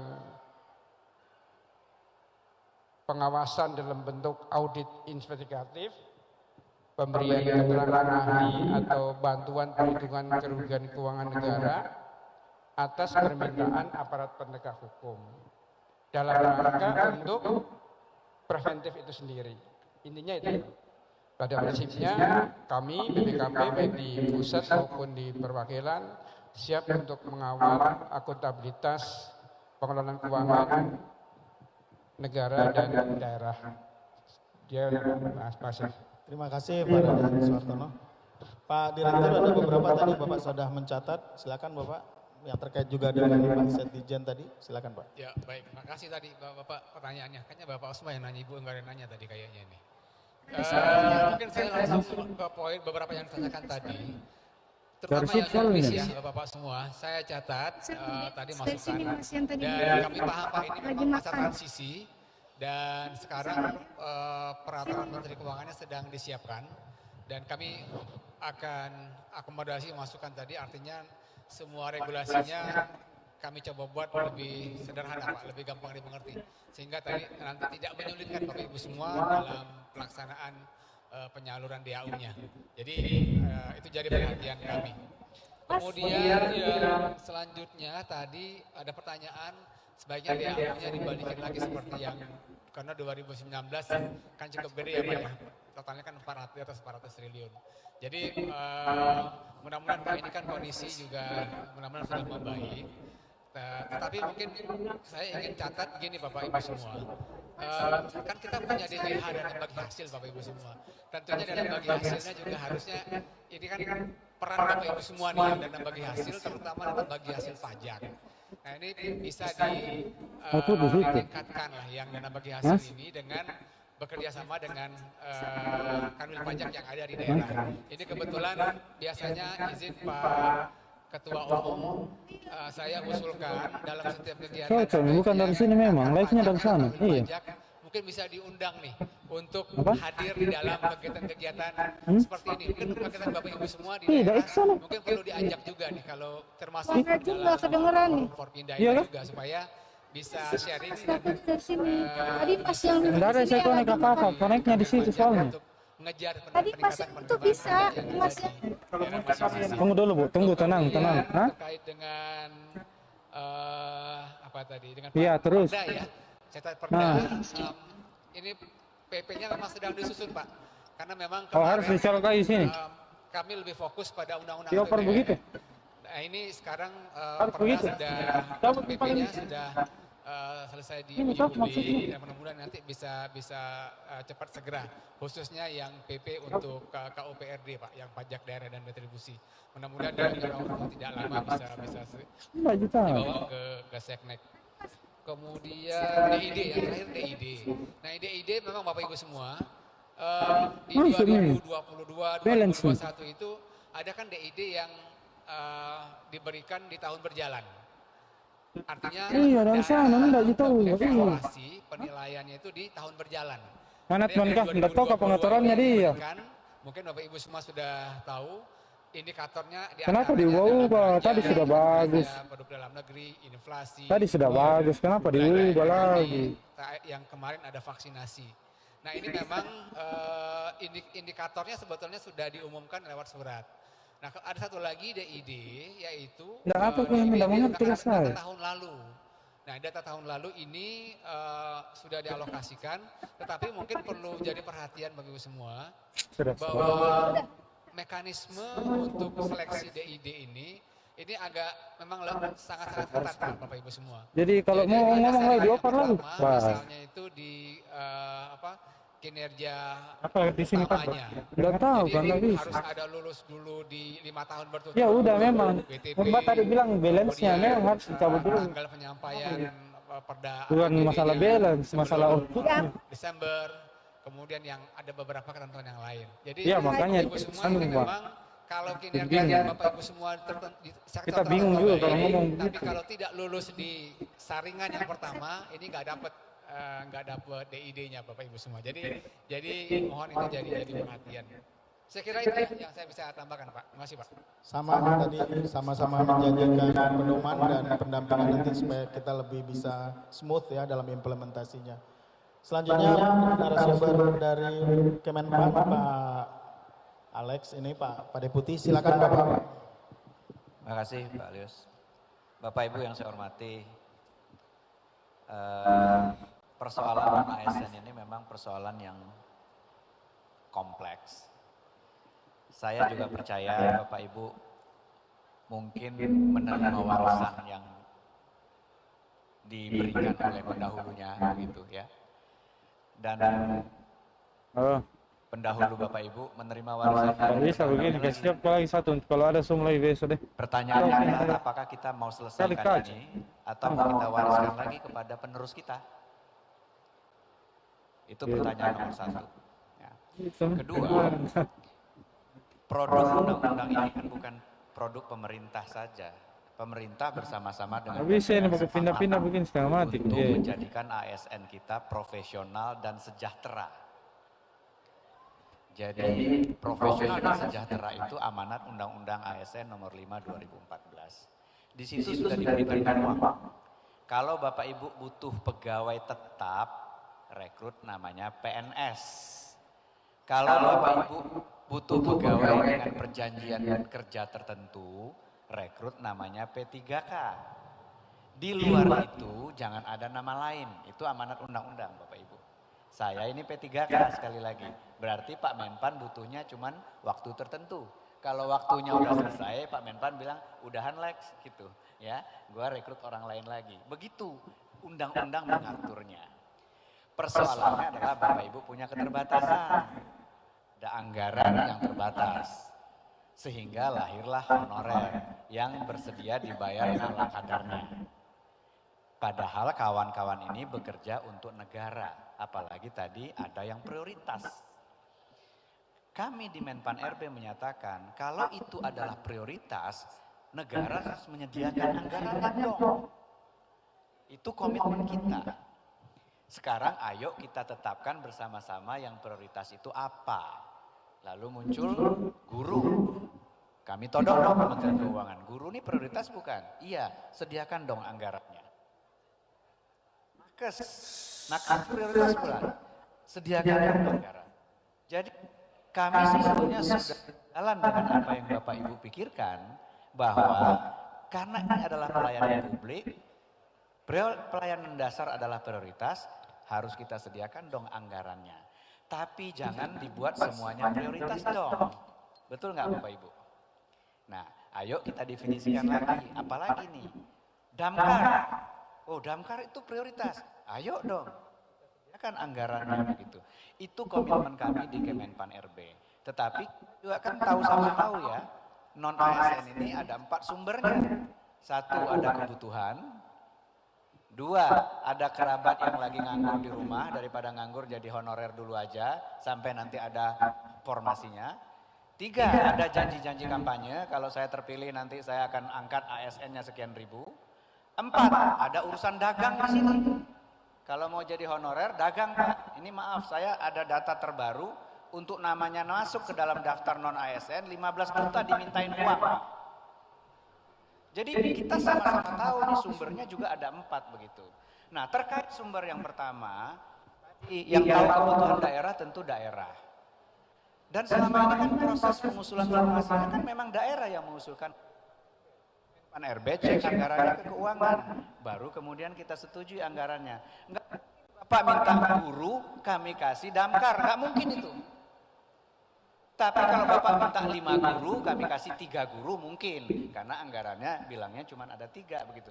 Jadi nggak mungkin ada Bapak Menpan RB menetapkan formasi tidak sesuai dengan permintaan Bapak. Kalau jumlahnya mungkin, karena keterbatasan anggaran.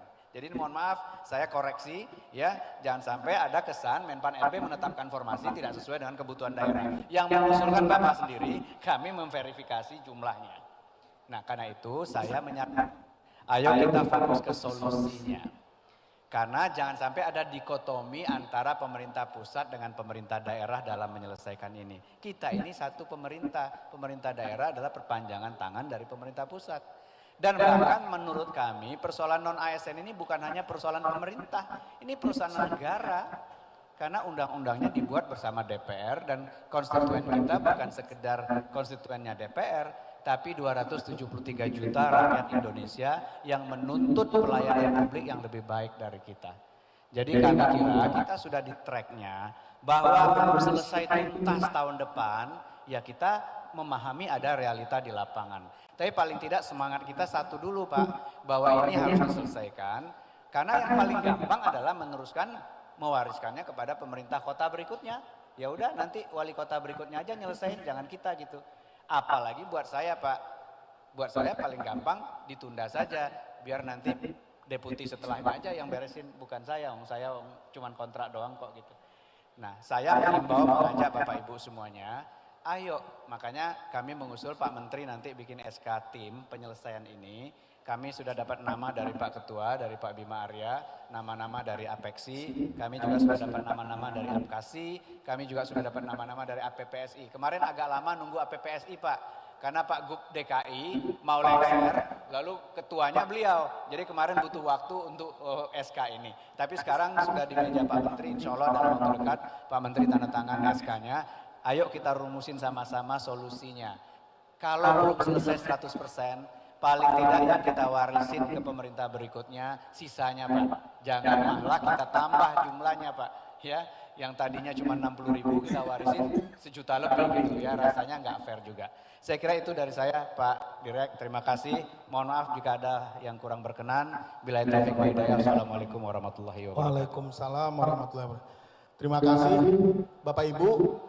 Saya yakin masih banyak persoalan, tapi sengaja tidak saya simpulkan untuk yang sesi kita ini, karena tim direktorat, tim panitia sudah mencatat Pak Wali, dan mudah-mudahan nanti ini menjadi amunisi kita untuk 3 saluran advokasi kebijakan kita ke pemerintah. 1 tadi bisa bersurat langsung ke Pak Menteri, 2 kita biasanya audiensi dan tatap muka langsung, ataupun formal melalui komil-komil, kalau enggak dengan saluran kita membuat forum-forum lagi gitu. Kami ada forum Kepala Bapeda, ada forum Sekda hari ini, tapi nanti juga ada komil-komil, mungkin bisa coaching klinik dan lain-lain. Yang terakhir tentu tadi opini publik, tentu dengan sesuatu, dengan fakta, data yang akurat dalam rangka saling bersinergi dengan pemerintah pusat mewujudkan, merealisasikan regulasi ini. Bapak Ibu, besok juga ada event yang sebenarnya sangat berguna buat Pemkot. Kalau tadi kita membahas spending government, kita juga besok bisa membahas investasi, membahas tentang spending government. Sudah hari ini, besok bisa kita bahas tentang investasi, ekspor impor di tingkat kota, pertumbuhan ekonomi di tingkat kota, juga tingkat konsumsi produk-produk unggulan kota masing-masing dalam sesi-sesi yang nanti ada besok. Kalau nggak salah ada Pak Menteri Investasi juga bisa, OSS dan lain-lain. Ini persoalan juga yang tadi sempat kita sengkarut yang ada di kota itu bisa kita angkat di Makassar pada 1-2 hari ini. Saya mohon maaf jika dalam membawakan forum ini suatu tugas yang tidak ringan tentunya. Mohon izin, ini peserta high profile semua, VIP semua ini. Para sekda, lokomotif pemerintah kota seluruhnya yang mengawal keberlanjutan dari apapun dinamika politik lokal kita. Syukur juga para wali kota yang masih standby. Terima kasih kepada pejabat wali kota ataupun wali kota yang masih standby. Sekali lagi tepuk tangan untuk kita semua, untuk narasumber, para sekda, asisten, para kepala dinas OPD terkait. Saya tutup, mohon maaf sekali lagi dari saya tutup dengan wabillahi taufiq wal hidayah. Assalamualaikum warahmatullahi wabarakatuh. Waalaikumsalam warahmatullahi wabarakatuh. Demikian tadi sesi talk show dengan narasumber yang luar biasa yang telah dimoderatori oleh Bapak Alwis Rustam. Dan selanjutnya akan ada penyerahan cindera mata kepada para narasumber. Untuk itu kami persilakan untuk menuju ke panggung tengah, dan juga saya turut mengundang untuk bersiap-siap kepada Ketua Dewan Pengurus Apexi, Bapak Dr. Haji Bima Arya Sugiarto, yang akan didampingi oleh Wali Kota Makassar, Bapak Insinyur Haji Muhammad Ramdan Momanto, untuk menyerahkan cindera mata kepada para narasumber. Cendera mata ini diserahkan untuk para narasumber yang hadir secara offline. Sayangnya Sesdijen Bina Keuangan Daerah Kemendagri Bapak Dr. Andes Horas Maurits Panjaitan MSc Dev tidak hadir pada kesempatan ini. Mungkin nanti akan langsung diberikan ke alamat beliau. Dan Bapak dan Ibu hadirin yang kami hormati, saat ini kita sama-sama menyaksikan penyerahan cendera mata kepada para narasumber kita. Yang pertama Deputi SDM Aparatur Kemenpan RB Bapak Dr. Insinyur Alex Denny MM. Kemudian berikutnya kepada Deputi Pengawasan Penyelenggara Keuangan Daerah BPKP Bapak Raden Soehartono SE MAK CA QIA CPA CG CAE. Dan yang terakhir kepada Direktur Dana Transfer Umum Kementerian Keuangan Bapak Adrianto SEMM MA PhD yang langsung diserahkan oleh Ketua Dewan Pengurus Apeksi Bapak Dr. Haji Bima Arya Sugiarto. Kami persilakan untuk berfoto bersama terlebih dahulu. Boleh kita berikan tepuk tangan yang meriah Bapak Ibu.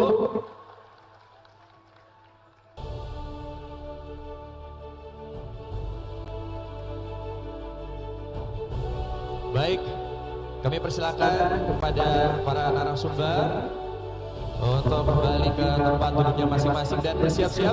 Bapak dan Ibu, hadirin yang kami hormati, kita akan sama-sama mengikuti sesi press conference. Di panggung utama akan hadir Ketua Dewan Pengurus Apeksi Bapak Dr. Haji Bima Arya Sugiarto bersama dengan Wali Kota Makassar Bapak Insinyur Haji Muhammad Ramdan Pomanto yang akan sama-sama kita saksikan mengikuti sesi press conference. Silakan untuk para rekan-rekan media boleh menuju ke area panggung tengah.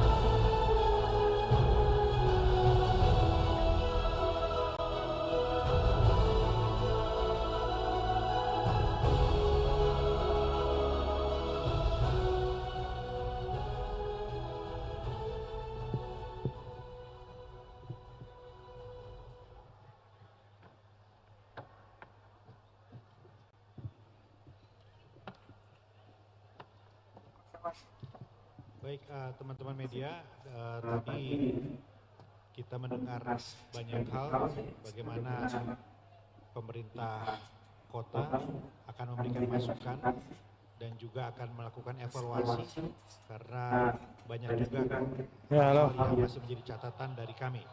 Tapi pada kesempatan kali ini kami ingin menyampaikan kepada publik. Tidak, tadi itu audionya tidak tidak mau sampaikan bahwa harus begitu, pindah-pindah. Dana kelurahan, alhamdulillah terrealisasi.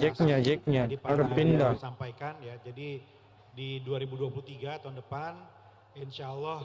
Nanti kita bahas lagi. Yang selama ini kita tunggu. Anggaran kelurahan ini yang dialokasikan melalui DAU pernah turun di tahun 2019 dan tahun 2020. Berhenti karena terjadi juga refocusing COVID dan lain-lain, tetapi kami suarakan terus bersama teman-teman wali kota karena ada kota-kota yang juga bersanding dengan desa-desa. Jadi desanya dapat, kotanya tidak.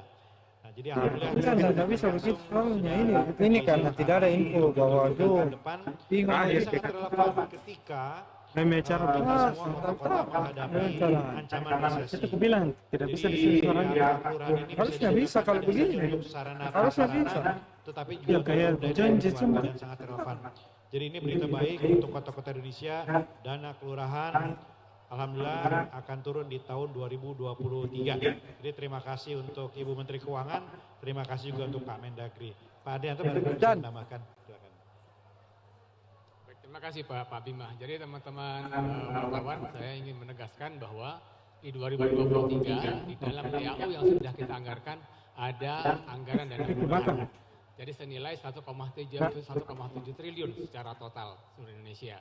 Mudah-mudahan ini bisa digunakan secara baik dan tentunya nanti juga kita berharap banyak bahwa kota-kota atau kelurahan kita bisa semakin baik pelayanan publiknya yang ada di daerah masing-masing. Ini akan aman, tapi belum jadi tempatnya. Situ kan? Ini saja. Saya sudah selesai. Jadi masalah dengan Pak Nik, tidak ada. Di besok sebentar malam. Ya sebentar, tapi kan nggak bisa dilanjut karena ribut kalau dikerja. Oh, oke. Oke. Oke, siap. Itu. Aman saya. Aman Pak, daftar mana sama Pandi kali ya? Sudah ada Iya. yang file barunya itu. PP yang di grup. Karena Ya.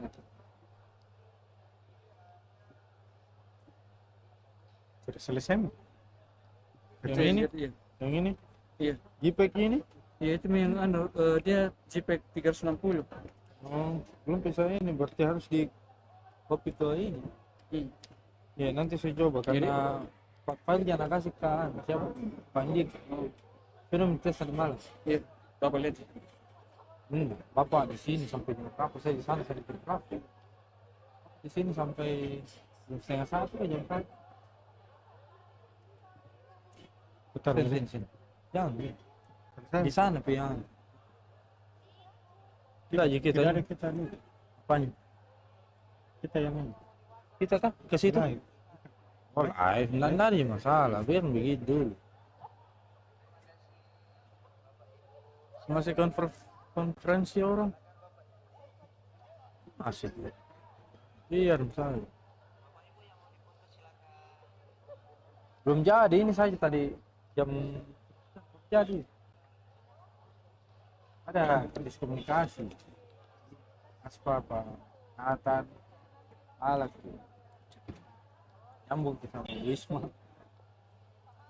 Hanya begini jadi. Udah di bawah itu kan mobil, udah di bawah dia, mobil dia ulang tahun beda mobil dia. Iya.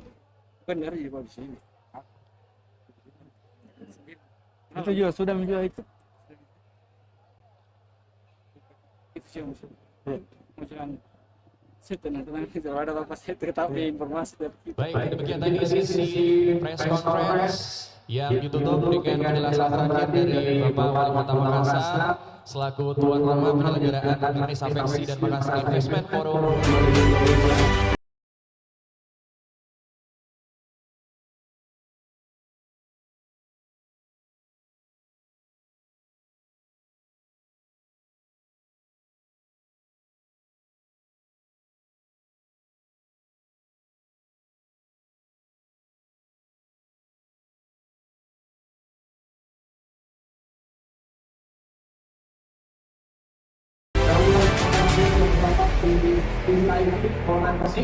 Dan untuk para pendamping